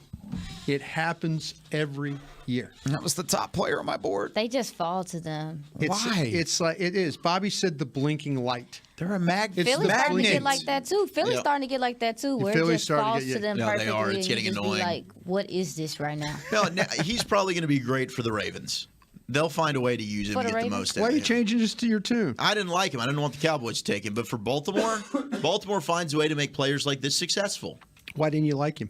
I didn't see a whole lot of production from him when I watched him. He struggled to get off blocks. Okay. He gets bodied by bigger tight ends. He did time his blitzes well. He can run sideline to sideline, cover the middle of the field. Did a really good job getting his hands up on a twist stunt at the line of scrimmage. He had a pass breakup against Notre Dame. But, at this point in the draft, I think he's a good pick. I just didn't like him when you're looking at a first-round potential linebacker like people were talking about. So we are 3 picks away from the Cowboys at 90, and for the first time in the 2023 NFL Draft, the San Francisco 49ers are on the clock because It was crazy seeing that golden red. I was like, what? their first pick was at 99, and then they picked at 101 and 102, and they just packaged those together to go up, and they are now on the clock at 87. So they're coming to get somebody, and they're jumping either Jacksonville, Los Angeles, or Dallas to do so, or maybe some of the ones behind that. But that's not what we care about because the Cowboys are at pick number 90. We're taking a look inside the war room A conversation, not a heated one, going on, as here's the selection for San Francisco. Time we finally got our pick. The Minnesota Vikings have traded the 87th pick to the San Francisco 49ers. And with our first selection in the 2023 NFL Draft, the 87th pick, the San Francisco 49ers select Jair Brown, DB, Safety. Penn State. Yeah. Audrey Grace, I love you. One of the higher-graded players on Dane Brugler's top 100 and at the safety spot. Pretty good player from Penn State. Was he ever a possibility for the Cowboys? Probably not. Not right now, right? I wouldn't. No, he's too low for me on my. Would they even consider a safety here? Antonio Johnson's my highest. That's what I was rated going. guy. I was going to bring up Antonio Johnson. They've had some luck with some Texas A&M safeties and stuff that's like true. that. Very well-rounded player. 6'3", 195 kind of a guy, and 198 guy, kind of blow you up, kind of play in the slot, cover, always around the ball. I mean, he's the 70th best player on my board. I had him at 48. Yeah. Could we throw Jordan Battle into the conversation here, too? Sure, I like Jordan Battle as well. Yeah. I mean, I would probably take Christopher Smith out of Georgia before I took I like Battle. Christopher Smith too, But I like Battle. But I like Battle more. So, we'll see. Now, could be interesting because now the Jags are on the clock and then the Rams. I'm trying to see who's in that war room at the moment. I don't see any position I don't know coaches. about I don't know about them specifically. What, But the Cowboys? But I've heard that the league liked Blake Freeland more than I think media people did, the BYU tackle. I liked him. I usually will tell you he smiles when he blocks. The fact that you're talking about, like, how many more offensive linemen are left? I'm scared. I'm sitting over here quiet, y'all, because I'm scared. You got McClendon from Georgia, McFadden from Clemson, two guards. To me, personally, take Zavala, take Bradford, take Ekiyor. I'm about Bradford. I don't know if they're one of the teams. There are a lot of teams that had Zavala flagged. I heard there were some. Zavala's got injury issues. There were teams who took Zavala off. Yep. That's the good player, we're at but the, he's got we're at the injury mercy issues. of. That's why we're at the mercy of this thing. But yeah. Let's see if we can figure out what's wrong with Zavala. 88th pick in the 2023 NFL Draft, the Jacksonville Jaguars select Tank Bigsby, running back out of Auburn. Bringing it. Okay, so I with think you that, gotta go Roschon. with that selection, look at the war room right now. Stephen Jones is on the phone, and they are having a conversation, looking down at trade charts. He just shook his head, as in no. So I don't know. Maybe that was a conversation. Maybe it wasn't. Something to keep an eye on. But Maybe somebody's calling for their call. pick, and they didn't. When Steven shakes his head like that, he's like, "No, we're not going to do this." I think they're talking to a family member, and Steven's like, "No, you got that, Dad. I'm not trying to talk to her." Okay. He's making a personal phone call on company time here. Who knows? Probably not. But I could say if hey, your tackle from Northwestern makes a lot of sense. I mean, that's a really hard playing 3 technique right there. I like Adibari around this time. That'd be a fun pick. I like Adibari. He's the highest rated player left on my board. I think Roschon Johnson is probably the pick they need to make here. Are they going to bail though? I don't know if I'd be shocked if they bailed here and picked up a couple other selections No, that because would make there's so some many sense. needs that they could use. Tyler Scott, Cincinnati. I'd be interested in. Hand in the Ringo card too. I'd be okay with that. Ringo. I mean, Ringo's if the you're best big corner. picture talking about corners around here, right? If we're just big picture. The thing about Ringo, man, he is a good-looking kid. What's the deep speed? There's fist bumping. Will is about to get on the phone. It looked like wax he was. on, wax off is what they're doing in there. It looks like The traits for Ringo That's what it here, looks like. that's hard to pass. So the Rams pick is in, by the way. So the Cowboys are officially on the clock, presented by Miller Lite. I'd have a beer if they let me, but I can't. Miller. Yeah, I wish that would be nice. Toast. We'll toast the pick here. Yeah, Didn't we y'all will. say Fist something about? bumping. I'm Well, lost. We got to see who's going to sneak in the room. They're making it look like they're. Well, Steven's on the phone. Or no, Jerry was on and then passed Steven, so it's somebody, I guess. Is it? Did Will talk? I don't know what's happening. Will's on the phone here. Yeah, Will's on the phone. Maybe is he calling in the pick? Will calls the player, And then he's on it now. and then he hands the phone to Jerry. So that's where we're at there. If they were involved in a trade, would Will still have a phone call here? He probably would, unless somebody would call him and ask him a question about what are you going to do here. But usually Steven's the one that handles that. Okay, so it looks like that would not be the case. It looks like they are going to stay in here and pick. What are you thinking? They're here? clapping. What are y'all thinking? I don't have a read. I really don't. I would guess Roschon Johnson. Okay. But this is a tough one. I would take Ringo. Ringo here would not be a bad pick. Didn't y'all say, was it you or you that said that it was some off the field stuff? No, that was Ringo? Eli Ricks. Wrong Yeah, human. Eli Ricks. Yes. Wrong human. Okay. And this is where you're looking for. I'd like me some Darius Rush here too out of South Give Carolina. us a position coach. That's what gave us the last Darius Rush has some character. Oh, they flaws, figured too. out how not to bring a position coach in there. They figured this one out. No, they snuck Lunda in there last time. Maybe somebody does. Well, he's going to have to talk on the phone. Oh, look at this. There's some excitement. Yeah. Who's going to sneak in here? McCarthy's going to hand. McCarthy handed the phone to somebody, didn't he? Or Jerry's talking. Jerry's now. on it now. Yeah. Bones is in there. Bones. Oh, Bones is happy. Who Bones is is happy. Oh, he lit. Is this Who a linebacker? Is it Dorian Williams? Oh man, we're just throwing so many names. We are. Okay. We got a little bit of time till this pick comes because we still got to hear the Rams. Does Roschon Johnson play special? Let's see. If McCarthy is going to hand the phone to somebody. Here we go. Who's going to hand the phone? He's looking. Oh, come talk, please. Come help me. It's Dan Quinn. It's Dan Quinn. Defensive We player. got a defensive player. Not here. Roschon Johnson. Look for a position coach too. Position coach would be next. Defensive. Could it be Oh my Ringo? gosh! If they pick Mike Morris. I'm gonna be so upset. Oh my goodness, I wonder who it is. Don't take Mike Morris, please. Not Mike Morris. Dorian Williams from Tulane. What about Sewell? Noah Sewell. Noah Sewell from Oregon. Noah Sewell from Oregon. I could get down with. I'd rather have an Ivan Pace Jr. Who would these? DeMarvion Overshown we've mentioned. Pace. Nick Hampton you've mentioned. 6'2", 236. He could play some special teams. I would take Ivan over all them. You like Ivan a lot. I love The Ivan only Pace. linebacker. I got a big crush on him. The only linebacker they've met with that's still on the board is Roschon Johnson. The only corner they've met with. You meant running back. Me. Running back. No. I meant linebacker. DeMarvion Overshown, Texas. Dan Quinn went to Dorian Williams pro day though at Tulane. Okay, so that's something I don't have on my sheet. But then you've got Keely Ringo. They had a formal with on the combine. Here's the Rams. Here's a pick. Wake Forest. Kobe Turner, This is the second. D tackle from Wake Forest, going to the Rams. So the Cowboys are officially on the clock, even though, as we can see here, the Cowboys have made the selection. Do I see any other position coaches? And, Ika is still. I mean, they're not going to double down with defensive tackle, but Ika from Baylor's hanging around. Ika, I saw. I could be wrong, but it was reported that he was flagged. Can Antonio Johnson? He's flagged. That makes sense why he's sliding. Antonio Johnson play special teams, 6'2", 198. Yeah, absolutely. Antonio Johnson was one of the people that I watched and immediately said he fits the identity of the Cowboys. He fits the identity. He is going to be in people's faces and really make his presence known. But that's great value. He feels like a linebacker. He feels like a linebacker. Which is how they play their safeties now. Tracking. It is true. Pick is in for the Cowboys officially. We are here from the headquarters of the Dallas Cowboys. Whoever the pick may be, we are going to get them on the phone. We are going to have secret audio, and we are going to talk to their defensive coach, whether that's Dan Quinn possibly, whether that's the linebackers coach. I mean, we're going to talk to whoever we can to figure out why the selection was the selection that they made. Here is Drew Pearson back to the stage in Kansas City. All right, thank you.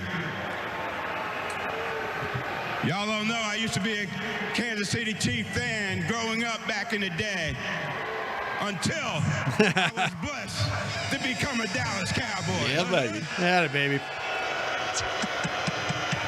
So, as an undrafted free agent, We've known this.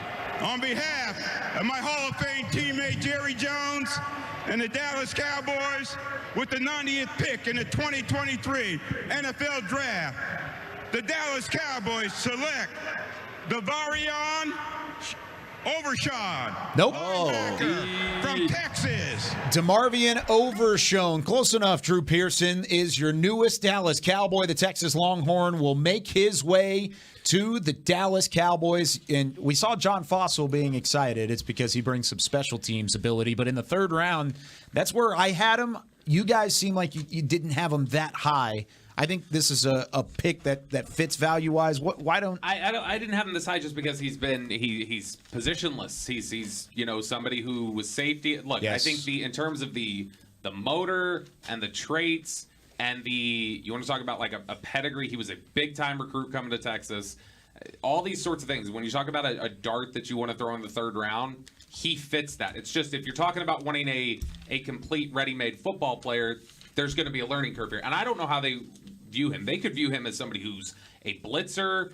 They may think that he goes back to safety. I have no clue how they view Overshown. Yeah, but some of his best plays. It makes sense why Foss would be in there because Overshown would, I imagine, be really good on special teams. Yeah. And yes, absolutely. They can groom him to be a versatile piece on defense. I mean, he's a freak athlete, but some of his best plays for me was rushing. Like, I wonder if he gives you a little bit of edge rushing. Yeah, there might be talk about kind of bulking him up a little bit and putting him at edge. He can bulk it up. Like his blitz ability, he looked really good, and he can hit people. Man, he's a big hitter in the open field. He can cover and play the run. The only issue that I had was instinctively, I didn't know that he was a little late to react. Didn't always show great instincts, but he will throw his body around, and at times it just didn't seem like he really knew where to go. He just played a little bit wild. But there's a lot to like. If you have a plan for him, he's a very athletic football player. He needs a plan.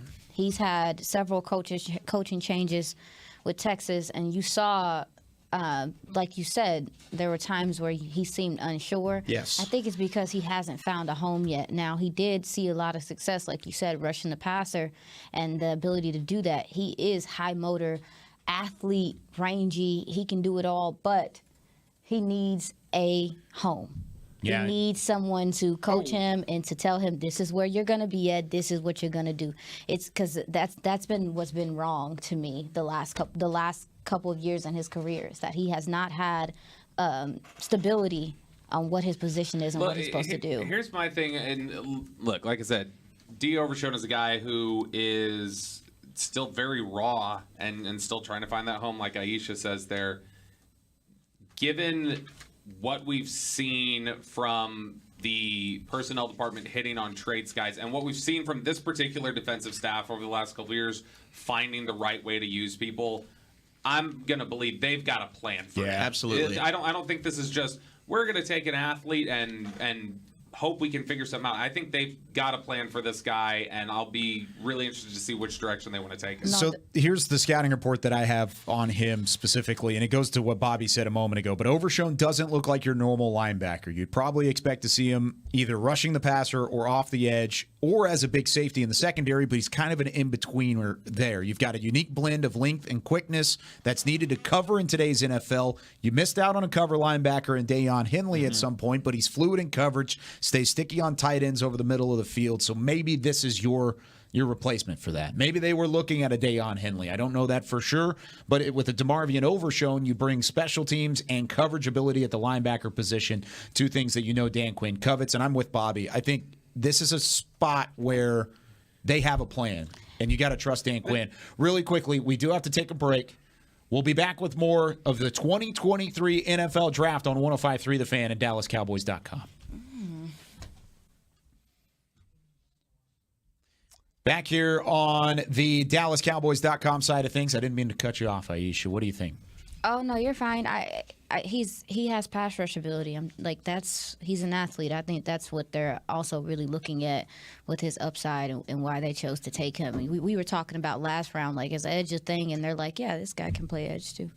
I think they think he can play edge. That's the thing. I think that they feel like that with his frame, they can add bulk to him and then put him and do some things like that with the edge rush stuff. He's so long and rangy when you watch him play. So I'm kind of like I'm okay with what they're doing here. I mean, I wonder if it came down to both those Texas kids. It might have. I wonder if it came down. I wonder if it came down to the discussion of Roschon and then Overshown, and they said, Then Dan Quinn kind of winning out here. I think McCarthy needs to step up and start fighting for some offensive guys. I was here. about to ask. This is now 2 out of 3. He's now the primary play caller. I'd be like, listen, boys, we ain't taking any more defensive guys. But no, good for. He's a good player. This guy, I think, right. Maybe I kind of had him on my board at player 108. Hell, Daniel Jeremiah had him at player 86 on his board. So kind of right in that spot. Maybe they could take Roschon in the 4th round or trade up and go get him, and then you have 2 Michigan guys and 2 Texas guys. Yeah. And that'll be a lot of fun. And there's plenty of running backs. I just tweeted this out, but to me, there's probably we can talk about the fit for team to play, but there's probably not a better landing spot for Overshown himself. Like if you're asking about from the player's perspective, there probably wasn't a better landing spot than here. Agreed. Because of what they have shown they've been able to get out of players. And when you couple what this coaching staff has done with players before like him, and you take his traits, which are plus, and you take a motor, which I think is plus, then I think that combines together that's going to be the best possible environment to get the most out of them. By the way, the pick after the Cowboys, the Bills took Dorian Williams, the highest rated linebacker on my board remaining from Tulane. And then the Chiefs are on the clock right now with Roger Goodell and company. I wonder if he's already announced this pick. Why do I kind of feel like... Here's the Chiefs selection.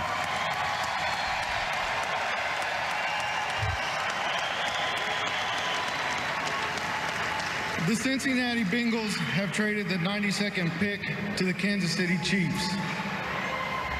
With the 92nd pick in the 2023 NFL Draft, the Kansas City Chiefs select Wanya Morris, tackle from Oklahoma. Aisha, wasn't that your guy?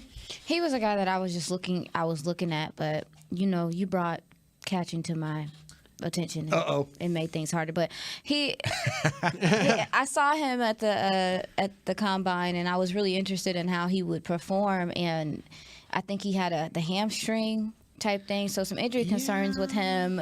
What do you got to say, Zach? No, I want you to finish, and then I'll let you know how I feel.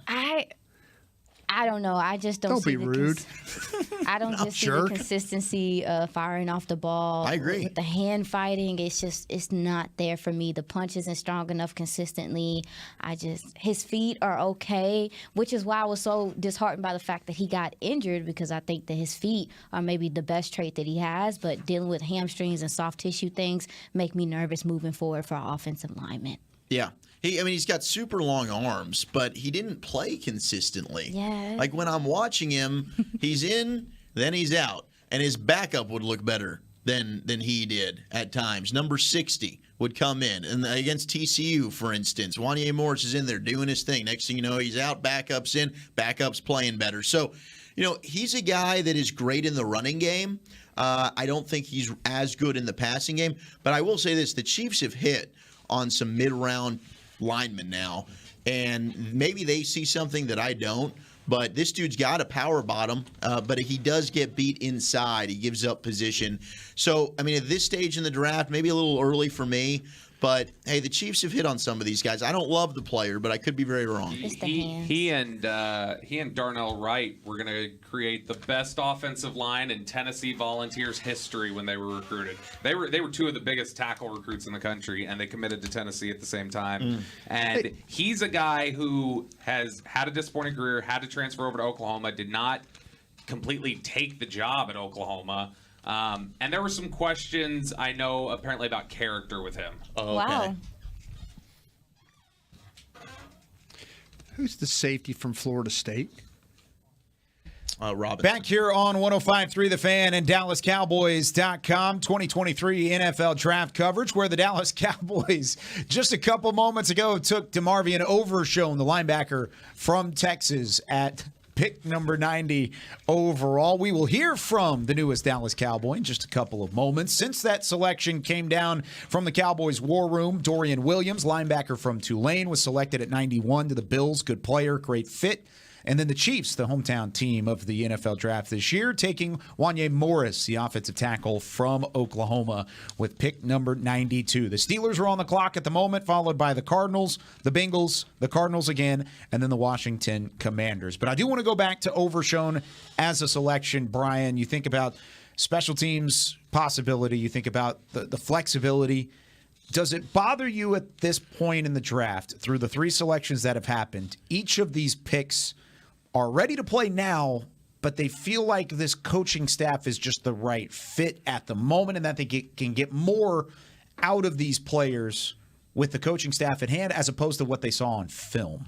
Yeah, I to me, when you any time they take a defensive player, we've seen this with we've seen this with Dan Quinn and this staff, and it doesn't matter whoever they plug in or whoever they get, they find the strength of that player, and then they are able to work with that and then make it shine. And I mean, like I say, you're thinking if you're trying, they have vision for players. Mm-hmm. That defensive staff has a vision. They had a vision for Micah Parsons. They had a vision for Curse. They'll have a vision for Overshown and what they want to really to do with him. And we're going to get a chance to ask him about really what types of strengths he brings to the table and some of the fit that he could have in this Dan Quinn defense. Because like you said a couple moments ago, there might not be a better fit in the NFL than DeMarvion Overshown coming to Dallas and being in that Dan Quinn unit, because overall they have had a lot of success in finding players with his traits and finding players with his ability and his skill sets to put into the fold. And with that being said, we do have the now newest Dallas Cowboy on the board. DeMarvion Overshown joins us here on the Draft Show. And first off, congratulations. What is this moment like for you now to be a part of the Cowboys? Woo, it's surreal. It's surreal. Growing up, nothing but Cowboy fans around me, loving right down the street. So it's basically my hometown team. Man, it's surreal. This moment I'll never forget. This feeling I'll never forget.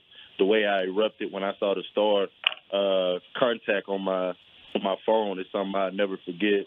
Hearing Jerry Jones on the phone when he called me, it's something I'll never forget. And I'll cherish this moment forever.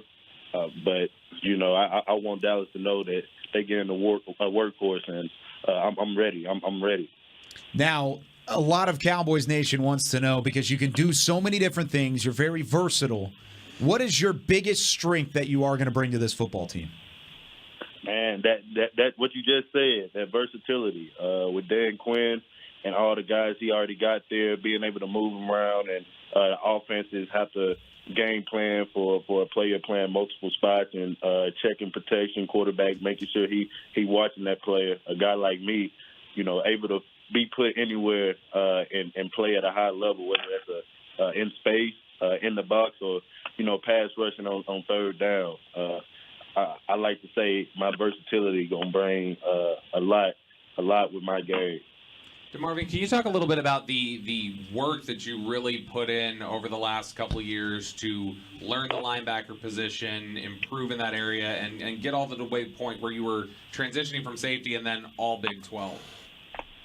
It wasn't easy, especially the transition for me, going through what I was going through as far as, the COVID 2020 season, missing that whole off season, then jumping into linebacker maybe 2-3 weeks before the first game, and then 2021 missing that offseason at linebacker due to a repair on my shoulder. So once I finally got comfortable, 2022, I got to play the position. I got to learn the position to a T.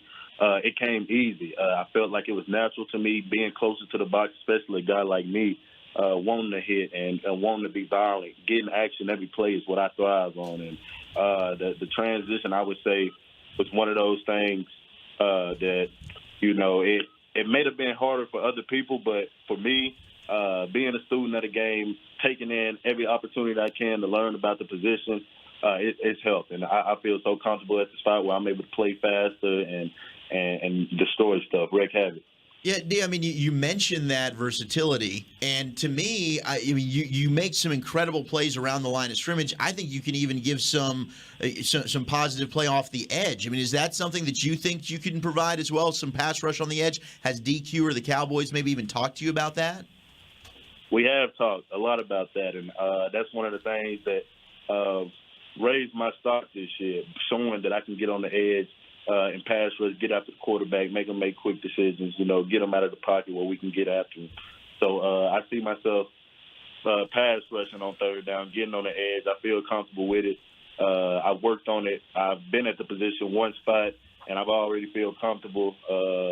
I know Dan Quinn, DQ, got a lot in store for me, a lot of playing for me, and with his defense, how they've been playing, I know I'm going to fit right in. Yeah, DeMarvion, is it important for you to get in this position at linebacker or DN and just kind of settle there? I know you talked about how you transitioned and how you had to learn the linebacker position, very quickly. Is it important for you on this next level to get in here and just really master that and get better at that position? It is, and it's something that I work on every day. I know that to be separated from the pack, it's always that one little thing that you got to work on every day, whether that's your technique, your strike timing with your hands. It's that much that separates the elite from the average players, and I know. And when I've talked to the coaches about things that I needed to improve on to make me a better linebacker, to make a better player, to be out there and play with those other 10 guys and they trust me, was the fact that they trusted me to come in and get better. They see the ceiling, my ceiling, my potential. And like I said, I'm coming in with that mindset of, I want to earn everything. I want to show the team that, they can trust me to get on the field, whether that's special teams or a couple snaps on defense or wherever they play me. They can trust me. DeMarvion Overshown joining us here on the Draft Show following his selection and to the Dallas Cowboys at pick number 90. Real quickly before we let you go, I was just told that you were locker mates at Texas with Jerry Jones's grandson, Paxton Anderson. Tell me about that. That's our little jingle right there, locker buddy. But no, Pac-Man, he's a great man. He's a great human. Everybody knew who he was, his granddad, but he came in to work just like everybody else. Our relationship definitely grew stronger since he been there. And like I say, we're locker buddies, so we sin and bumping into each other every day, but that's a friend for life, a brother for life. I was blessed and honored to be around him in the locker room, play with him on the football field. Couldn't have asked for, a better locker mate. So I want to take the time right here and say, Paxton, I appreciate you, man, and all our talks and all our adventures in college, and I'm looking forward to our relationship building. Well, first off, congratulations on becoming a part of the Dallas Cowboys. Enjoy this moment. It sounds like you're enjoying it behind you already. Some music in the background. Keep the party going, man. No doubt. The party is going. My family in there, they crying and partying. I love it. Well, we can't wait to see you in Dallas. We can't wait to put you to work and see what you do for this football team. Thanks so much. Yes, sir. Can't wait to get there. Thank you. There he goes, DeMarvion Overshown, linebacker from Texas, the newest Dallas Cowboy. We only have a couple more minutes on 105.3 The Fan. We will continue our coverage till the end of the third round here on DallasCowboys.com. So if you want to, you can catch us on the internet side of things. Brian, any final thoughts before we wrap things up on the radio? Now, I'll tell you what, I think the Cowboys did a nice job picking at the bottom of the board these last couple of days. I think it's been difficult. There have been players that they thought were going to be there. There are players that have been gone. I think they've navigated this thing well. These defensive coaches, I keep saying, I think they have an understanding of the positions and how they want to use these kids to be a part of what they're doing. Adding Luke Schoonmaker, I think, is a great thing. Point of attack blocker, a lot of toughness there. You can run the football behind a guy like that. Zach, what do you think? Yeah, look, I'm loving what D. Overshown said there in terms of the edge rush ability and the fact that he can just be a fun chess piece for Dan Quinn. He adds depth now, I think, along the edge and just as a true off-ball linebacker. And the Schoonmaker pick, they talked about wanting to add players to that room, and I think they've got a guy now who is a very complete tight end, and they needed to fill that for more 12 and 13 personnel sets. There you go. 3 rounds down. We have the early pick with Mozzie Smith. Then you have Luke Schoonmaker and DeMarvion Overshown of Texas, the 3 selections for the Dallas Cowboys. That's it for us on 105.3 The Fan. For Bobby Belt, Brian Broaddus, Zach Wolchuk, and Aisha Morrison, I'm Kyle Yeoman saying so long. You're listening to the 2023 NFL Draft on 105.3 The Fan and DallasCowboys.com.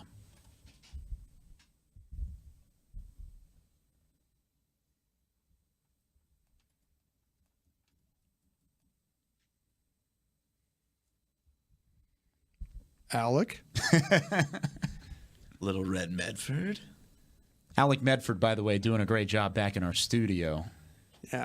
I think we're done. Are we? Yeah, I think we're good. You think we're clear? I think we're clear. Usually there's like a doo-doo. I'll take responsibility if we're not. It's fine. Just put it on I got me. out by 56. That's You what did a they good told me, job. so You I'm crushed it. There's the first player to go that I didn't watch a single snap of. Who was it? Martin? Roderick Martin, defensive tackle, Western Kentucky. Gosh, big fan of Martin. Called a game of his. So, I've not seen one snap of that guy. I actually didn't see him Are we either. clear right From now? film standpoints, I think so. Aisha, I mean, do you we're have going to something talk. you wanna say? I mean, we're still on DallasCowboys.com. Oh yeah, no, we're still like talking. Yeah, to we're people. still on Human the stream. beings are with us. Oh, It's there's not other just humans us. that can Yeah. hear us. Yes. Okay, never mind. Then things could get we can get behind the scenes in a little bit. I mean, these are our friends though that we're talking to. I just what do you want have to people say? Go ahead, Bobby. No, I'm just saying, what would you have thought if, like, even a year ago you would have told people Keely Ringo still wouldn't have been picked by 96? Shocked. I think you would have been shocked Ringo at this was point. considered like a top 10 player. I think what happened was, there was a lot of talk about he was going to be the first corner off the board. People think he's athlete, not a football player. Ah. Well, look, he gets beat on double moves. He gives up inside slants a lot. I mean, he got roasted by Marvin Harrison Jr. You saw him against elite corners. He really did struggle. So the athletic traits are there, but there was a lot to be concerned about with Keely Ringo, especially translating to the NFL, where teams could really kind of target him and pick apart his weaknesses. So, by the way, we do have Scott McCurley, linebackers coach of the Dallas Cowboys, coming down to talk a little bit about Overshown. Before that, we have some secret audio to get to. Enjoy, everybody. Here's what the reaction was on the phone between the Cowboys and DeMarvion Overshown at pick number 90. DeMarvin, Paxton said that hello. This is Jerry. This is Paxton's grandpa. This is Paxton's grandpa, and we're just fixing to turn your card in. You're going to be a Dallas Cowboy. Oh, let's go! Yes. And I just got off the phone with Paxton, and of course, everybody in this room is excited about us picking you, but we're going to be picking you right now. Yes, sir. Thank you. But listen. Here's Coach Mike McCarthy, and he wants to congratulate you too. Yes, sir. Hey, DeMarvin, Mike McCarthy, congratulations. Where are you? Are you with your family? I'm with my family. Okay, great. Well, hey, look forward to seeing you in a couple of weeks, and obviously you're in a great place, man. Congratulations. So that was awesome because we were talking about what the phone calls were. We were waiting. We were wondering what it was off. Yeah. Something was off in that whole sequence. The extra phone call was to Paxton. Makes sense. It was to Paxton Anderson, who played, of course, with Overshown at Texas, and they were locker buddies. I mean, you heard it yourself, but should have known. We should have put that together. Steven hit it on the arm really hard, and I was like, why is he? They look. That's what I'm saying. pumped. I think he was asking, "Hey, Steven, do you want to talk to Paxton?" And he's like, "Nah, I'm good, Dad." Gosh, we're so stupid. Shy Anderson was involved in there. John Steven was in there. It was fun, man. That's cool. It's a family party. No, that is really, really cool. And I can't wait to hear from Scott McCurley about ways that they could use him. Yeah. Here's the Commander selection at 97. We're going to get you caught up on some of the latest picks right after this. The 97th pick in the 2023 NFL Draft, the Washington Commanders select Ricky Stromberg, center, Arkansas. Nice player. He is, yeah. All right, so here are the last couple selections following Morris, who was really the last one we got to talk about, the offensive tackle from Oklahoma going to the Chiefs. The Steelers at 93 take Darnell Washington, the tight end from Georgia, off the board. So he finally goes. Some of the medical red flags. Pittsburgh says, we'll take him. We'll make it work. At 93 in the back half of the third round. The Cardinals at 94 take Michael Wilson, the wide receiver from Stanford. Jordan Battle, one of my higher-rated players still remaining, the safety from Alabama, goes to the Bengals at number 95. Broderick Martin, the defensive tackle from Western Kentucky, goes at 96. And then Ricky Stromberg, the center from Arkansas, to the Commanders at 97. So now the Browns are on the clock, followed by the 49ers, the Raiders, the 49ers again, and then the Minnesota Vikings to round out the third round of coverage here on day 2. Out of those picks, Zach, which one did you kind of circle and highlight the most? I like Jordan Battle to the Bengals. You know, they needed to fill that safety void. I think they lost both their starting safeties this past offseason. And Battle's a guy he's a true free safety. Plays the deep center field, can come up and play the run, good range, can cover sideline to sideline, sometimes needs to react a little bit quicker, but he breaks on the ball well. You know, in a safety draft that is overall, I mean, I think you don't have anybody that really set themselves far and away above anyone else, because I think Branch is a corner. Battle has an opportunity to be maybe the best true center fielder in the draft outside of Christopher Smith from Georgia, but I loved his game. I mean, Battle's a guy that just seems like he knows, can read and react really, really well, and I think he's a great fit there for the Bengals. Yeah. So Siaki Ika just went off the board at pick number 98. Was that the Cleveland? Cleveland Yes. Browns. Yes, the current selection on the clock is the San Francisco 49ers. They own 2 of the next 3 picks. But before we get to whatever's happening at pick number 99 through 102, we welcome in Cowboys linebackers coach Scott McCurley down on the draft show. Coach, congratulations on the pick of Overshown at 90. What's going through your head right now? Yeah, appreciate it.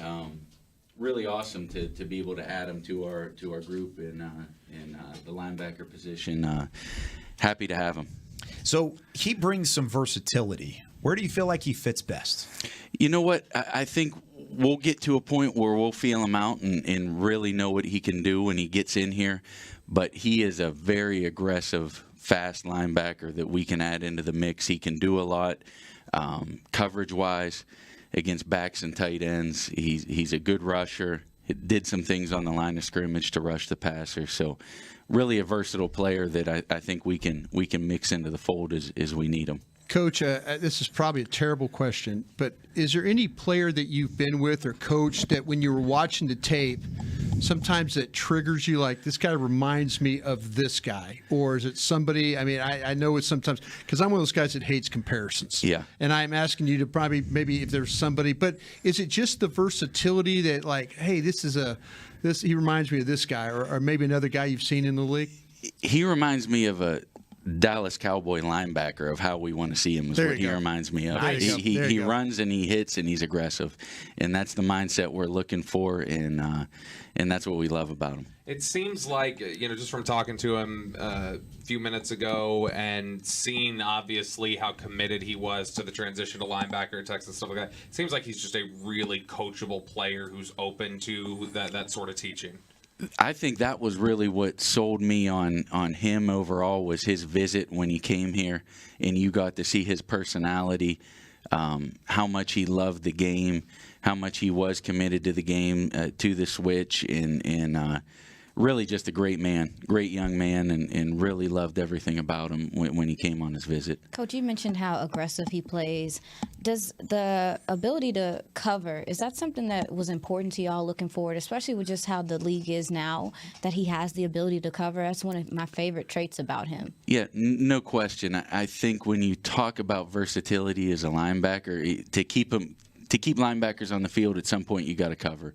There's going to be matchups against a back or a tight end that at the end of the day, you're going to have to go out there and challenge and compete. So we love his ability there. He's got great length. He's got great speed, and really has all the tools to work himself into being a good cover linebacker. Yeah, he's a thumper. Big hitter for sure, Coach. Yeah. I mean, he's a lot of fun. We just got to talk to him, and I asked him, about possibly rushing off the edge. And he mentioned that was something that you guys have had some talks to. Did you have a vision of a plan that you want to utilize Overshown with? You know what? I think what you said right there, and the way we used Micah and the things we've done with our linebackers, whether it's put them on the edge and rush, whether it's rush from off the ball and blitz, I think he has the ability to do all of those things, and we'll get to a point where we feel him out and put him in the best role for him. But he's got a lot of the skill set we're looking for. Coach, as an LSU alum, how are my LSU linebackers doing? Clark and Cox, my law firm there. Are they? And because like I say, growing up and being an alum and watching them play, I'm so proud of them. I'm glad they're here. I'm glad they're playing for you. Where they right now is, like I say, with Clark, I didn't think he was going to play at all with the back, and it's amazing he and Britt Brown did what they did. But with Cox and him, what are we looking for going into this new season with them?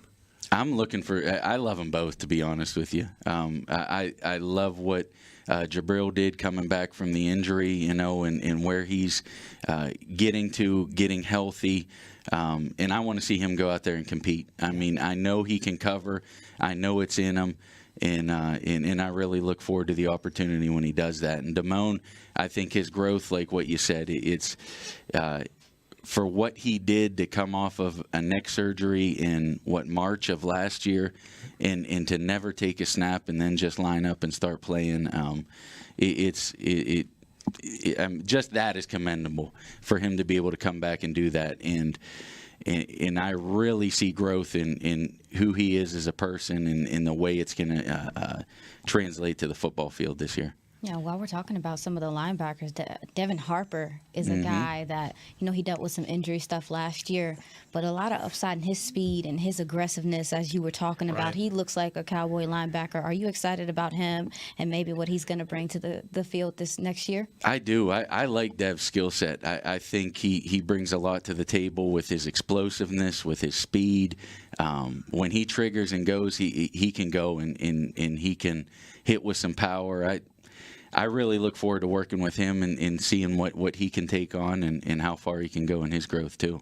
Coach, I wonder with the game having transition now, it's so pass heavy, and you've got a lot of former safeties that are now becoming linebackers. You use your safeties similar to how you use linebackers. How have you had to evolve, maybe even coaching the position with the coverage element being that much more of a focus?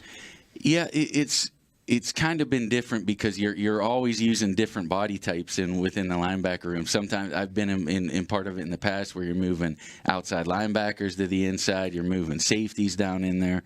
But to your point, I think in the end, just what we talked about, the ability to cover in the understanding of coverage and having the instinct off of the ball to do those things is really what can kind of separate you in the end, because to be on the field for all 3 downs and to be able to do the things we're going to ask him to do in the coverage game, that's what it comes down to.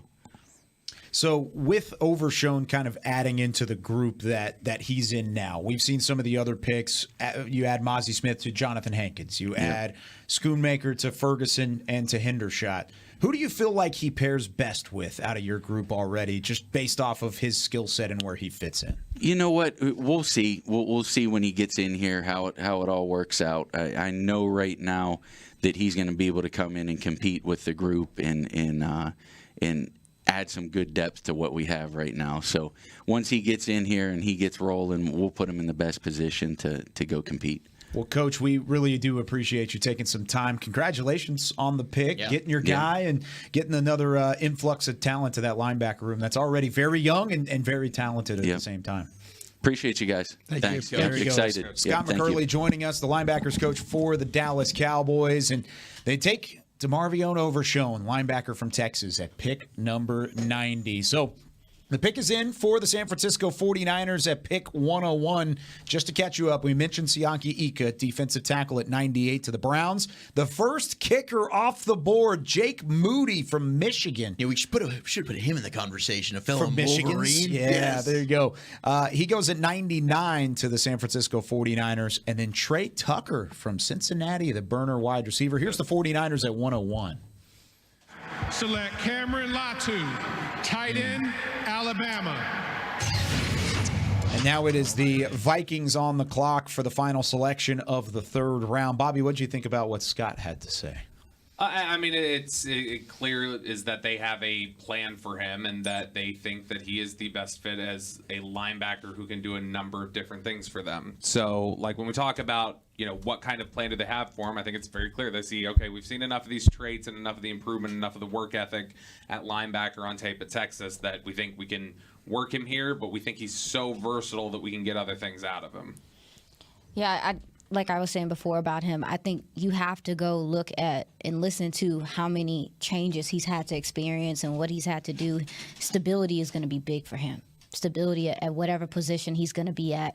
This is what you're doing. Somebody coaching him, believing in what he can do, and not having him do. Like the versatility is great, but I feel like if you go listen to and look into what he's had, all the changes he's had to deal with, I think that's affected his play. I think that's affected how unsure he looks sometimes on film. It's because there's been so many changes. There's so many different people in his ear. So I'm really, having a plan for him is important. I hope that he performs. Here's the final pick of the third round as the Skull Chants are going for Minnesota. I just want to dedicate this pick in the memory of some Viking greats that we've lost here recently.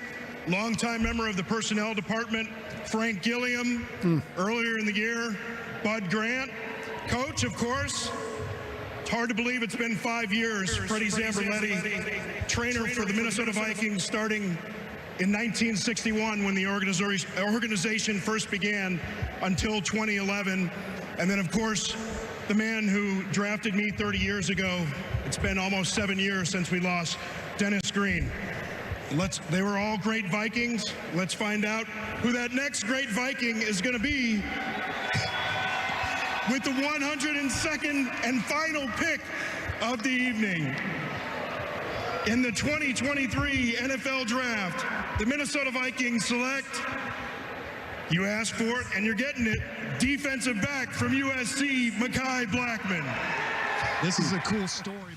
All right, Blackman, the final pick of the third round, 102 picks down, and we are now officially done with day 2. So we are waiting on the press conference with Will McClay, Stephen Jones, Jerry Jones, and Mike McCarthy coming up in just a couple of moments. Before we get there, we'll have plenty of time. We're on the air 10 a.m. Central Time tomorrow. We're going to bring in position coaches. We're going to have some conversations with the front office. We're going to have plenty of time to lead into day 3, fourth round. What are your thoughts, Bobby, your initial thoughts on what they were able to do with their 2 picks today, and then package that in with Mazi Smith? I think they got not picked over, but I think there were several guys that got picked in front of them that they were interested in both rounds. And look, I'm a big fan of Schoonmaker. I think that he was a value pick there because I had him in the top 50. They got him at 58. I think that he's got a chance to be really, really good for them. And Overshown, like we talked about, there's probably not a better fit for him team-wise that he could have gone to than here. And they clearly have a plan for him and are excited about him. So I like what they're getting there and the coachability that they're getting from Overshown and the plus traits and everything else there. So I think all of that's really good. And Mazi Smith, obviously, already keeping the linebackers clean. You're helping the trenches. You're helping the next level behind you. But man, my takeaway right now is I just still cannot believe that we've ended the third round and there's no Keely Ringo. That's wild. Ain't none of y'all concerned about all the conversation we've had about offensive line and guard, and that there hasn't been one? Y'all okay with the fourth round? Well, I had a feeling that this was going to happen. I know, but what you gonna do then? That's why they go out and they make their. Maybe they're serious about Tyler Smith playing left guard and Tyron Smith playing left tackle. I mean, that might be the full-time move, right? I mean, But how?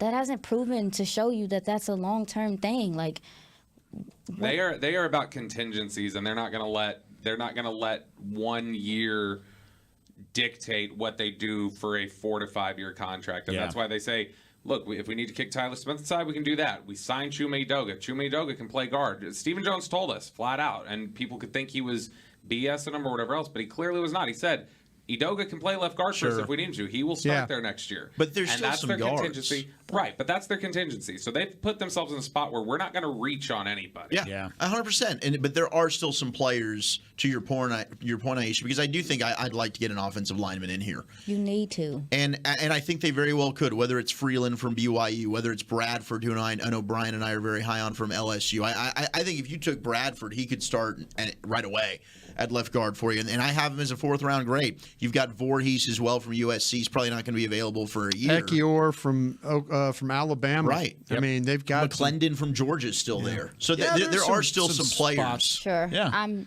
But I hear you. No, what Philly just did. We talked about that for like 3-4 weeks. Yeah, we did. About they're going to take the Florida kid. Oh, they're going to take Torrance. Who are they going to take? And to them, to us it seemed like a blinking light, as you would say.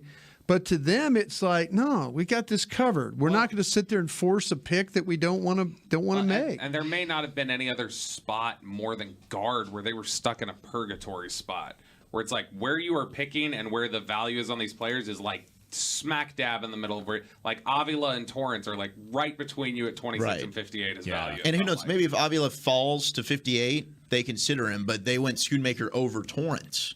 So, I mean, I think that alone says, hey, they feel at least comfortable enough with where they are that they're not forcing. No doubt. The most it seemed like they wrestled with anything was with Mozzie, where there was some debate in there for that. But that's it. I don't get it. I don't disagree. I mean, I think you need to address offensive line. Where did you want him to pick? I mean, I guess I would have picked in the third, and I understand maybe some of the guys that they wanted are gone, and even with the DeJuan Jones and like some of the things we found out about some of these guys, like I get it, but it's just it feels like a need. I just don't care what anyone says at this point. Like, no, it very well may be a need, but if the player doesn't match, if the value doesn't match there, who are we taking there at 90? Okay, so you think that I think that Udoka can play guard, but like so you're gonna have Tyler Smith play tackle, and okay, and that's it, and that's your guard. That's it. Who's your backup? If that's what they feel comfortable with. So the guy that I initially thought was the backup is going to be the starter. Who's his backup? Who's his backup? Who's Udoka's backup? Who's his backup? Yeah. Right now it's Matt Farniok. Farniok. Yep. Okay. And they like him. And they said Josh Ball has inside-outside. They've looked at him possibly moving inside. They're telling you that Josh Ball didn't have a position. Yeah, I was about to say. They are telling you that Josh, but like, what are we talking about here? We're talking about drafting third-rounders to be your backup left guard for Udoka because you don't have. I'm just saying, who are we picking here that was gonna? It just feels like a. I just feel like that. Like I just said, there to me, this is very much like to get Tyron Smith to reduce his number. They had to give him. They had to say, "Hey, you're going to play," and I don't know. I mean, okay. To her point, when all of a sudden, and this is terrible, but we know the history of the player. You know, with Tyron Smith, we know that history. Healthy. I'm not making up or wishing ill on somebody on the offensive line. I'm not, but we know the history of Tyron Smith, and she's not wrong. You know about that. But you're saying where's the pick? Where do you pick it? I mean, well, it would have been Torrance in the second. If you really wanted to address it, that would have been the time. to do it. No doubt. Sure. I would like to find out when this is all said and done, maybe on a golf course one day in July with some scout and say, "Hey, where did you have Torrance?" Sure. Yeah. Because on my board, Torrance was number 30, right? So, but he and Avila, those guys, 30, 34. You know, I mean, those were my guys in that second round. I don't know what I don't have any clue what they graded Osiris Torrance. I got a vibe, not from here, from their side. I got a vibe very early on that they didn't feel like Dallas was very interested in them. Yeah. I can see that. Real quickly, they are on their way down. Up there they are. Before they go, use what the pros use, the official men's skincare brand of the Dallas Cowboys, Jack Black. Here is the post-day 2 press conference for Bobby Belt, Brian Broaddus, Zach Wolchuk, Aisha Morrison. I'm Kyle Yeomans. We'll see you tomorrow, 10 a.m. Central Time, here from the Star in Frisco.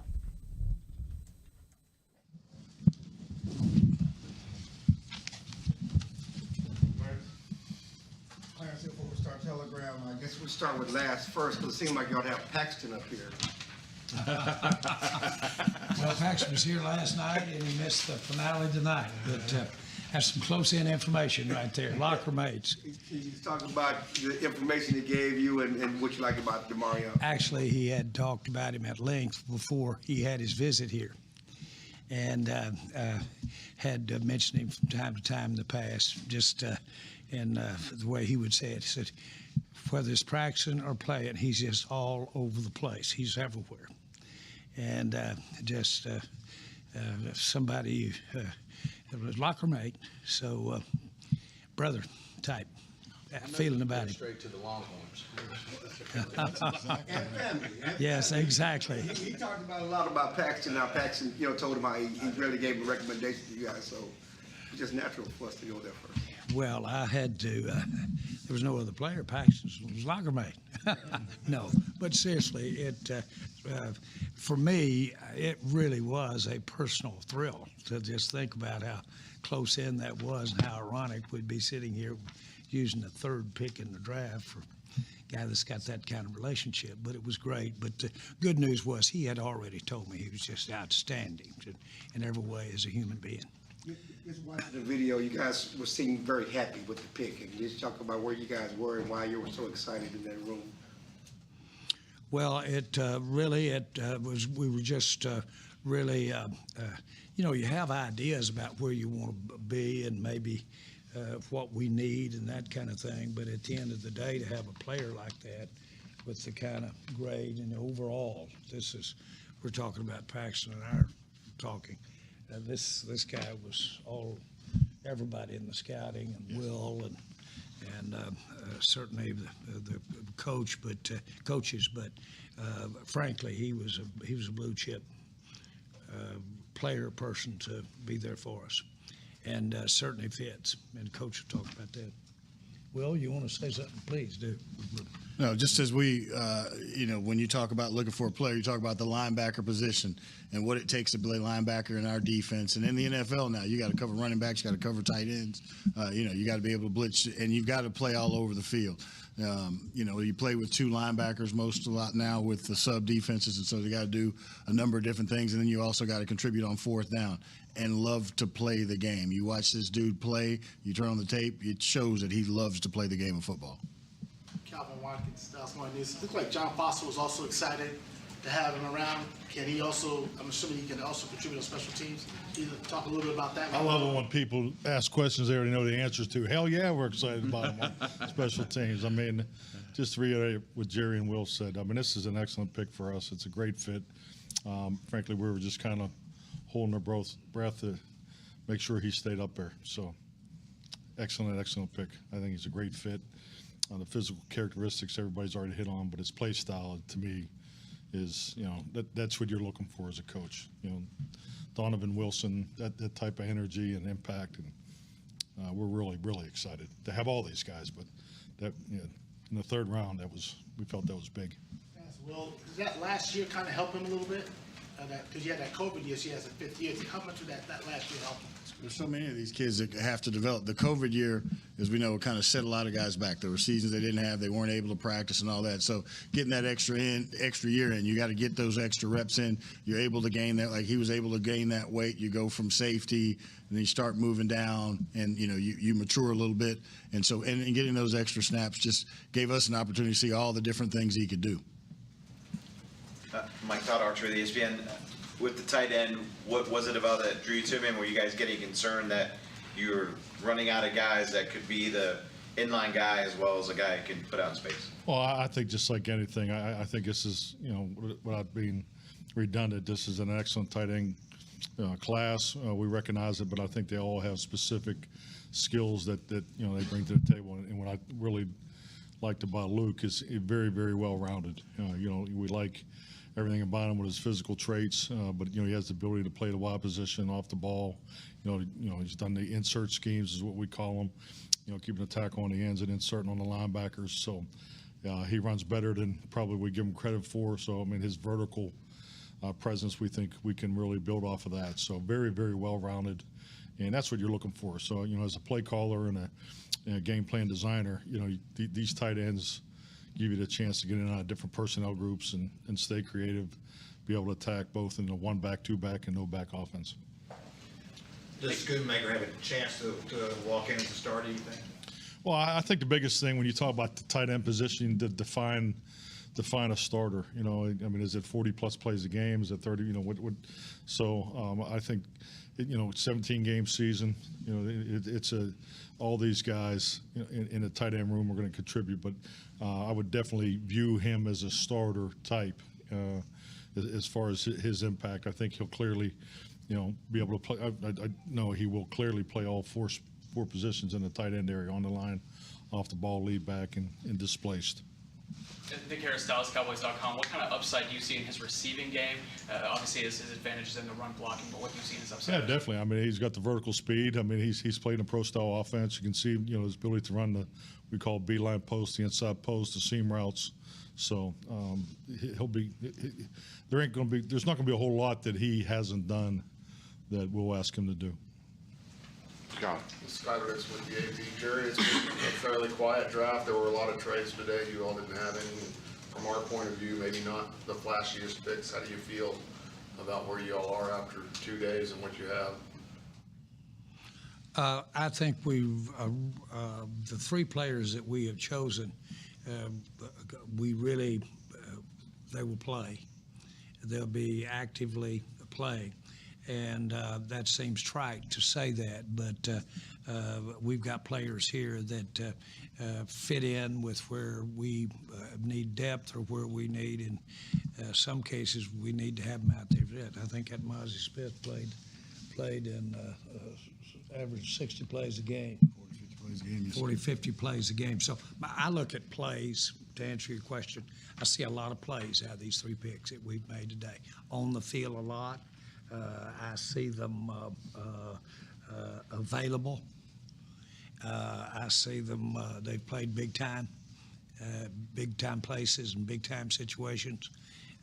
We ought to be able, we ought to be able to find a spot for them here. And that would be, from my perspective, my goal is to come out of here with guys that are on the field this year. Well, did you guys just spend a lot of time in Ann Arbor? No, we spent enough time in Ann Arbor. We spent a bunch of time watching the tape. Our scouts that go into that area, when they come, when an area scout goes into an area, they come back with passion about a player. They came back with passion about these players. You turn on the tape and you see why. An interesting one for me, and Mike will tell you, this was in December, watching some college tape, and I'm watching the tape, and I said, "This Mozzie Smith," boom, and that's where we started talking about that. And then you watch the tight end as you're going through all of them, and you see the ones that are rated higher or equal to, and then you compare this kid's physical tools, his production, his stats, and you say, at big time programs, they're ready to play NFL football, and they do a lot of things that we do in the NFL. WC5 in Dallas. Will, you were talking about Overshown and safety at the beginning. I noticed his size is very similar to Jaron Kearse's. Is there an idea that maybe he could be someone who does a little bit of everything with the position versatility that comes with defense in the NFL now today? Coach McCarthy talks about it all the time. It's doing 2 things. When you can find a player that can do 2 to 3 things at a very high level, it's attractive. And when you move down from safety, you're used to seeing the field a certain way. Then you get closer, you're able to use your speed, your athleticism, your matchup, and also on special teams. So we're definitely looking at all the different ways you can use a player, and the versatility is key. I'll say this, you started the initial meetings we had with the draft when we had all the scouts here, right? I started those initial meetings, and you asked, you'd set it up and asked Dan to come in and give his thoughts about what that guy looks like right there. And he wasn't talking about a name. He was talking about how we can take a player and maybe project him over here for our defense and put him in. And we were sitting there looking at him tonight. You could have, in my mind, rolled back to the very first meeting we had this year, talking about how to, when can we project that type player for what he can do, and you're absolutely on it. The Kearse thing does come to your mind when you think of him. Stephen, you said last night that you all went into that pick feeling like you had options. Similar feel today, as it kind of laid out, did you feel good about how things were, and how do you see things put along? Yeah, I think we felt really good as we moved through. And, at the end of the day, the biggest thing of all, especially with the Overshown pick, is, really having belief and confidence in your board. And just saying, hey, this guy's up there and he's blinking, and he's a hell of a football player. Let's just take him. We're fortunate he's there, and let's jump all over it. And shoot, it was just that's how it fell.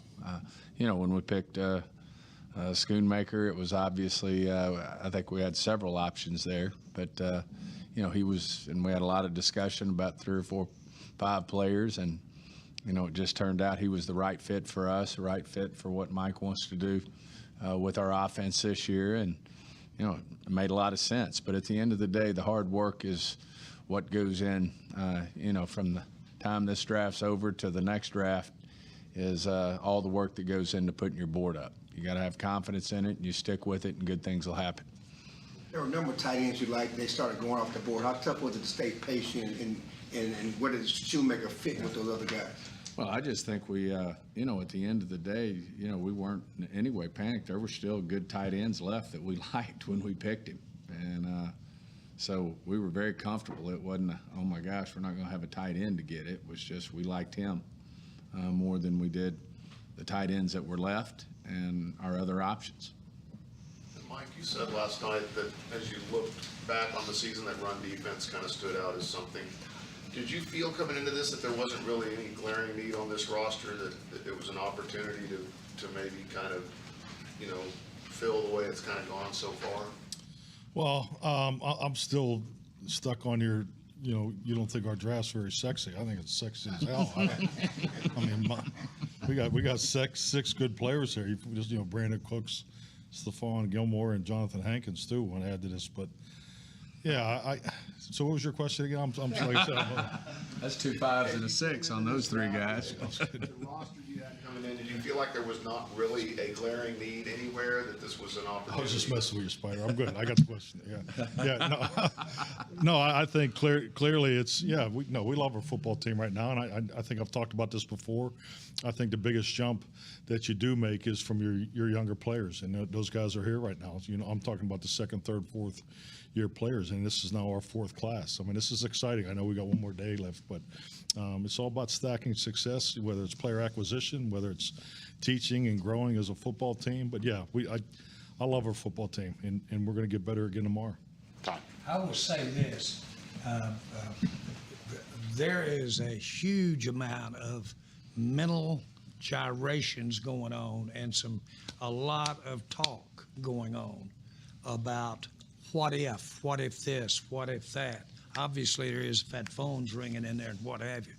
And tossing things out and trying to run it through the deal. And I've got about 1 finger left. I had 3 nubs eaten off each hand today. If that doesn't work, that doesn't work. So you're sitting in there. It's not that when you think about being patient or something like that, it's not that you're totally being patient. You're sitting there looking for ways to maybe try to get some value if it were there. And obviously you're looking at team needs, but that certainly has all been figured in, don't get me wrong. But then guess what? It isn't exactly like it was the day that you put the board up there, because there's about 30 players off of it.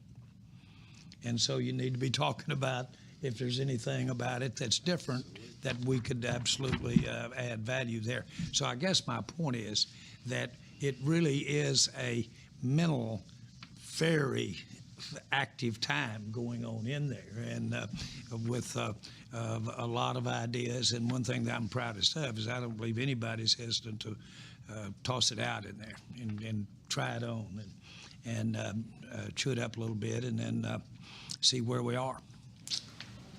Mike, with your tight ends, do you view them all as similar trait-wise, or do they all do some different things that allow you to move them around or play it differently? Yeah, I mean, just speaking on the tight end responsibilities, I've stated already, I look at it as, there's 4 areas that they, will distribute opportunities for them. And, I think clearly, yeah. I mean, you look at how Jake, the opportunities he had last year, and, and Peyton came in and did some excellent perimeter things, did some tough, hard-nosed things in some of the lead outside zone wrinkles that we had. So yeah, you want diversity in a tight end group. I mean, it's a long year. The ability to be in 2 tight ends, 3 tight ends, 1 tight end type personnel groups, and just really, get in and out of the concepts, because, I've always viewed offensive football clearly, and I know I've already said it, but I think it answers your question even more. I mean, you want to be able to play 2-back concepts where you're really stressing the defense with 7-gap runs, and also, have lead blocking components to it. Then you got your 1-back offense where you can be 6, 7, 8 gap run action, and things come off of that, and you got the ability to go empty. So, tight ends are always, I've always felt between tight ends and linebacker body types, you can't have enough of them on your football team because those are the guys that can play 4 downs. And, I'm talking about outside linebacker types, I'm talking about, inside linebacker types and tight ends. Stephen, we've asked you about this several times in the past, but Michigan, Texas so far, you guys find yourself tilting more and more as time goes on to these sort of blue blood type programs and what they produce? Well, I think especially early. You got guys who are proven. I mean, they're battle tested.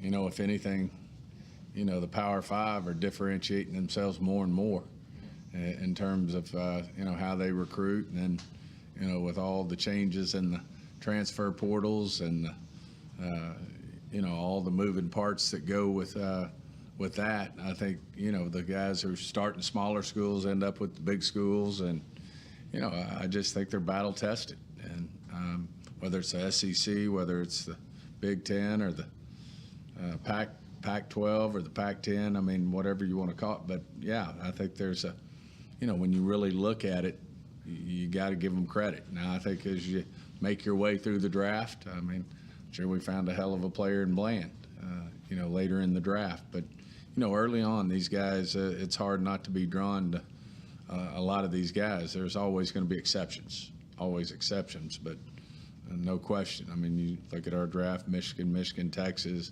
Obviously, we're big fans of the SEC players and, how they're battle tested when they come out. So, it's hard not to pay attention. I mean, Will can probably answer that better than I, but no question.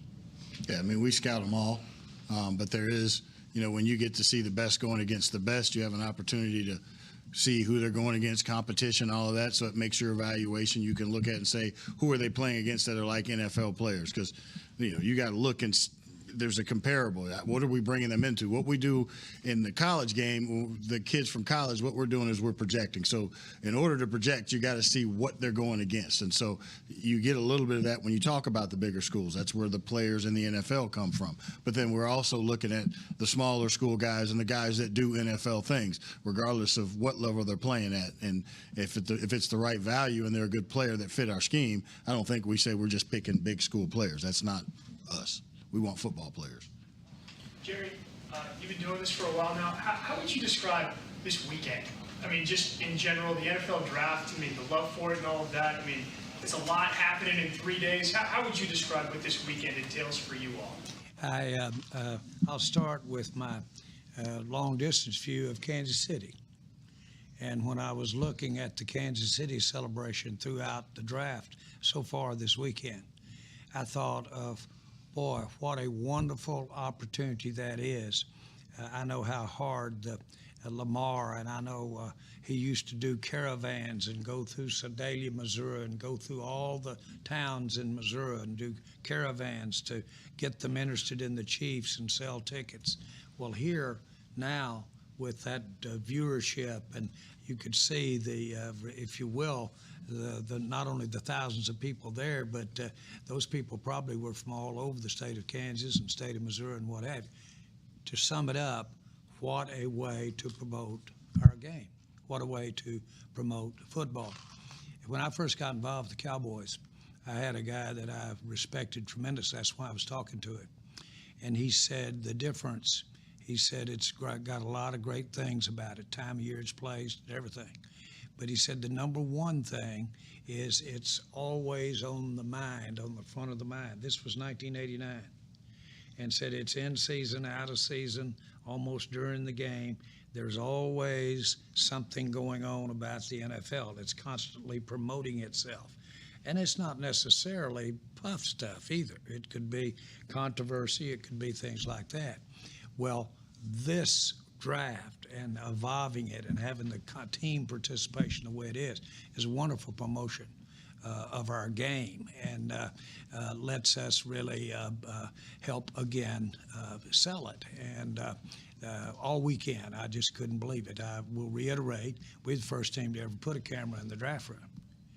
And so we really always believed it was interesting to somebody to see what goes on behind the scenes. And of course, it's come a long way where it is today. But I'd say generally, as far as NFL sport, just the fact that it's such a so visible and interesting. And I think I heard the commissioner, y'all straighten me up on that, but on the deal, but I think I heard him say the viewership was in the 20 millions. We saw in the paper that it was 10 or 12, but maybe you go into the, digital and over the top and all that kind of stuff, but that many millions of people. Well, boy, what a great thing to be able to have people, if it's just glancing at what we do in the NFL and what we do in football, what we do in sports. Everybody in this room now is here by choice. You've heard me say this 1,000 times. I'm with you. We're brothers and sisters because we're here because we want to be involved in sports. This is a great day for sports, promoting it up. And it's got the same kind of viewership as some of the World Series and some of the things like that go. So this is a triumph. Jerry, do you look at any musts or that you have to fill in day 3, running back, kicker? How do you view your approach to day 3? I already took our kicker. I'm kidding. A Michigan man. Well, of course, we'll this day 3 is unbelievable. Not only the draft, but the free agency that's associated with it, and we'll come out of here with 30 players tomorrow night, counting the ones we draft. I'm talking about agents. Tomorrow. Yeah, and free agents. We'll have 30 players tomorrow. 30 names will come here, and so we've had some success in coming up with some serious players out of that numbers of people. So tomorrow's huge. Is that it? Good. Thank you, guys. Thank you.